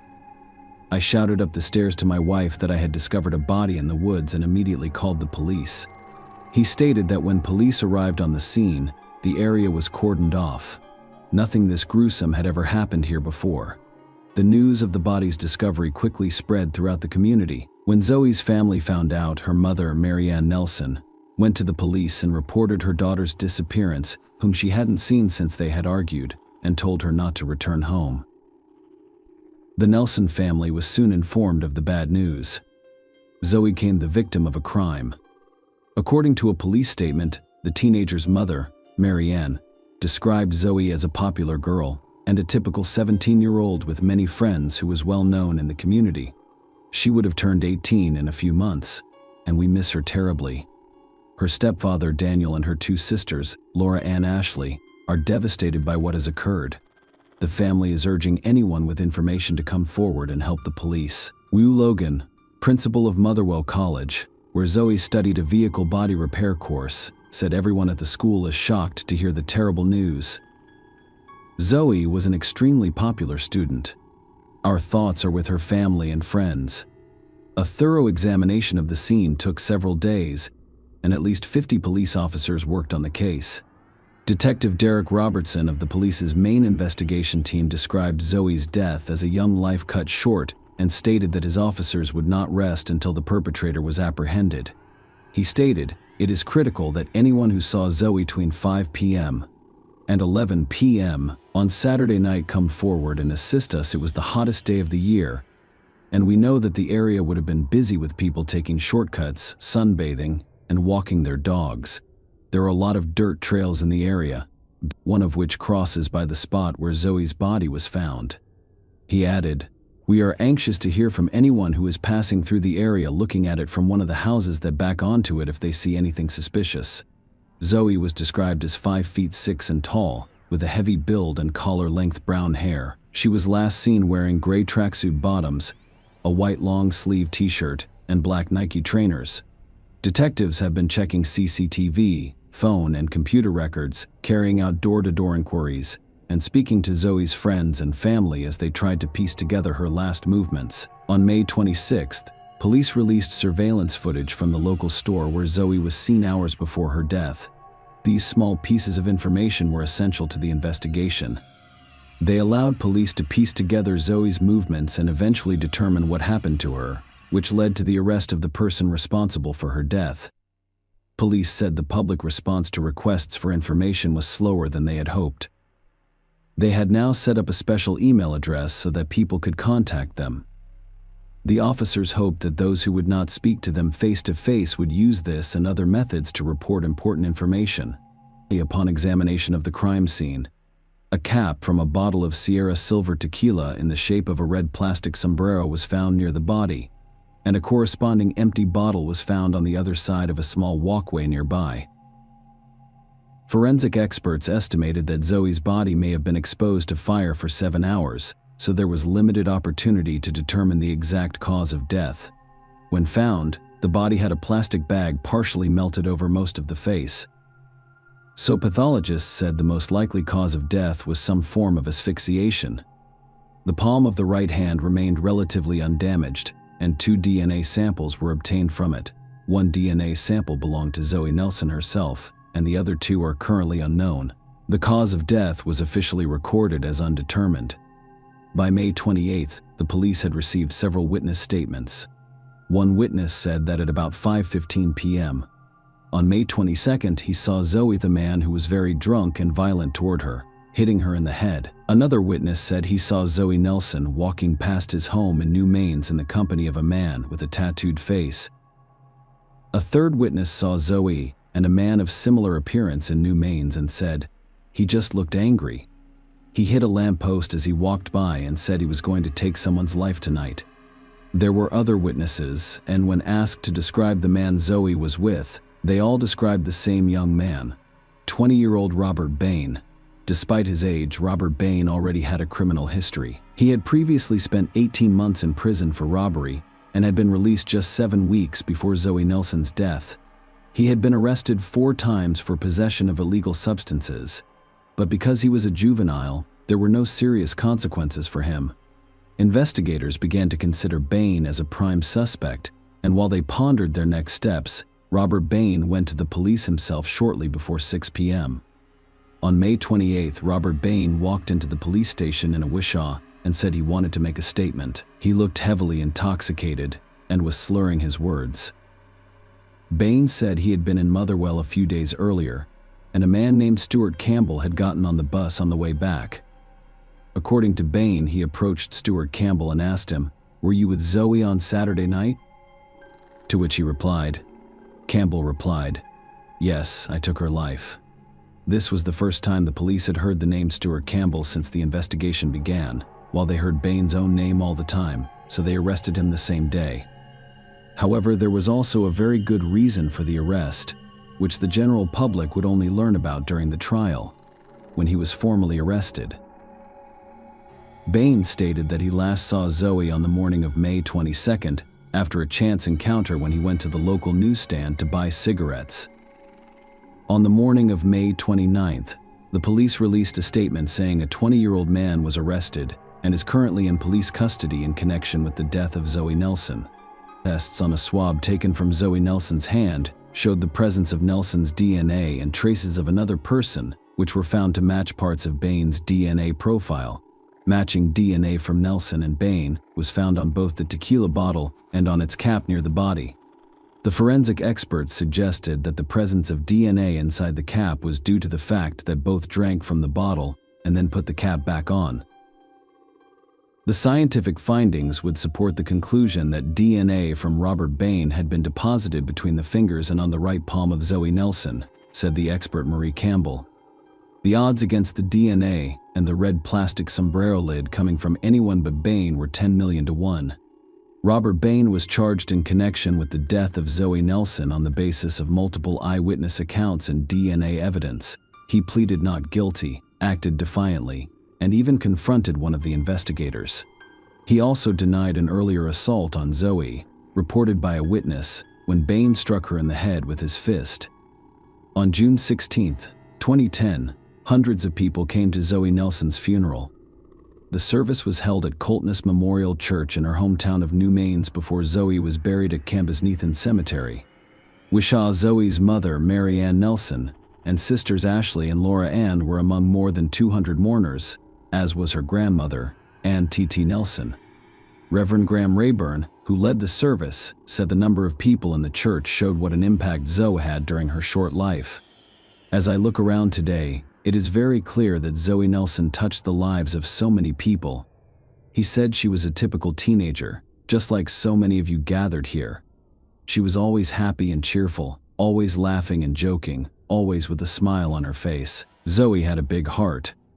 She always had time for young children, and she would go out of her way to help support her friends if she was able. Reverend Rayburn said that Zoe, who would have turned 18 next month, was a bit of a tomboy, describing her as a petrolhead who loved fast cars and was also a keen Ranger supporter. He told how Zoe never had a chance to meet her new nephew, born a few weeks after her death. She had also wanted to wait until she was 18 to make contact with her biological father, which she never had the chance to do. On March 1, 2011, the trial of Robert Bain began, and he continued to insist that he was innocent. A teenage friend of Zoe Nelson told the court that a week before she died, Zoe had said her scratches and bruises were sustained in a fight with Robert Bain. Zoe told her friends that Bain was very bossy and unstable and could get angry over any trifle. He wouldn't let her socialize with some of her friends. Although Zoe Nelson and Robert Bain's relationship could not be called serious since he had been out of prison for less than 2 months, but he had a great influence on Zoe and also maintained a relationship with her 16-year-old sister, Laura Ann. Laura Ann Nelson was just as involved in a relationship with Robert Bain as her sister Zoe. Even before Zoe's body was discovered by a bystander, Laura Ann knew her sister was dead. She had kept this secret for 5 days. The police had not previously made this information public. But at the trial, it was revealed that Bain had led Laura Ann to the place where her sister's body lay. Laura Ann, who testified in court from behind a screen so she could not see Bain, said that on the morning of May 23rd, the day after she and Zoe had an argument, she went to Bain's address to return some items of clothing to him. When she arrived, she said Robert looked nervous and had been drinking vodka. Shortly afterwards, they left the house, and Bain told her that he wanted to show her something. She said he led her to the place where Zoe's body lay. Laura Ann said during her court questioning that she realized it was her sister because she recognized the Ranger's tattoo on her arm. According to her, Robert had told her that he had hit Zoe, and when she tried to hit him back, he lost his temper, took her life, and then used gasoline to try to destroy any trace of the crime. Laura Ann also admitted to walking with Bain the day after the body was found, and she subsequently visited his home and spent some time in his bedroom listening to music. She also spent about an hour on the phone with him. Laura Ann's friend, who also testified at the trial, described her as happy and normal at a time when she knew her sister was dead. When asked why she didn't tell the police everything during her first interrogation, she said, "I didn't tell them because I was afraid my mother wouldn't believe me and think I was responsible for Zoe's death." The jury also heard Laura Ann Nelson say that Robert Bain threatened that she would get the same thing as Zoe if she told anyone about what he had done. On March 25, 2011, a jury of 7 men and 7 women handed down a unanimous guilty verdict. Bain had to be physically restrained as the jury delivered their unanimous verdict at the High Court in Edinburgh. The handcuffed bodybuilder jumped up in the dark and began struggling violently with security officers and the police head-butting one of them. He also shouted insults and threats at Zoe Nelson's family, forcing the court to be cleared while officers restored order. After a 20-minute adjournment, Judge Lady Dorian agreed to recommend the trial in Bain's absence. Robert Bain was acquitted of stealing alcohol from an Asda store in Newman on May 22nd. and disorderly conduct when he yelled, cursed, and waved a knife in various streets in Wishaw. That same day, Bain was also acquitted of stealing Zoe's cell phone, which was found in the woods, and of threatening a police officer during an interview at the Motherwell police station on May 28. On April 27, 2011, Robert Bain was sentenced to life in prison with a minimum term of 20 years for taking the life of Zoe Nelson. He received another 6 years for the obstruction of justice charge. Both of his sentences must be served concurrently. In jailing him, Judge Lady Dorian told Bain this was an appalling crime, the circumstances of which are properly to be described as shocking. As the Nelson family left court, Zoe's aunt, Shirley Nelson, 35, said they were disappointed by Bain's 20-year minimum sentence. A life should mean a life. We should go back to the old days and bring back hanging, she said. All we can say now that all this is over is as a family. We would like to thank everyone for the help and support that have been given to us all. Now, as a family, we have to come to terms with the fact that we will never see Zoe again, as her life was cut short at the evil hands of Robert Bain. Speaking on behalf of the family after the verdict, Zoe's uncle, Stephen Hines, said Bain deserved it. He added that his reaction in court just shows how threatening he is. He's an animal, and he knows he's guilty. End of story. After the court hearing, Officer Derek Robertson, who investigated the case, said that Bain showed no remorse for his heinous actions. Today, when the verdict was raised, you saw what he can do, so the streets will be a lot safer, and hopefully the Nelson family can move on knowing that he is behind bars. He said on Christmas Eve 2020, 29-year-old Laura Ann Nelson was found dead in her apartment after not being heard from for days. She was left with 2 children, ages 3 and 4. Her death was not considered criminal because Laura Ann had health problems, namely type 1 diabetes. Share your opinion with us in the comments and subscribe to the channel for more.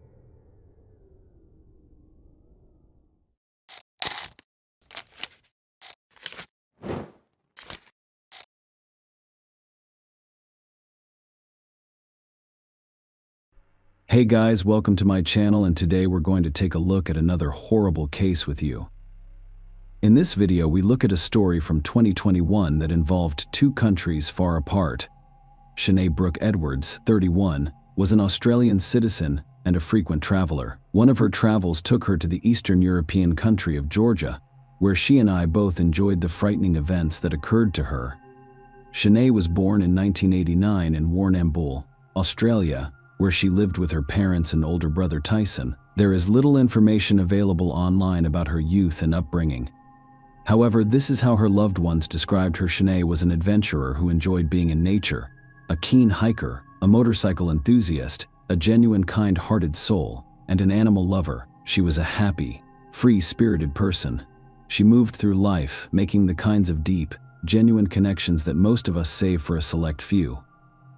She was generous, patient, loving, and kind to everyone who crossed her path, to name a few. The homeless she shared cafe leftovers with during her shifts, and in Melbourne the orphaned children she taught, in Colombia the Cambodian children she taught English to, the Japanese students she tutored, and, most recently, the pregnant stray cat who adopted Shanae and decided to become a mother on her terrace in Georgia. Shanae visited Georgia, which had long piqued her interest due to its natural beauty and history, and Shanae's boyfriend, Mariel Said, was also scheduled to visit this Eastern European country in 2019. He was a Lebanese national whom she met on one of her trips. They had broken up for a while, but when she and I moved to Georgia, they started communicating online and realized they still had feelings for each other, so they decided to reconcile. El Said wanted to fly to Georgia, but the country's borders were closed to unvaccinated individuals.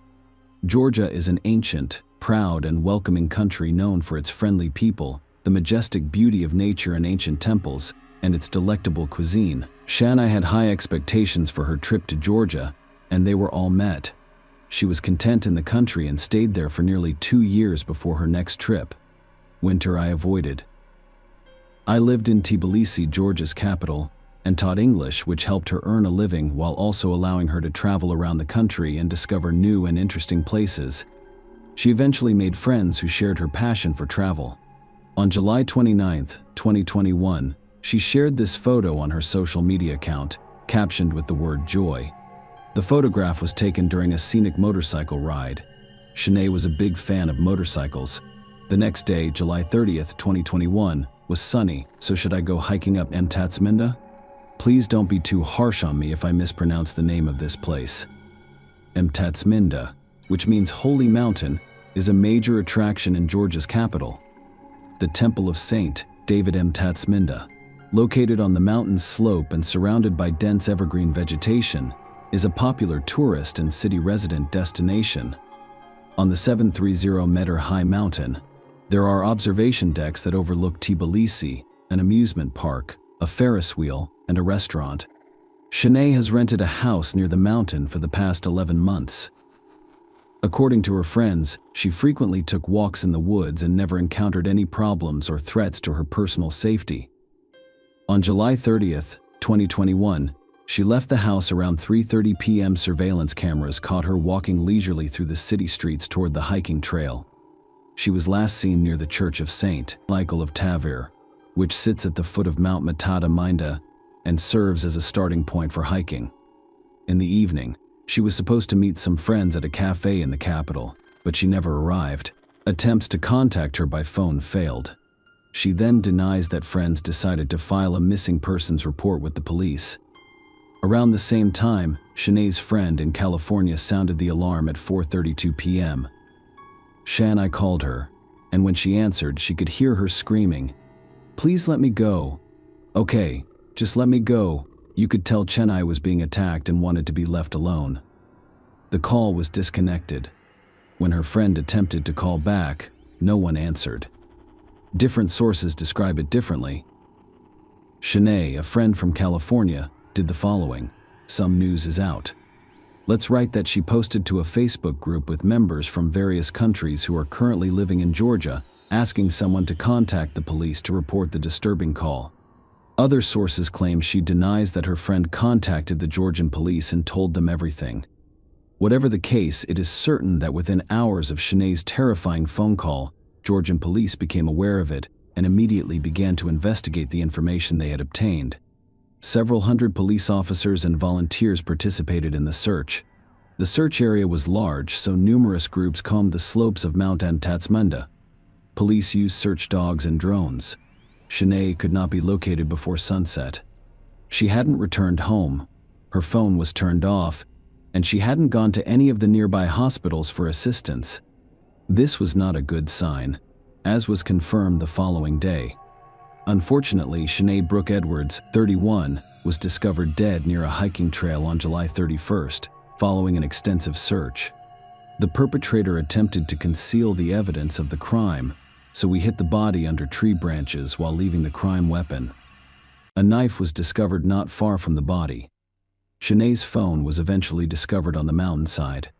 Upon further examination of the crime scene, police discovered an old, rusted shovel, a fireplace, used needles, and numerous empty bottles.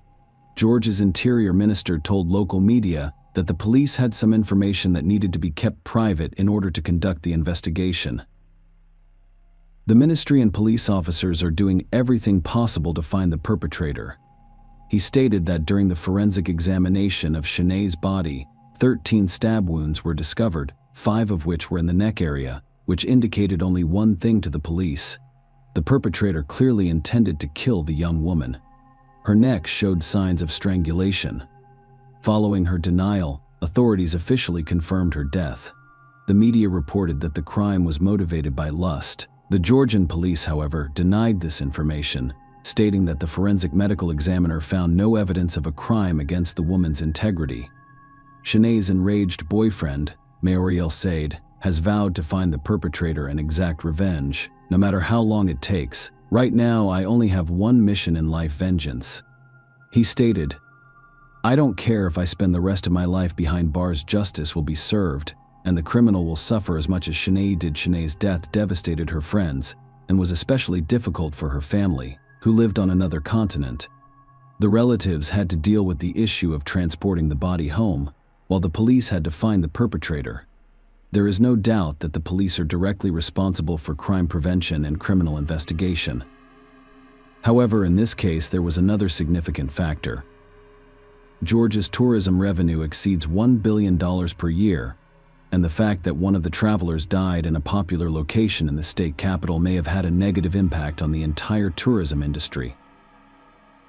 The police interviewed over 200 people, including friends, co-workers, Shanae's neighbors, and park employees, and they investigated visitor routes as well as video footage of her movements that day.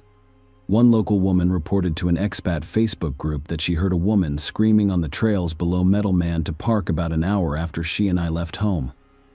Another woman in the group reported seeing a disturbing sight on the mountain. She claimed that she and I went missing the day before. She had seen a man aggressively copulating with a woman near the crime scene. At the same time, the laboratory investigated the crime weapon and discovered a male DNA sample on it. There were no matches in the Georgian police database, so the samples were sent to 194 Interpol member states to be checked in their databases. Interviews with witnesses revealed that Shanae had no enemies, no conflicts with anyone, and no contact with people of questionable reputation. This could indicate that she was a random victim of a crime with an unknown motive. The police worked meticulously. Genetic samples were obtained from several dozen people who could have been involved in the crime. All were rigorously analyzed. As a result of extensive and multifaceted investigation efforts, the list of alleged perpetrators was narrowed until a DNA match was discovered. 40 days after Shanae's death, Brooke Edwards, Georgia, police released the following statement based on evidence gathered during the investigation, which included testimony, surveillance tapes, genetic tests, and other evidence. According to the court's decision, the defendant, a man born in 1988, was arrested on September 8th of this year. Rafael Mursakulov, a Georgian citizen, was detained. His lawyer told reporters that Miraculous denies all of the charges against him, including robbery and taking Shanae's life. Brooke Edwards. He pleads not guilty. He had no involvement with the case. I have already seen him. We talked and decided on a position. He is exercising his right to remain silent. According to the lawyer, when information about the suspect's identity leaked to the press, Mursakulov's image was broadcast on television. Following that, a woman from Georgia and the capital posted on her Facebook page that her friend had been attacked by two wild beasts on Mount Emtatsminda a few months prior. Even though the police knew who the perpetrators were, the case was shelved. According to the woman's post, one of the attackers was Rafael Mursakulov. The author of the posts suggested that if the police had done their jobs properly, the Australian girl would still be alive.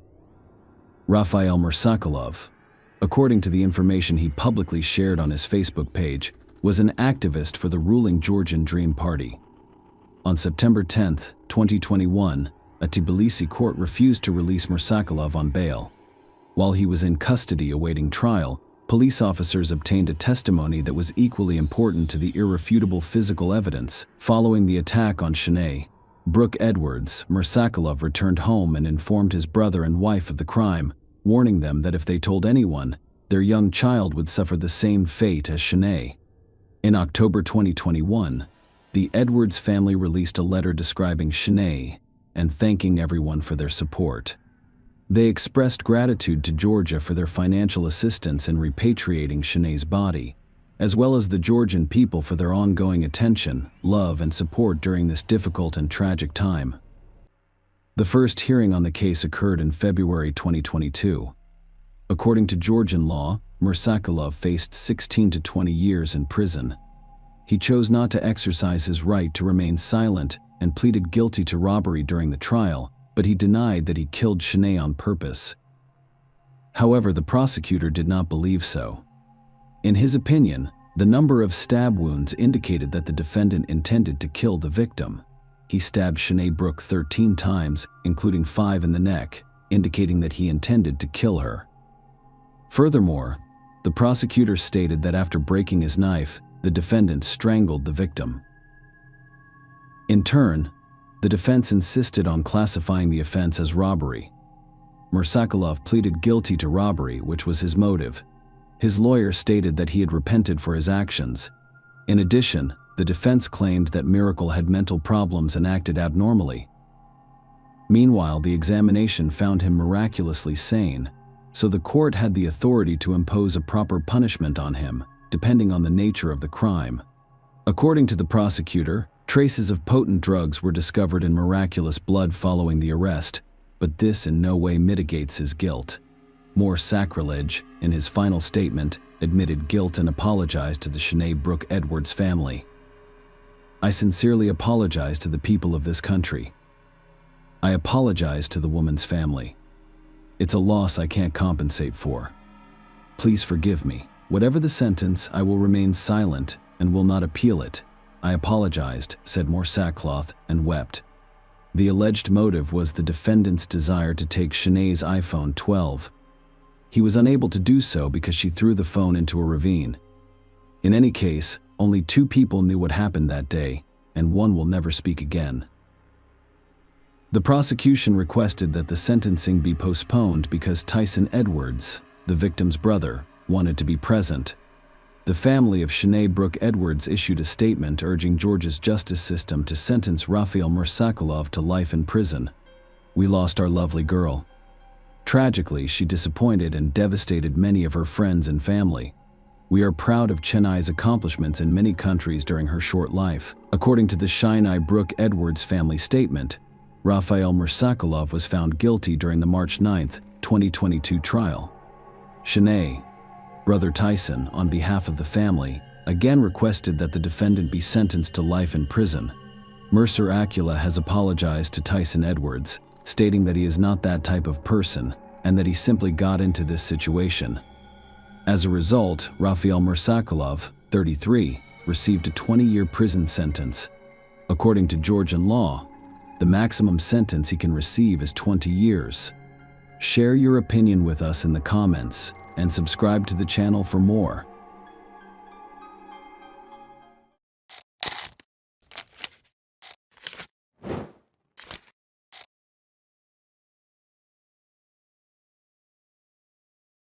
Hey guys, welcome to my channel, and today we're going to take a look at another horrible case with you.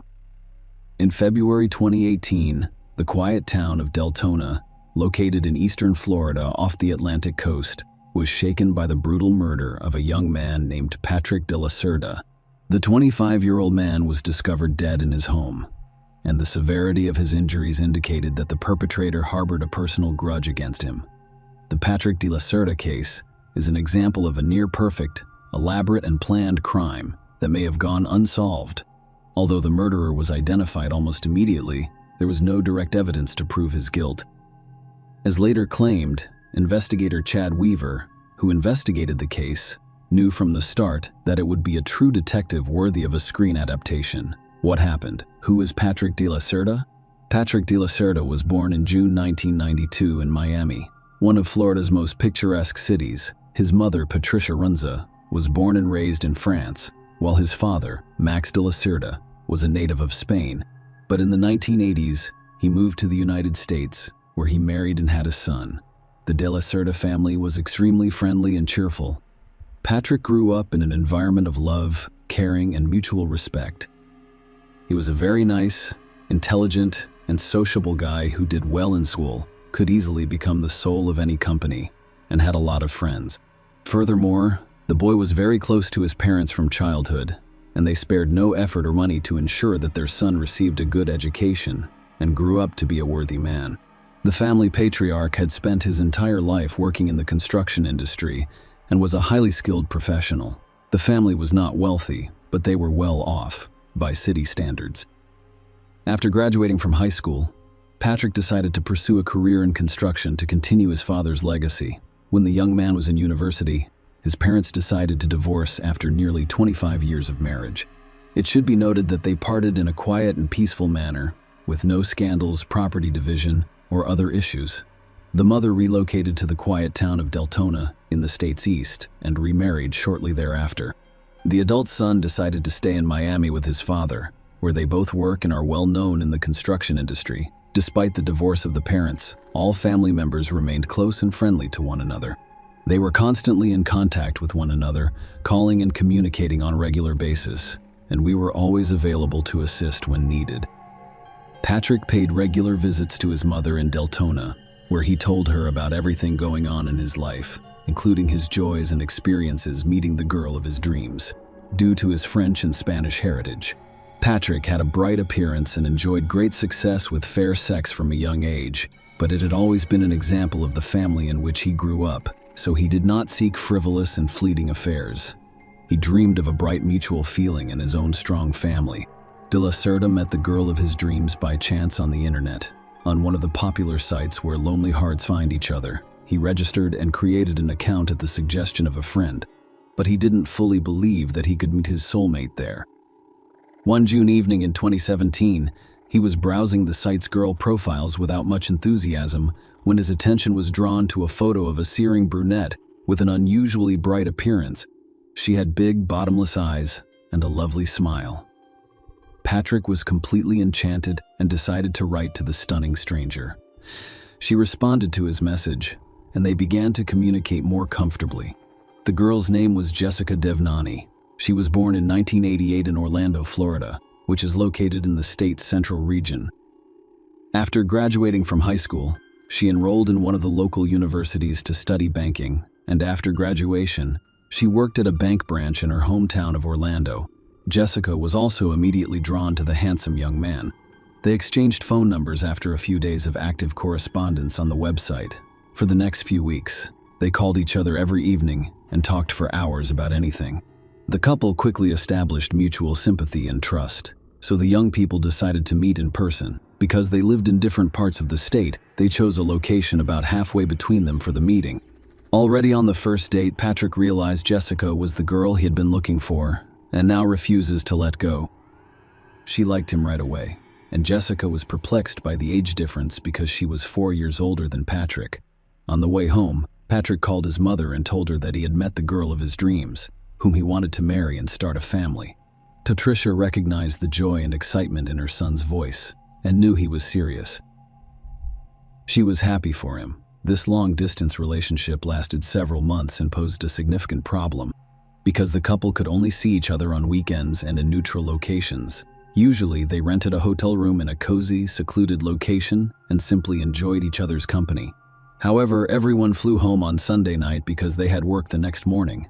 Marriage proposal. To be closer to his sweetheart, Patrick relocated to Deltona, where his mother lived, in December 2017. He purchased a house in a quiet neighborhood and began repairing it, preparing a cozy nest for his chosen one's move. Jessica couldn't leave work right away, so they planned a housewarming party for early spring next year. On New Year's Eve, when the couple met, the young man decided to surprise his girlfriend. He set up fireworks in the backyard of the house, and, as Jessica watched the fireworks, she got down on one knee and held out a box with a ring, asking her the most important question: will she become his lawful wife?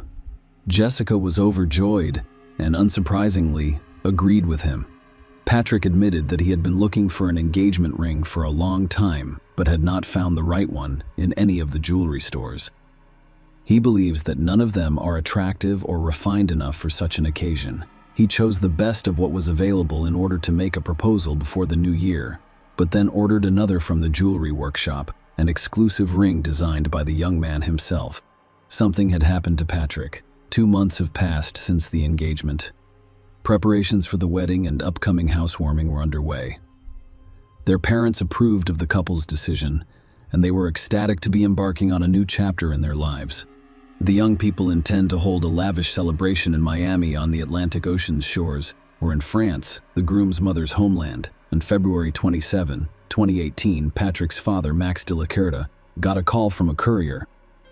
The father's phone number was added as an additional contact. The courier confirmed that his son's order had been delivered to the specified address, but the customer does not open the door or answer the phone. This was so unlike Patrick, so the father was immediately concerned. However, because he was at work at the time, he was unable to pick up the order while also checking on his son's well-being. Max decided to ask his future daughter-in-law. He called Jessica, and his voice was filled with anxiety as he explained that he could not reach his son. Jessica had attempted to contact her fiancé since the morning, but he did not return messages or make calls. When she mentioned this to Patrick's father, Max concluded that something had happened to Patrick. Jessica immediately dropped everything and dashed to the groom's house. When she pulled up, she immediately noticed Patrick's car in the driveway, indicating that he hadn't left. She had her own key. Jessica entered the yard and called out to her lover several times. However, there was no response. Jessica carefully opened the front door and discovered a terrifying image. Her fiancé lay practically at the entrance in a pool of his own blood. He showed no sign of life. Jessica immediately called 911, but when paramedics arrived, they were unable to help Patrick and declared him dead. By the time the cops arrived, Jessica was sobbing in the backyard of the house where Patrick had proposed 2 months prior. When one of the officers approached her, she simply looked at him and told him she knew who had murdered her lover and destroyed her entire life. A wealthy and powerful ex-boyfriend can help you understand this difficult situation, and to understand who would want to kill a young guy who appears to have no enemies or ill wishes, you must go back in time to when he and Jessica first met. The girl was then in a relationship with Gregory Bender, a wealthy businessman who ran his own investment fund. Jessica met Gregory while she was a student. He was 20 years older than her, and he literally turned the young ladies' heads.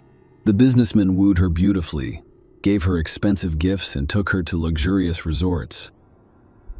Jessica believed she had found her one and only love, but she soon noticed some oddities in his behavior. Gregory sought to exert control over his girlfriend by closely monitoring where she went and who she communicated with. If Jessica had an admirer, he quickly got rid of him with threats and intimidation. At the same time, he told her very little about himself. This relationship lasted nearly 8 years, and Gregory never revealed his chosen one to his family or friends. Gregory rarely invited his girlfriend to his house, and they only met, spent time together, or went on vacation when he wanted to. He argued that he was extremely busy. Jessica, of course, wanted to have a normal family and have children. But Bender insisted that it was not yet time for that, and when she tried to end the relationship, Gregory gave her a ring and proposed marriage. Jessica agreed, but nothing had changed. They continued to live apart and only saw each other when the groom said so. Gregory was involved in a car accident that left him in a hospital bed. Jessica rushed over to him when she heard about it, but first she stopped by his house to get some items for Gregory. Jessica encountered a woman she had never seen before and inquired as to her identity. Rather than responding, the stranger asked her a similar question. Jessica showed the ring on her finger and announced that she was the bride of the house's owner. The woman then laughed and showed her the ring, claiming to be Bender's legal wife, Damara Sanchez. Bender? After such a shocking revelation, Jessica decided to immediately end her relationship with the businessman who had cheated her for so long. However, the boyfriend began to literally pursue Jessica, begging her to return and promising to divorce Damara in the near future so that they could marry. She renewed her faith in this man, but time passed and nothing about their relationship changed. Jessica became tired of this affair and filled out a questionnaire on a dating site where she met Patrick. After beginning to communicate with him, she made the firm decision to end her relationship with Gregory, which she informed him of, but he refused to let go. Obsessive stalker. Bender initially persuaded Jessica to return to him and try to restart their relationship, promising to divorce his wife. He then proceeded to make threats and harass others. When he realized that all of this was pointless, he decided to look for a rival about whom he knew nothing. He had to hire professionals to hack into Jessica's account and discover who she was communicating with. Gregory began sending Patrick threatening messages and demanding that he break up with Jessica, whom he referred to as his fiancée, after discovering his identity and obtaining his contact information. Patrick did not react to the threats and remained calm, believing that the situation would not escalate beyond threats. But Jessica was terrified because she realized her ex-boyfriend could expect anything from her. He was a wealthy and well-connected man with an extensive collection of firearms at his disposal. Jessica suggested that Patrick end their relationship before anyone was hurt, but he refused. Then they decided to contact the police, providing evidence that Bender was stalking and threatening them. The couple obtained a restraining order against Gregory, preventing him from approaching them or attempting to make contact in any way. Gregory was also ordered to surrender all firearms stored in his home. Things settled down for a while, and the lovers began to believe that the stalker had left them alone.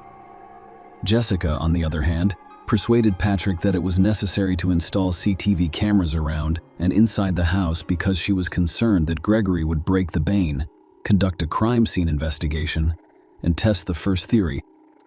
But let's return to the tragic events of February 27, 2018. During the initial examination of the crime scene, the criminalist immediately ruled out the robbery theory and stated that, based on the nature of the mutilation, this murderer had a personal motive and literally despised his victim. A 25-year-old man was found with gunshot wounds in his thigh, chest, and head. The experts also discovered injuries and bruises consistent with a fall from a ladder. The body was lying on the floor between the front door and the stairs to the second floor. Investigators suspected that the killer had snuck into the house and was waiting for the owner on the second floor. When an unsuspecting Patrick entered and climbed the stairs, the intruder stepped out to meet him and fired the first bullet into his leg. The wounded young man rolled down the stairs, and the perpetrator followed him down, firing another bullet into his chest before killing the victim with 2 follow-up shots to the head. The murder weapon was not discovered, but it was a rather uncommon model of pistol that was difficult to obtain. The first shell casing was discovered on the second floor of the house. 2 more similar shell casings were discovered downstairs, but the 4th casing was not present, so it was assumed that the perpetrator took it with him, possibly as a trophy. Despite Jessica's claims that she knows who killed her fiancé, the first person suspected was the murdered man's neighbor, with whom he had a serious disagreement a few months prior. The man was a combat participant and veteran of the United States Army who was injured and severely concussed during the war, resulting in a mental disorder.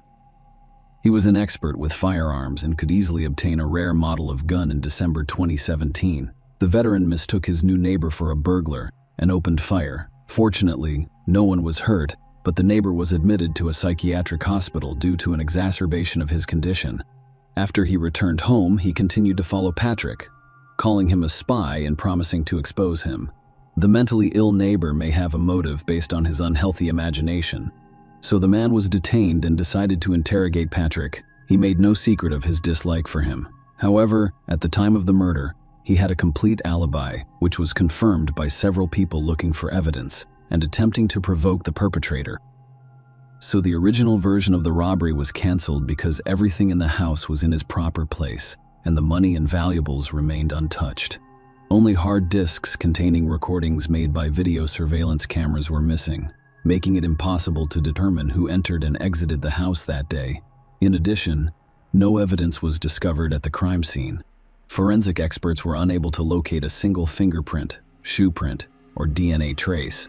The murder was meticulously planned, and while the investigation had little doubt that Gregory was responsible, it appeared at the time that he would get away with it.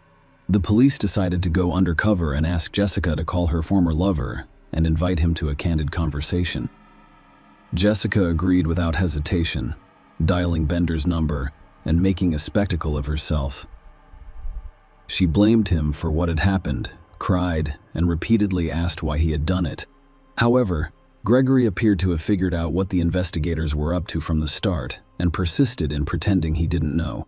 When Jessica revealed that he had killed her fiancé, the businessman pretended to be surprised, and after expressing his condolences to the ex-girlfriend, he attempted to persuade Gregory to confess in order to enrage him or force him to make a mistake, but it never worked. The police had no reason to stop or question the man. He could only be called to testify, but he followed the restraining order and appeared to have let his ex-girlfriend go long ago. The killer's notes. While the investigation was treading water looking for leads, the police received a call from Daymara Sanchez Bender, who claimed to have important information about the Patrick de la Cerda case. The woman was immediately invited to the station for an interview, during which she stated that shortly before the crime, she noticed a strange notebook on her husband's desk in his office. Looking into it, I discovered a detailed plan of some stranger's house, along with a strange algorithm of actions. She had not paid attention to it at the time. However, when Daymara saw a news report about a young man's brutal murder and the story showed the plan of his house, she immediately remembered the sketches of her unfaithful husband, with whom she was on the verge of divorce, and decided to tell the investigators that this information gave the police enough reason to search the alleged perpetrator's home. The mysterious notebook about which the businessman's wife spoke was found in the office, but the pages containing the house plan and other records had been removed.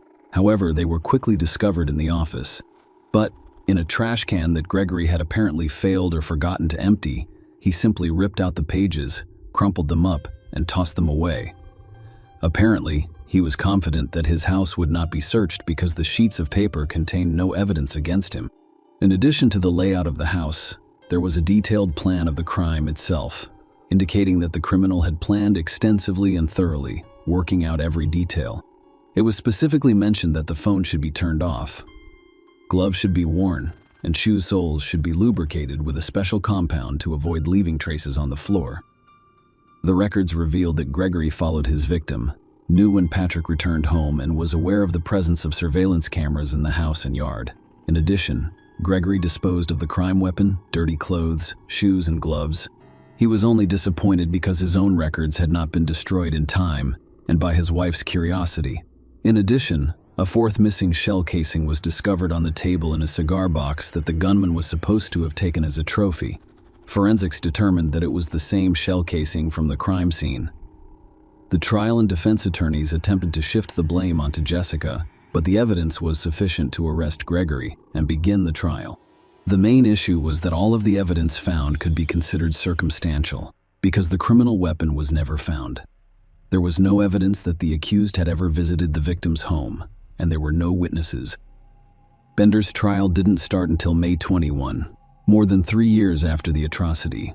During this time, he hired the best lawyers who had enough time to fully prepare for the case. The businessman was upbeat and appeared to believe he'd get away with it. Jessica was a key witness. She detailed her long-term relationship with Gregory, including how she discovered he was married and attempted to end it, as well as the harassment and threats he made against her and Patrick.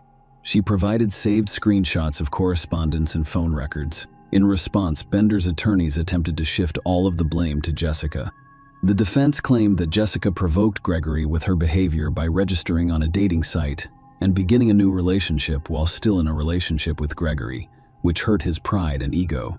Jessica was also accused of mercantilism, with some claiming that she enjoyed receiving expensive gifts from wealthy suitors.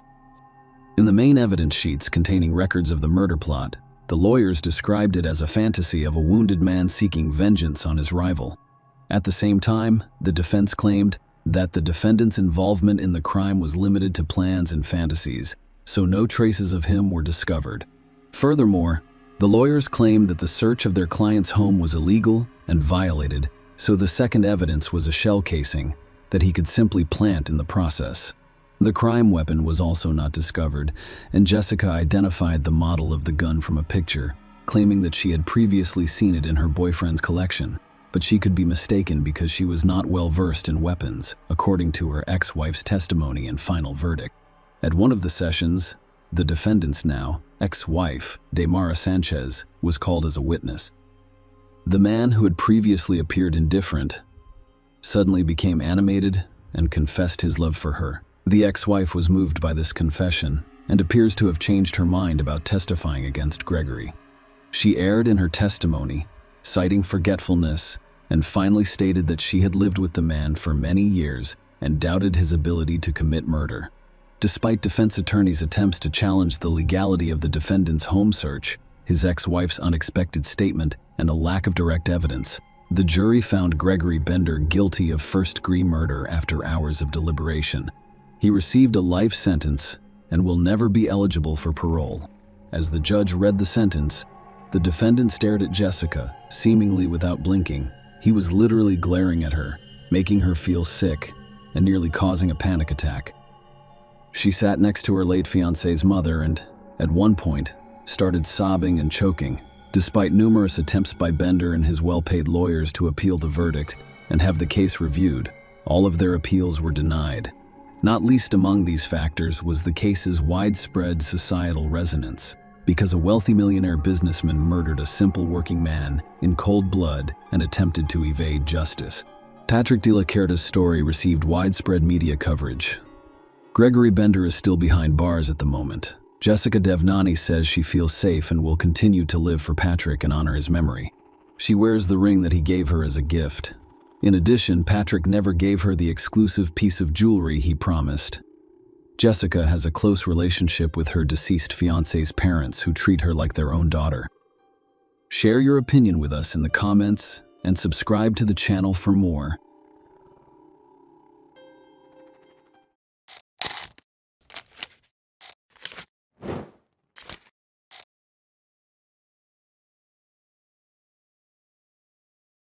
Hey guys, welcome to my channel, and today we're going to take a look at another horrible case with you. It's pretty exciting to tell your parents you've decided to have your own wedding. Tina Thomas was much more nervous than her fiancé, Gabe Watson. Tina was 26 years old at the time, exactly like her future husband. This was her third serious relationship and her second attempt at marriage. Her first attempt to start a family with her boyfriend, Scott McCulloch, failed. The relationship between the young people was fine, but only Tina's mother opposed the wedding. Scott disliked the fact that there were no specific claims, but like every mother, she wanted a better and happier life for her daughter, Tina, who was still very young at the time. As a result, the couple quickly split up, and the prospect of a shared future faded. The second attempt, with Stan Marks, also failed. Tina's parents had no involvement in this situation. The couple was unable to overcome the first 3-year crisis and separated with mutual consent. Tina finally meets Gabe Watson on Christmas Eve at a party with her friends. We can't say it was love at first sight. Instead, the relationship was based on mutual support following a recent breakup.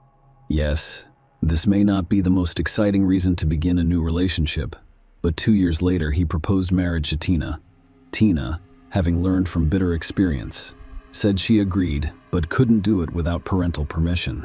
Gabe chose Valentine's Day in 2003 to make a beautiful and romantic appeal to his chosen one's parents, just like a true prince.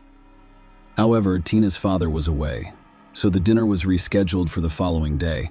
On February 15, during the dinner, when Watson expressed his desire to live with Tina for the rest of his life, her father asked of him a seemingly simple question.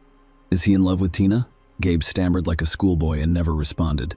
His father saw this reaction as a common embarrassment among strangers. He then asked his daughter the same question. Surprisingly, Tina did not directly answer this question, but she did begin her speech by expressing her fear of being alone at the age of 26. After giving it some thought, the father blessed the children. Planning a wedding takes a significant amount of time and effort. While Tina was thinking about her outfit, her guests, and the entire wedding, Gabe was only concerned with the honeymoon. He didn't care how his future wife chose to spend her vacation. He had already made every decision for her. His plan was to visit the Great Barrier Reef in the Pacific Ocean near Australia and dive there. First, look at the sunken ship, the Townsville Titanic, which sank in 1911. The problem was that, unlike Gabe, Tina was not into diving. Yes, he took her scuba diving in the pool, occasionally in calm water under the supervision of lifeguards, but nothing more. Gabe was an experienced scuba diver. He was completing a rescue diving course and had over 50 dives under his belt at the time. And they weren't in a pool. "If you do not learn to dive by our honeymoon, I will warn you right away. You're staying at home, walking your dog, or pruning roses in the garden," Gabe said. "You are not going anywhere with me." Tina had no choice. Gabe even took out a loan to buy her own equipment and cover her fiancé's tuition. Tina's first instructor was disappointed with her abilities and even warned Gabe that his fiancée lacked the necessary skills for open ocean swimming. A furious Gabe refused to listen to the diving instructor, accusing him of being the one who couldn't explain and refusing to continue with the class. The second instructor quickly gave Tina credit. Although she stated that Tina does everything she can to please her future husband, the young couple married on October 11. After 2 days, Tina and Gabe flew to Australia, spending $10,000 on a trip that provided funds for their wedding. It should be noted that Tina dedicated a portion of her honeymoon to her. They walked around Sydney and visited the Sydney Aquarium and Zoo. Tina was excited, but the closer they got to the Great Barrier Reef, the sadder she became on October's morning. When they first flew to Townsville, they boarded a boat to one of the most beautiful places on the planet, and every diver dreamed. After a while, dive company employees will tell you that the couple did not appear to be experienced divers. Even Gabe, who had completed courses and gained experience, struggled to understand the equipment as if he had never seen it before. Nonetheless, he assisted Tina in passing the pre-dive exam, despite the fact that such a test should be conducted separately. When the instructor offered Tina his assistance underwater, she refused. It was also mentioned in the conversation that there was a strong current that day and that this historical moment should not be overlooked or dismissed. As I previously stated, Gabe assisted his wife in organizing the equipment they had purchased in the United States before heading to retrieve the tanks they needed to rent. Gabe took an 11-liter tank for himself and gave his wife an 8.5-liter tank, which was extremely small for this location and potentially dangerous given Tina's lack of experience. It was not possible to descend to the Townsville Titanic for the first time. Tina requested additional cargo because she could not dive to depth. Gabe also initially refused to use the underwater computer, which calculates the necessary diving and ascent speeds and displays the amount of oxygen in the cylinders. After returning to the boat, the computer worked, so they tried again. Tina was the first to submerge Gabe, who was swimming behind her, according to the game statement. The wreck was 49 feet deep. At first, everything seemed fine. Tina came to a halt and began waving at me before signaling her desire to ascend. I realized right away that she was simply panicking. She used to do that. By this point, we had climbed halfway. So I decided to calm her down by staying with her at the same depth for a while without diving further, allowing her to psychologically adjust to the pressure. She continued to breathe deeply, which was dangerous, and I realized she was sinking. I tried to grab her belt to keep her down, but she swung her arms so hard that she knocked my mask off. Tina was already too far away from me by the time I finished putting the mask back on my face. For a while, I attempted to swim to her but was unsuccessful. Then I decided to return to the surface and ask for assistance from the lifeguards. Along the way, I met another swimmer with a narrow set, but he ignored my signals for assistance. Yes, there were 2 Asian men with them, but neither of them confirmed Gabe's statement about his request for assistance. Later, when the police took underwater computer readings, they confirmed that Gabe attempted to swim after his drowning wife for a short time before abandoning the effort. Although the ascent to the surface was not an emergency, Gabe followed the instructions and stopped at each required depth level. When questioned by police, Gabe stated that he could have saved his wife but chose not to. Furthermore, this tragic incident occurred at the start of their dive, so Gabe had enough oxygen in his tanks to swim to the bottom and return to the surface. The rescuers are on duty aboard the ship. When they realized what had happened, they immediately went in search of Tina, and they found her quickly, but it was too late.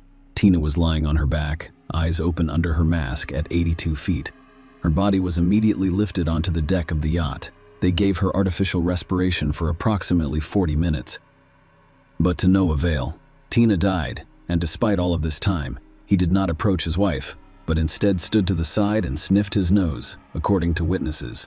The same company employees claimed that the young man on his way to the shore, who smiled and even played cards with other passengers, denied this in court. Tina's subsequent autopsy revealed that not everything was clear. Yes, there is no evidence of a violent death, but there are bruises on the neck. There are traces of blood in the nostrils, which is common at the 82-foot depth where Tina's body was discovered. There are no traces of alcohol in the blood, but there are high levels of medications like ibuprofen and paracetamol. Although these drugs are used to treat seasickness, a small amount of fluid was detected in the lungs. Tina died from drowning, according to the report, but she could have drowned while already oxygen deprived. Tina's equipment was examined by Australian water police, but no malfunctions were discovered. The police could have written it off as an accident. An inexperienced diver disregarded safety precautions and paid with his life. Unfortunately, this is a very common case, but there were some suspicious moments in the story, such as the rather ambiguous results of the autopsy. According to the diving team, the autopsy also revealed Watson's strange behavior, which does not fit into the conventional picture of a husband grieving for his wife who has just died. All of these factors contributed to the case's difficulty and closure. That's why the investigation took so long. Gabe realized detectives were searching for him. Furthermore, his parents refused to accept what had happened as a tragic accident, preferring to see their son-in-law in the dark, if not as their daughter's murderer, then as a man who had not helped her. During the first interrogation, the police noticed that the suspect was in shock, crying and laughing, twitching nervously, asking to call his father, who complained of ear pain, and begging him to inform his wife's parents about the tragedy. Gabe was released late at night. He went to the yacht owned by the company that sent them to the reef and requested a night's stay. claiming that the trip was supposed to last 2 days, but because his wife had died, they had only been there for 24 hours. He also requested a refund of half the cost of their dive. In fact, he never saw the sunken ship. Gabe's mother flies to Townsville on October 24 to support him and help him find a lawyer. They go to the morgue that same day, as requested by Gabe. Gabe wanted to see his wife one more time because the husband was still a suspect. The morgue employee contacted the detective in charge of the case who may have hidden some evidence. But the bereaved husband only cried, gripped his wife's cold hand, and begged her forgiveness. Unaware that a police officer was standing outside the door at the time, he recorded him on a tape recorder. "I did not mean to hurt you." Detective Lawrence later uses these words against Gabe in court. "Then visit the morgue. You said you didn't mean to hurt Tina. What do you mean by that?" Lawrence will ask the question. The story of Gabe's sore ear was told again as he traveled home with his wife's body. During a layover in Oakland, he requested medical attention on the airport grounds and was held there for evaluation. The investigation determined that this was done on purpose to avoid seeing Tina's father. However, divers will confirm that your problems are a fairly common ailment. Tina's funeral was held on November 5, and Gabe still had to meet with his late father. Gabe removed his wife's wedding ring, placing it on his ring finger instead of hers, as well as earrings, which he immediately handed over to his father-in-law. Watson and the Thomas family did not cross paths again that day. Later in the trial, Gabe would be asked, "Did you really remove your wife's jewelry during the funeral?" Gabe will just smile and shrug. "I doubt I could have done it later." Everyone had different perspectives on Gabe. Some described this chubby, funny man as a kind man, while others called him a tyrant and desperate man, but they all agreed on one thing. Gabe and Tina were not happy, or didn't appear to be. Tina's friends confirmed what she told her father during a family dinner on February 15. Tina died on the seabed because she was afraid of dying alone, and her union with Gabe was simply a means to that end. Also, the victim, who died shortly before their honeymoon, told a friend that her husband dragged her to an insurance company and forced her to insure his life at a higher interest rate in case of death, putting his name in the beneficiary column. The insurance agent checked the testimony and confirmed everything. The taxi driver who took the newlyweds to the yacht was also questioned. Tina cried the entire way, but her husband ignored her. Finally, Tina's friend Amanda Phillips shared another story, revealing what the couple's relationship was truly like. This damn jerk videotaped Tina urinating in the bathroom, edited it, and put it on a Christmas videotape. That would have been fine, but he showed it to a large group of people.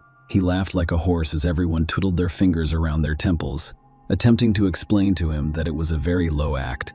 I was clutching crosses on my fingers, hoping Tina wouldn't get the idea to marry him. While removing jewelry during a funeral may appear to be a frightening and condemnatory act on Gabe's part during the trial in 2008, the jury was shown extremely disturbing footage of Watson visiting Tina's grave, removing all the flowers, and carrying them away. They were later discovered in a nearby trash can. Tina's father noticed the missing flowers and wanted to find out who had stolen them. He placed a hidden camera in the next row among the monuments. But he didn't expect to see Gabe on the tape, and I was outraged by such an act in court. Gabe's defense was that he and his wife had discussed the death of one of their own during an extreme honeymoon. Her request for no flowers on the grave sounded strange and unlikely. There's no telling how long the search for evidence would have lasted. If the cops had worn the same gear as the newlyweds and not attempted to stage the incident, Gabe claims Tina drowned while he was attempting to put a mask on her face. It turned out that you couldn't put on the mask underwater without using another source of air. Tina received oxygen in late November 2008. Gabe was arrested by Australian police, and his trial began on June 5, 2009, with him pleading guilty, but only to failing to save his wife. So he was charged with negligent homicide and sentenced to 18 months in prison. After serving his sentence, Gabe returned to the United States. However, a year later, the now US court charged him with first-degree murder, with the motive being to receive insurance payments following his wife's death. Gabe's lawyer attempted to defend his client by blaming the diving company, claiming that the employees of this company failed to ensure the safety of tourists and are now afraid of losing their license, and thus the entire business is attempting to shift the blame onto the unhappy husband, who has already served his sentence in another country. The insurance company paid Gabe $33,000, but he spent a lot more money on lawyers and additional expertise. Nonetheless, the prosecution continued to argue that the husband's spending was necessary because he could not assume he would not be believed. Furthermore, the prosecutor refused to accept Gabe's lack of ability to save his wife, despite having a degree in drowning rescue. When Gabe finished speaking, he addressed the jury. "It has been 7 years since the tragedy, and I haven't stopped thinking about that terrible day. The public has pounced on me, blaming me for my wife's death and accusing me of murder. There was no one who looked me in the eyes and said, 'Yes, I understand how bad you feel, but this is not your fault.' On the contrary, everyone simply wants me dead. And now I can only understand my late wife's parents. They will never forgive me, no matter how much I kneel before them. And no matter how much I kneel before them, and no matter how much I beg their forgiveness, you frequently hear the phrase, 'I can't imagine what it's like to lose a child.' But I've never heard anyone say that they can't imagine what it's like to lose a wife, especially on their honeymoon. If I can be accused of anything, it's that I didn't do enough to save Tina. But I've already been punished for that. Perhaps you would have been satisfied if I had drowned with my wife 7 years ago, but I was afraid of death. I was afraid I wouldn't be able to get from the bottom to the top. I only wanted to live, and I still want to live today." There was no evidence presented in court to prove Gabe was guilty. The jury found Gabe not guilty. Share your opinion with us in the comments, and subscribe to the channel for more.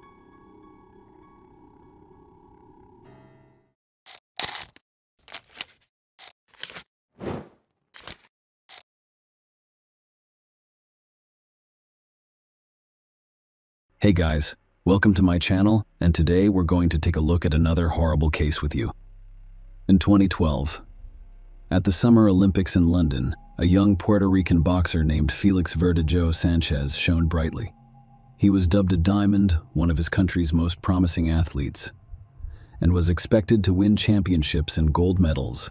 Then it appeared to everyone that this talented and motivated young man would achieve great things in sports. In 2021, the boxer's name appeared in all of the world's media, but this time, in the Criminal Chronicles section. This story is about a teenage attachment that turned into an addiction and resulted in a terrible tragedy, as well as how the author of the main knockout of 2014, who was praised and promoted by two-time Olympic champion Vasily Lomachenko, nearly received a death sentence, but was eventually sentenced to life in prison. It is worth noting that, despite the presence of irrefutable evidence and confessions from the boxer's accomplice, he continues to refuse to plead guilty. The future world boxing star was born in San Juan, Puerto Rico, in 1993. Born on May 19, he grew up in a large, modest family and developed an early fondness for sport. True in childhood. He intended to make baseball a part of his life, but a funny incident changed everything. When the boy was 9 years old, a family friend came to see them with his son of the same age. The boys were playing in the yard when they suddenly got into a fight. Parents separated the children, and the future athlete's father advised him that if he wants to fight someone in the future, he should wear boxing gloves. Following that fight, Felix was taken to a local gym at his request, where the boy fell in love with boxing, as he later admitted after the first training session. At the age of 16, he won the Pan American Junior Championship. A year later, he won his country's championship, and a year after that, he competed in the Olympic Games in London, reaching the quarterfinals. In the same year, he began his successful professional wrestling career. Verdejo competed in 29 fights, winning 27 of them convincingly, and in 2014 he was named the author of the best knockout in a fight against Sergio Villanueva. Felix won his first championship belt, the WBO Latino title, a year later, and defended it 6 more times over the next 2 years. Everyone who witnessed the fight was certain that this young man would leave his mark on the history of world boxing. Meet Keishla Rodriguez. The girl was born in San Juan in November of 1993. Her full birth name is Keishla Marlene Rodriguez Ortiz. Her parents, Josie and Kyla Rodriguez, shared another daughter, Belize Nicole, and they also raised Kyla's son, Jonathan. Keishla, who had a previous marriage with a woman, grew up to be an open and sociable girl. She excelled in school and adored animals, with aspirations of becoming a veterinarian in the future. Her best friend was her sister, Elise, to whom she confided all of her secrets and concerns. Kishla attended the same school as Felix Verdejo, who was her age. Young people have known each other since childhood, and in adolescence, they formed a romantic relationship. In 2011, Rodriguez's parents divorced and separated. Kyla moved to Florida with relatives, while her daughters, who were already adults, chose to remain in San Juan. Despite the fact that each of the sisters had long since lived their own lives, they remained in close contact and informed each other of everything that happened to them. At the age of 18, a promising boxer who had already competed in the Olympic Games had an affair with a young schoolgirl and aspiring model named Elisa Maria Santiago Sierra. At the time, the girl was only 14 years old and still in school. Even so, she had big plans for the future with a promising and world-renowned athlete. In addition, Eliza's parents were not opposed to the relationship. Felix, an attractive and talented boxer who has always had a large fan base and is on his way to becoming a star, was literally bathed in the rays of fame and surrounded by female attention. He did not pass up the opportunity to write a novel or have a side affair. In addition, despite his serious relationship with Eliza, he continued to meet with his school friend Kishla, whose sister barely informed her mother Kayla Rodriguez, who was aware of the affair and did not approve of it. In addition, the situation was very unclear. On the one hand, Eliza considered herself the only woman, while the athlete's great love was planning their wedding and making long-term plans for their future together. On the other hand, Kishla was aware that the lover had a fiancé, but Felix refused to let her go. Furthermore, he was her first great love, and the naive girl secretly hoped to be the one. In 2016, the boxer married Eliza, who was barely 19 years old at the time. Eliza was already a well-known model, with tens of thousands of social media followers, and had recently opened her own beauty studio for eyelash extensions. In August of the same year, just a few months after the wedding, the athlete was involved in a serious car accident while rushing on his motorcycle. He was rushed to the hospital with serious head injuries, bruises, and lacerations. His trainer, Ricky Marquez, was concerned that his talented charge would go off the rails at the peak of his career. Despite the disappointing prognosis, Felix recovered quickly and returned to the ring. In September 2019, the boxer posted a photo of himself with Elise, who was pregnant for a long time, on his social media profile. In the photo's comment, he wrote, "Soon I will meet my daddy's princess," and a month later, he announced the birth of a daughter named Miranda Verdejo Santiago. The young man in public appeared to be a devoted husband, a caring father, and an excellent family man. But, hidden from his wife, he continued to meet with Kishla, who refused to let go. As Eliza later admitted, she suspected her husband was cheating on her. But every time he made a tearful vow to leave his mistress, Kishla tried to end the painful relationship, but Felix refused to let her go. She had no other men because the boxer threatened that if he discovered that Kishla had someone who was unsuitable for her and her chosen one, Kishla, who had fallen in love with Verdejo since high school, would continue to love him despite everything. Rodriguez, as planned, decided to devote her life to animal care and accepted a position at a veterinary medicine and aesthetic center. Colleagues described her as conscientious, hardworking, and responsible. She lived with 2 dogs and a cat, which he adored. In 2020, Eliza discovered her husband's correspondence with several mistresses, including Kishla. The wife scandalized her husband and threw him out of the house, threatening to file for divorce and forbidding him from seeing their daughter. Eliza's threats had some effect. Furthermore, the athlete's career at the time was in serious decline, with unnecessary problems that he didn't need for a while. He stopped seeing Rodriguez, but Felix refused to let her go. Kishla attempted to control almost every step after a few months of secret visits, and in April 2021, she discovered she was pregnant. She purchased a rapid test from the drugstore, which only confirmed her fears. She first called her sister, who was aware of her complicated relationship with the athlete, and explained everything. Abortion was out of the question because Kishla was already 27 years old and ready to have a child, even if it meant raising it on her own.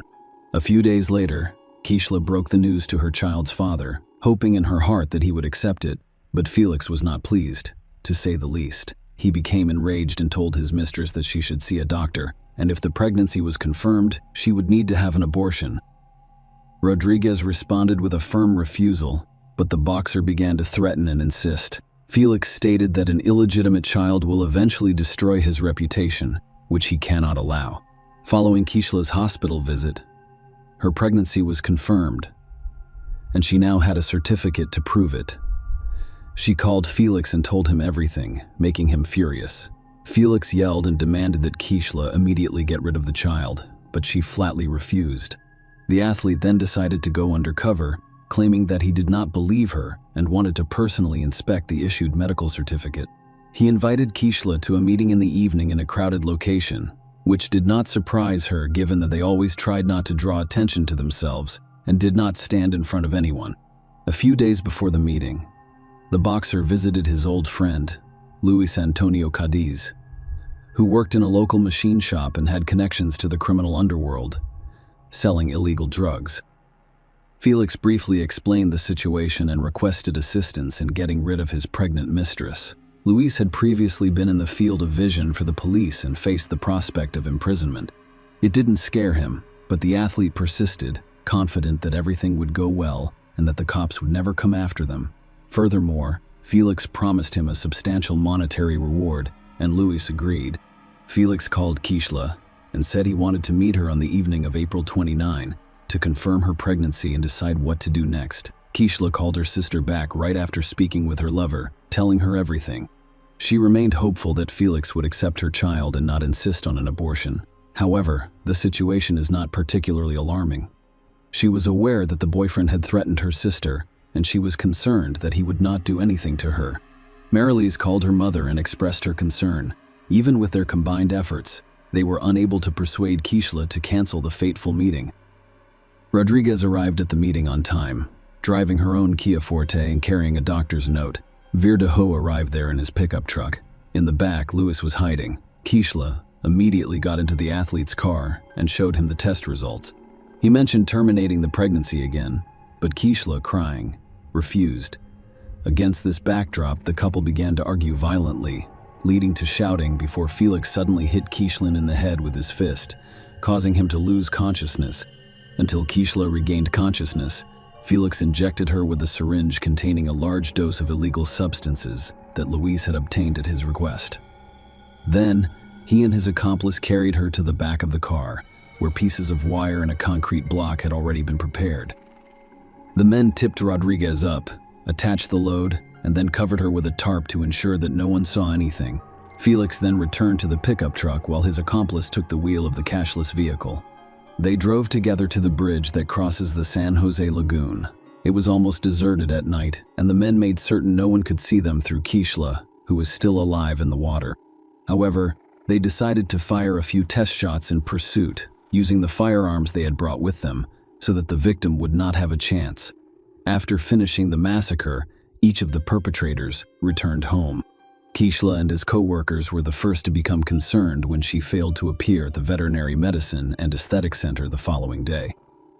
Kishla has always been a responsible person who would never skip work without informing anyone. Because she didn't answer the phone, it was decided to call her sister and find out what happened. After several unsuccessful attempts to contact her sister, she went to her home. No one answered the door, but Marilise had a spare key, so she was able to enter without difficulty. However, she was met only by hungry animals who hadn't eaten in nearly 24 hours. Berelise was already panicking because she realized something terrible or irreversible had happened to Kishla. She immediately called her mother, told her everything, and then informed the police about her suspicions and threats against her sister. She also called Felix, but he said he had spent the previous evening and night at home with his family and had not attended any meetings. The missing girl's mother boarded the first flight from Florida to San Juan. She suspected that her lover had taken her daughter to a private clinic and paid for an abortion without her consent. Kyla didn't want to consider the fact that cash flow was no longer viable. The first step was to question the missing girls, their neighbors, and co-workers, but they saw nothing suspicious and were unable to provide any useful information for the investigation. In parallel, messages about Rodriguez's disappearance were posted on popular social networks with requests for responses from anyone who knew anything about her fate or current location. The case quickly gained widespread attention, And when it was revealed that the missing girl was in a long-term relationship with a famous athlete and was expecting a child with him, reporters lined up to interview any of Rodriguez's family members.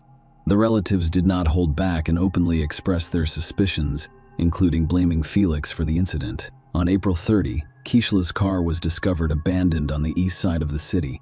She has her documents and personal belongings inside. No signs of struggle were discovered in the interior, giving a slim chance of finding its owner alive. On May 1, a passerby on the lagoon bridge noticed a strange shape in the shallow water that resembled a human body.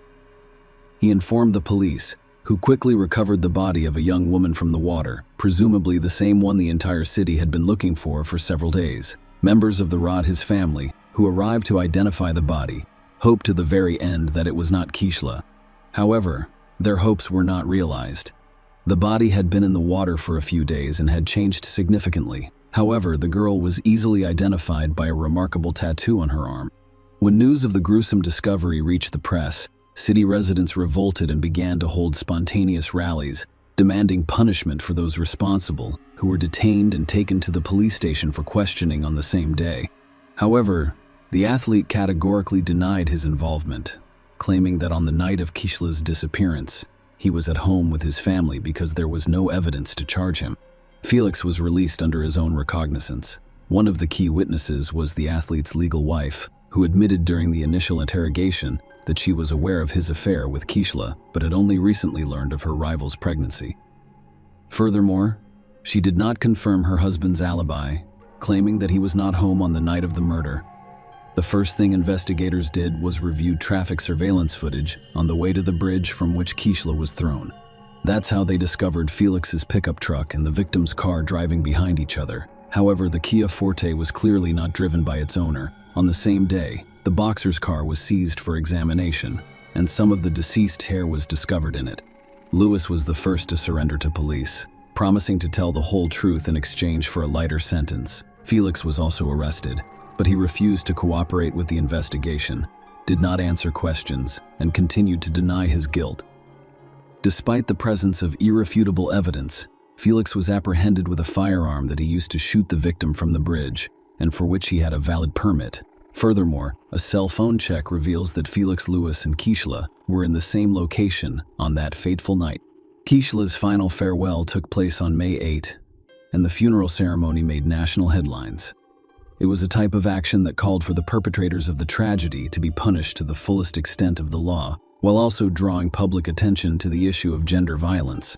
The coffin containing Rodriguez's body was transported to the cemetery in a white carriage, over which white flower petals were thrown from the air, rather than the traditional hearse.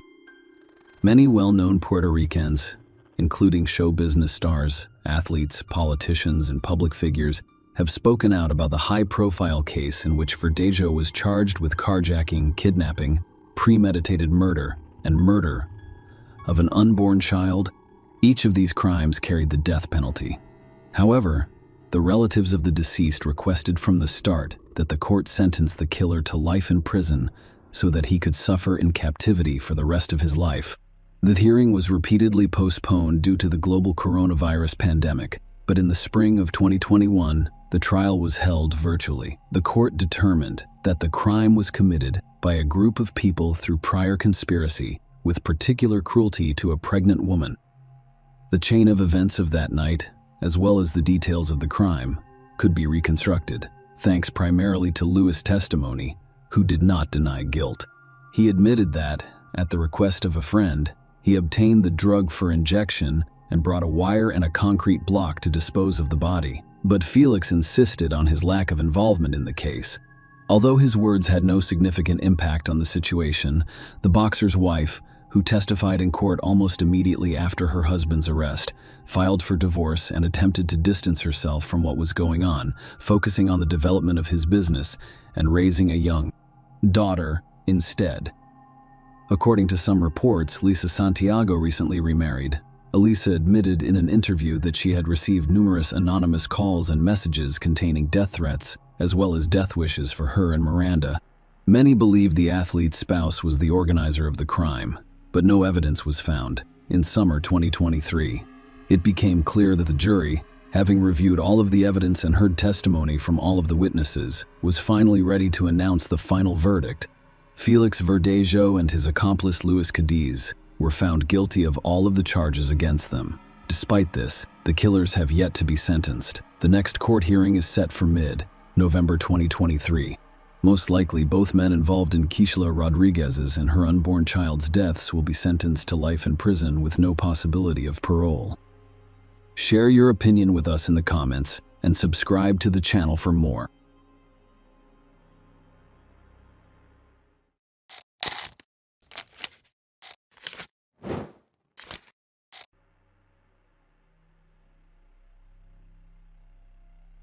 Hey guys, welcome to my channel, and today we're going to take a look at another horrible case with you.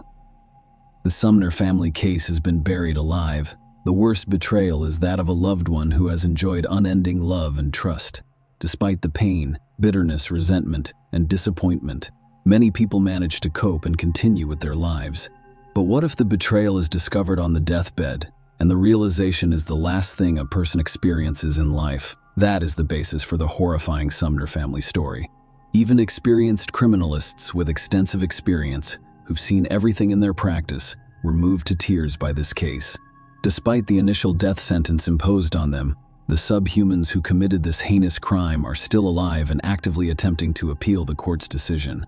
But let's start at the beginning and try to figure out how a young girl whom the spouse, Sumner, loved and cared for as if she were their own daughter, decided to treat them so brutally. Carol Alfred was born and raised in Charleston, South Carolina, and James, her high school sweetheart, is simply Reggie Sumner. They shared the same age, had known each other since childhood, attended the same school, and were in the same grade. Their friendship and childhood affection gradually turned into sympathy. The school children didn't notice how close they were getting. In 1959, when the teenagers were 15 years old, they began a romantic relationship, and friends noted how beautiful and harmonious they were as a couple. And later in life, James and Carol kept joint photos of themselves when they were young, happy and ahead, as if they were waiting for a long and happy life for the two of them. It was the first time in their lives that their emotions were intense and mutual. The young people were practically inseparable both at and outside of school, and they seriously considered marrying as soon as they turned 18. Their parents supported their children's decision, and we have nothing against their marriage. But life had a very different outcome: a long separation in 1962. The lovers graduated high school but did not have time to marry. A few months later, James was called up for military duty in the Army. He and Carol decided to postpone the celebration until he returned home, and they also agreed to send each other regular letters. Time passed, the separation dragged on, and in the mid-60s, the young man was sent to a hotspot in Vietnam, after which contact with him was severed. Carol didn't know if her lover was still alive because he stopped writing to her. Carol decided to pursue her studies while also working at the Charleston Air Force Base. She married a few years later, but her first marriage ended quickly, and the couple had no children together. The young woman married a man named Richard in 1975, and their only child, a daughter named Rhonda, was born in 1977. However, the second marriage also failed because the husband abused hot drinks and frequently raised his hand against his wife. Around the middle of the 1980s, Carol couldn't stand her husband's constant abuse, so she took her daughter and filed for divorce. But Richard did not leave his ex-wife alone. He literally pursued her, attempting to ruin her life, and in 1987, he succeeded. He purchased a handgun with ammunition. And after another large dose of alcohol, I went to deal with the ex-spouse. Offered rang the doorbell, and Carol unknowingly opened it for him. Rhonda, 10 years old, stood behind her in the room. However, the presence of his daughter did not deter the drunken father, who pulled out a gun and shot Carol several times right in front of the child. He then got into his car, drove to a deserted area, pulled out his gun, and shot the remaining bullet into his temple, killing him on the spot. Carol was lucky to survive because neighbors heard the gunshots and the child's desperate cries and immediately called an ambulance and the police. The young woman was on the verge of dying. She lost a lot of blood and was considered critical for several days. Carol underwent a number of complex operations, including blood transfusions, and gradually recovered. but she became completely blind in her right eye and was permanently disabled near the end of the 1990s. Her health has once again deteriorated significantly. She didn't feel good. I lost a noticeable amount of weight and experienced extreme pain and weakness. After a thorough examination in the hospital, she was diagnosed with liver cancer, which was disappointing news. In 1987, when doctors were fighting for her life, Carol's body was accidentally carrying the hepatitis C virus, which she was unaware of and did not treat. As a result, the virus that infected her liver ravaged it for years, causing cancer. Carol's condition, however, was stabilized as a result of treatment and carefully chosen supportive therapy. She had to take her prescribed medications on a daily basis for the rest of her life, as well as have regular medical checkups to make necessary adjustments to her treatment. Carol lost her job at the Air Force Base after receiving serious gunshot wounds. With cancer added to her list of disappointing diagnoses, she was unable to work physically or stand for extended periods of time. So Carol accepted a position as a call center operator for a cable TV company in her hometown of Charleston. James, on the other hand, did not have the opportunity to report for quite some time after arriving in Vietnam. The war dragged on. The man was severely injured, nearly losing his leg, and spent an extended period of time in hospital.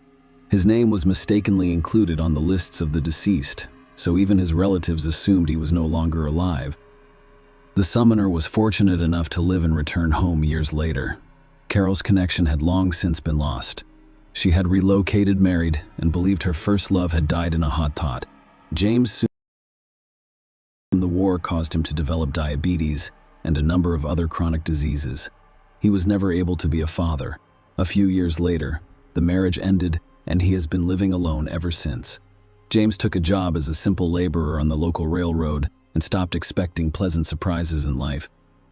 The voice seems painfully familiar.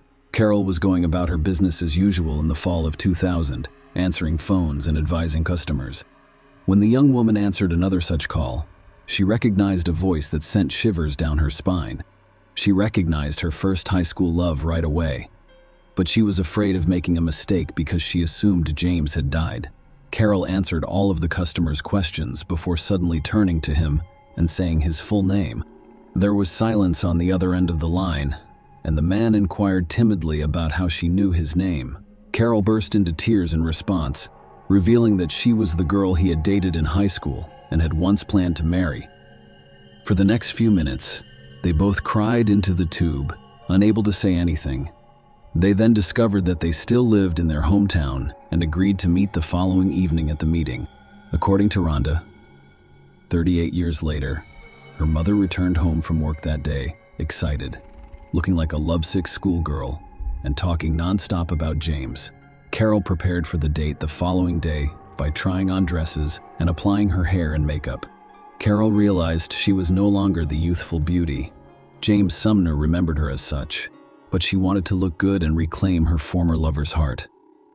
It was an exciting meeting for both of them. As the couple had not seen each other in 38 years, they talked about everything in the world and couldn't stop. They talked about their lives' ups and downs, failed marriages, work, health issues, and how happy they were when they were together. Their old emotions flared up again. James and Carol were eager to make up for their lost years. They began to see each other daily, and after only a few weeks, they decided to move in together and begin living together. 5 months later, Carol married and moved into her husband's home in the Riverland Terrace neighborhood. Family life and disruptive neighbors. The couple first lived in their hometown of Charleston, South Carolina. They were in love, happy, involved in the details of daily life, and reverently cared for each other because they were both young and had health issues. James has known the Cole family for many years, and they live next to the couple. Stephen, the head of their family, had previously fought in Vietnam, was severely injured, and was confined to a wheelchair. Natalie, his wife, went missing at work and did not return home until much later, preferred to spend time with friends in a bar. Tiffany, their daughter, was left to her own devices from a young age, frequently hanging out on the street with nothing to do and no money for even small pocket change. Tiffany was still in high school and in good spirits when James and Carol first moved in. Carol immediately sympathized with the neighbor girl. She genuinely felt sorry for the schoolgirl, who had been rejected by her own mother, Carol, for 5 years in every way possible. Tiffany invited her to join her family for lunch and dinner. which were both delicious. She would occasionally buy the girl clothes and even give her money for minor expenses. Carol treated her as if she were her own daughter, showering her with affection and attention. When the Sumners decided to sell their car brand, the Chevrolet Lumina minivan, Tiffany asked if she could pay in installments. Because the girl had no money and needed the car, the couple agreed to give her the vehicle for next to nothing. The agreed upon amount was ridiculous, divided into a dozen payments spread over a year, a forced relocation, and a mysterious disappearance. In early 2005, the Sumners decided to relocate to the sunny state of Florida. It was a forced measure because both spouses' health had deteriorated significantly, and doctors recommended that they relocate south and closer to the ocean. They were both retired at the time, so they made the decision to make a significant life change. Carol and James sold their spacious Charleston home and purchased real estate in Jacksonville, Florida's largest and most populous city. They also bought a new Lincoln Town car. The couple was overjoyed and settled into a new environment, making plans for their future lives together. Carol called her adult daughter Rhonda every day, telling her about her life and sharing her thoughts and plans. As a result, the girl was surprised and excited one day in June 2005. Her mother did not call or respond to her calls.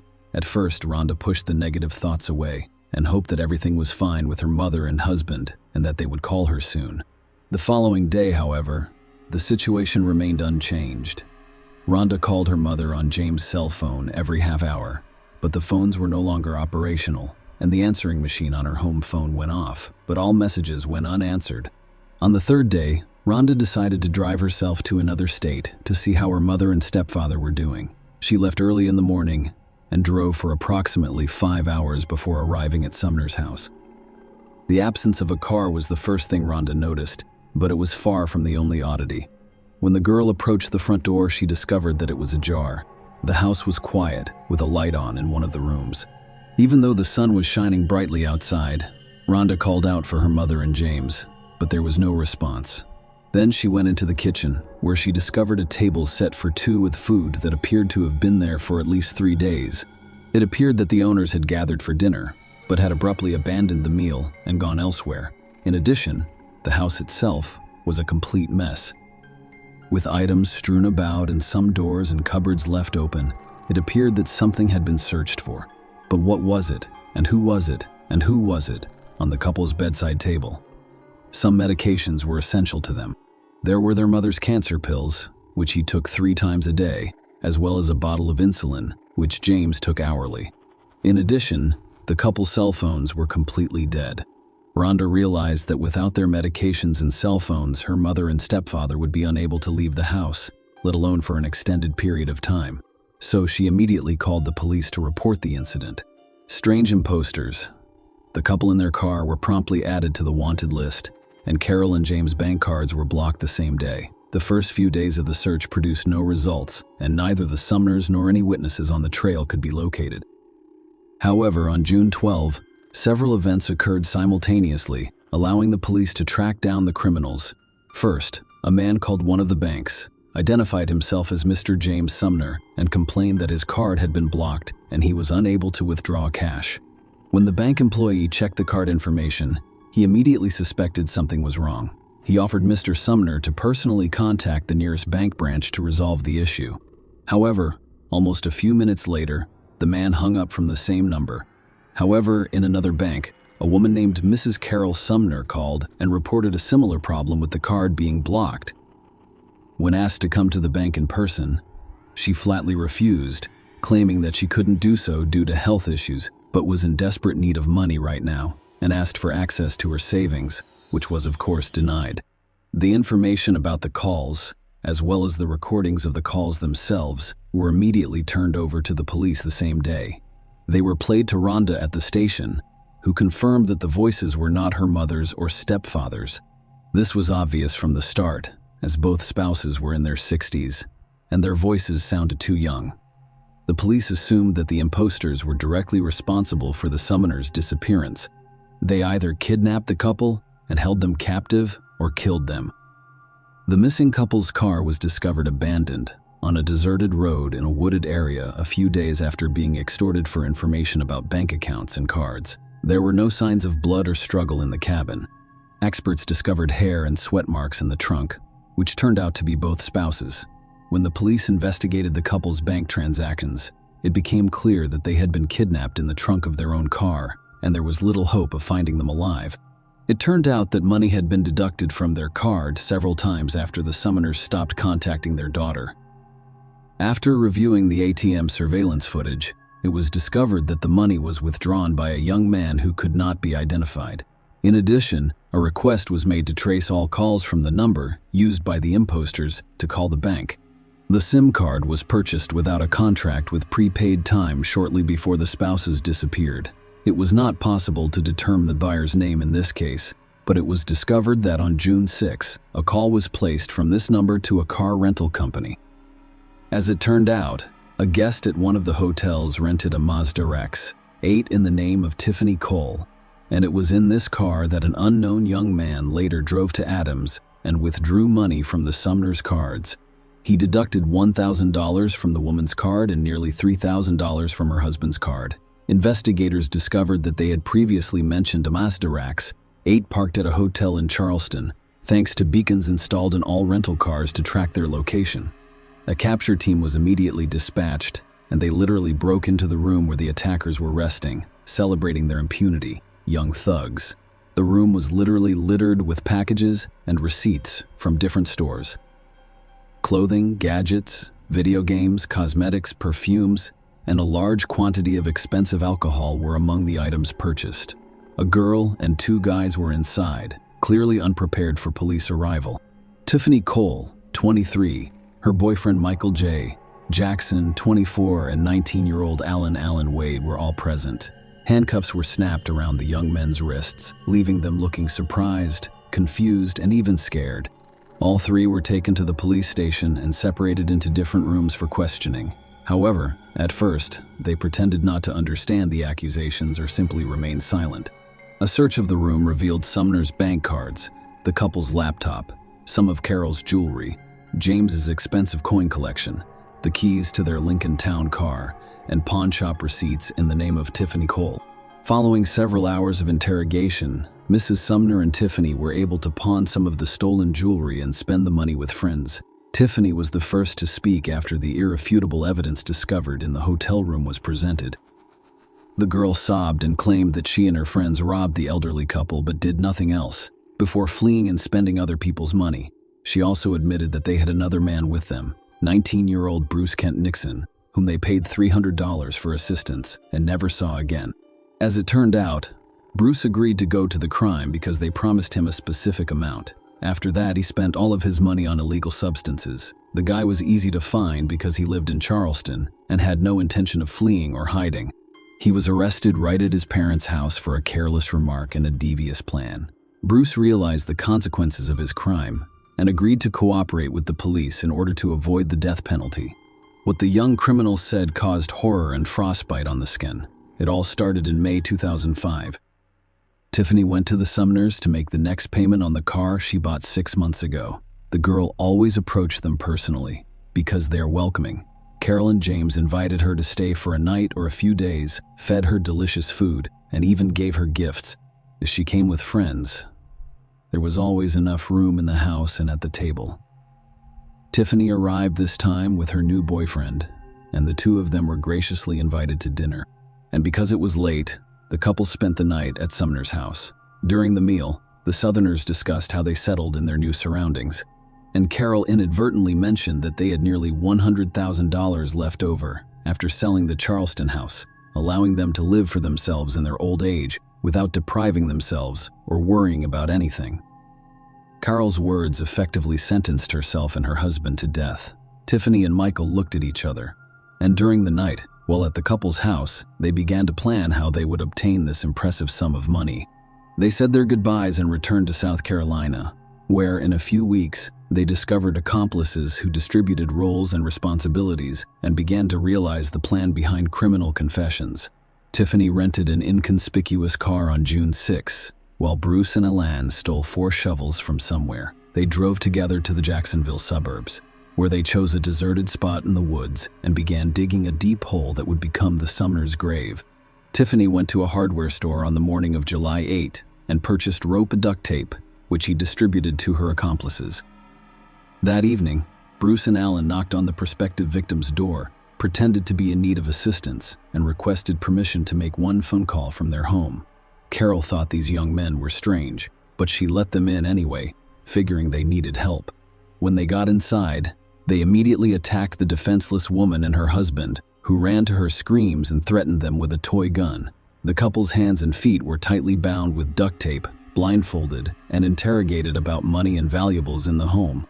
Under torture and death threats, the couple gave the intruders all of the information about their bank accounts and the PIN codes for their cards, hoping that their lives would be spared. However, once the bandits had the necessary information, more people entered the house. They assisted in dragging the couple into the house's backyard and stuffing them into the trunk of their family car, which was driven by Alan and Bruce. Tiffany and Michael drove a rented Mazda Rex 8. In the event that they encountered a police patrol on the way who intended to stop the car with the couple in the trunk, the second car should have diverted their attention to itself by accelerating rapidly. They are blatantly breaking the rules. However, there was no one in their path, and both cars arrived at the scene safely. In the trunk, James was able to free his arm and remove the bandage and duct tape from both his and his wife's faces, preventing her from suffocating. But they didn't have time for anything else. What was their surprise, bewilderment, and shock when the trunk lid opened and the couple recognized Tiffany and her boyfriend, who had recently visited them. The Sumners were led several dozen meters through the woods to a grave prepared for them, which they then pushed into. The couple pleaded for their lives, but the young criminals decided to kill them in the most brutal way possible and bury them alive. Bruce stated that they covered them with earth for about an hour.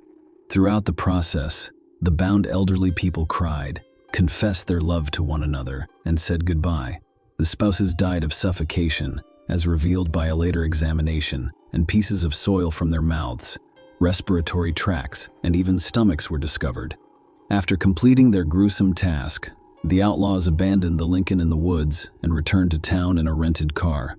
They went to Sumner's house and took everything valuable they could find before returning to South Carolina and spending the loot.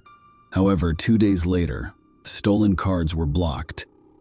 After another 4, all of the criminals were arrested, tried, and convicted.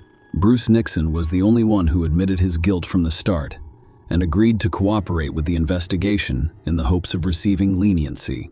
He was the one who showed them the spouses' graves and told them in detail what happened that terrible night. Tiffany claimed that her boyfriend Michael was the perpetrator of the crime, who had gone insane after learning about the Sumners' vast fortune. After the house was sold, her lawyer insisted that the girl was a wingman and had no direct involvement in the murder. Jackson and Alan Wade preferred to remain silent, but the evidence spoke volumes for them. Tiffany Cole's innocence was not believed by the jury because she participated in the development of the criminal plan, rented a car, and devised a diversionary maneuver in case they were suddenly pursued by police. They assisted in digging the spouses' graves, and after renting stolen items from the pawn shop, they were eager to spend the money. This was demonstrated by a large number of photos she took wearing the purchased clothes and in a limousine rented by the criminals to celebrate their success. As a result, Bruce Nixon received a life sentence with no possibility of parole. Jackson, Tiffany, and Alan Wade received the death penalty. Criminals filed numerous appeals and grievances, but they were all denied, and the sentence remained unchanged, with the exception that in 2023, 18 years after their heinous crime, the same death sentence was never executed. Share your opinion with us in the comments and subscribe to the channel for more.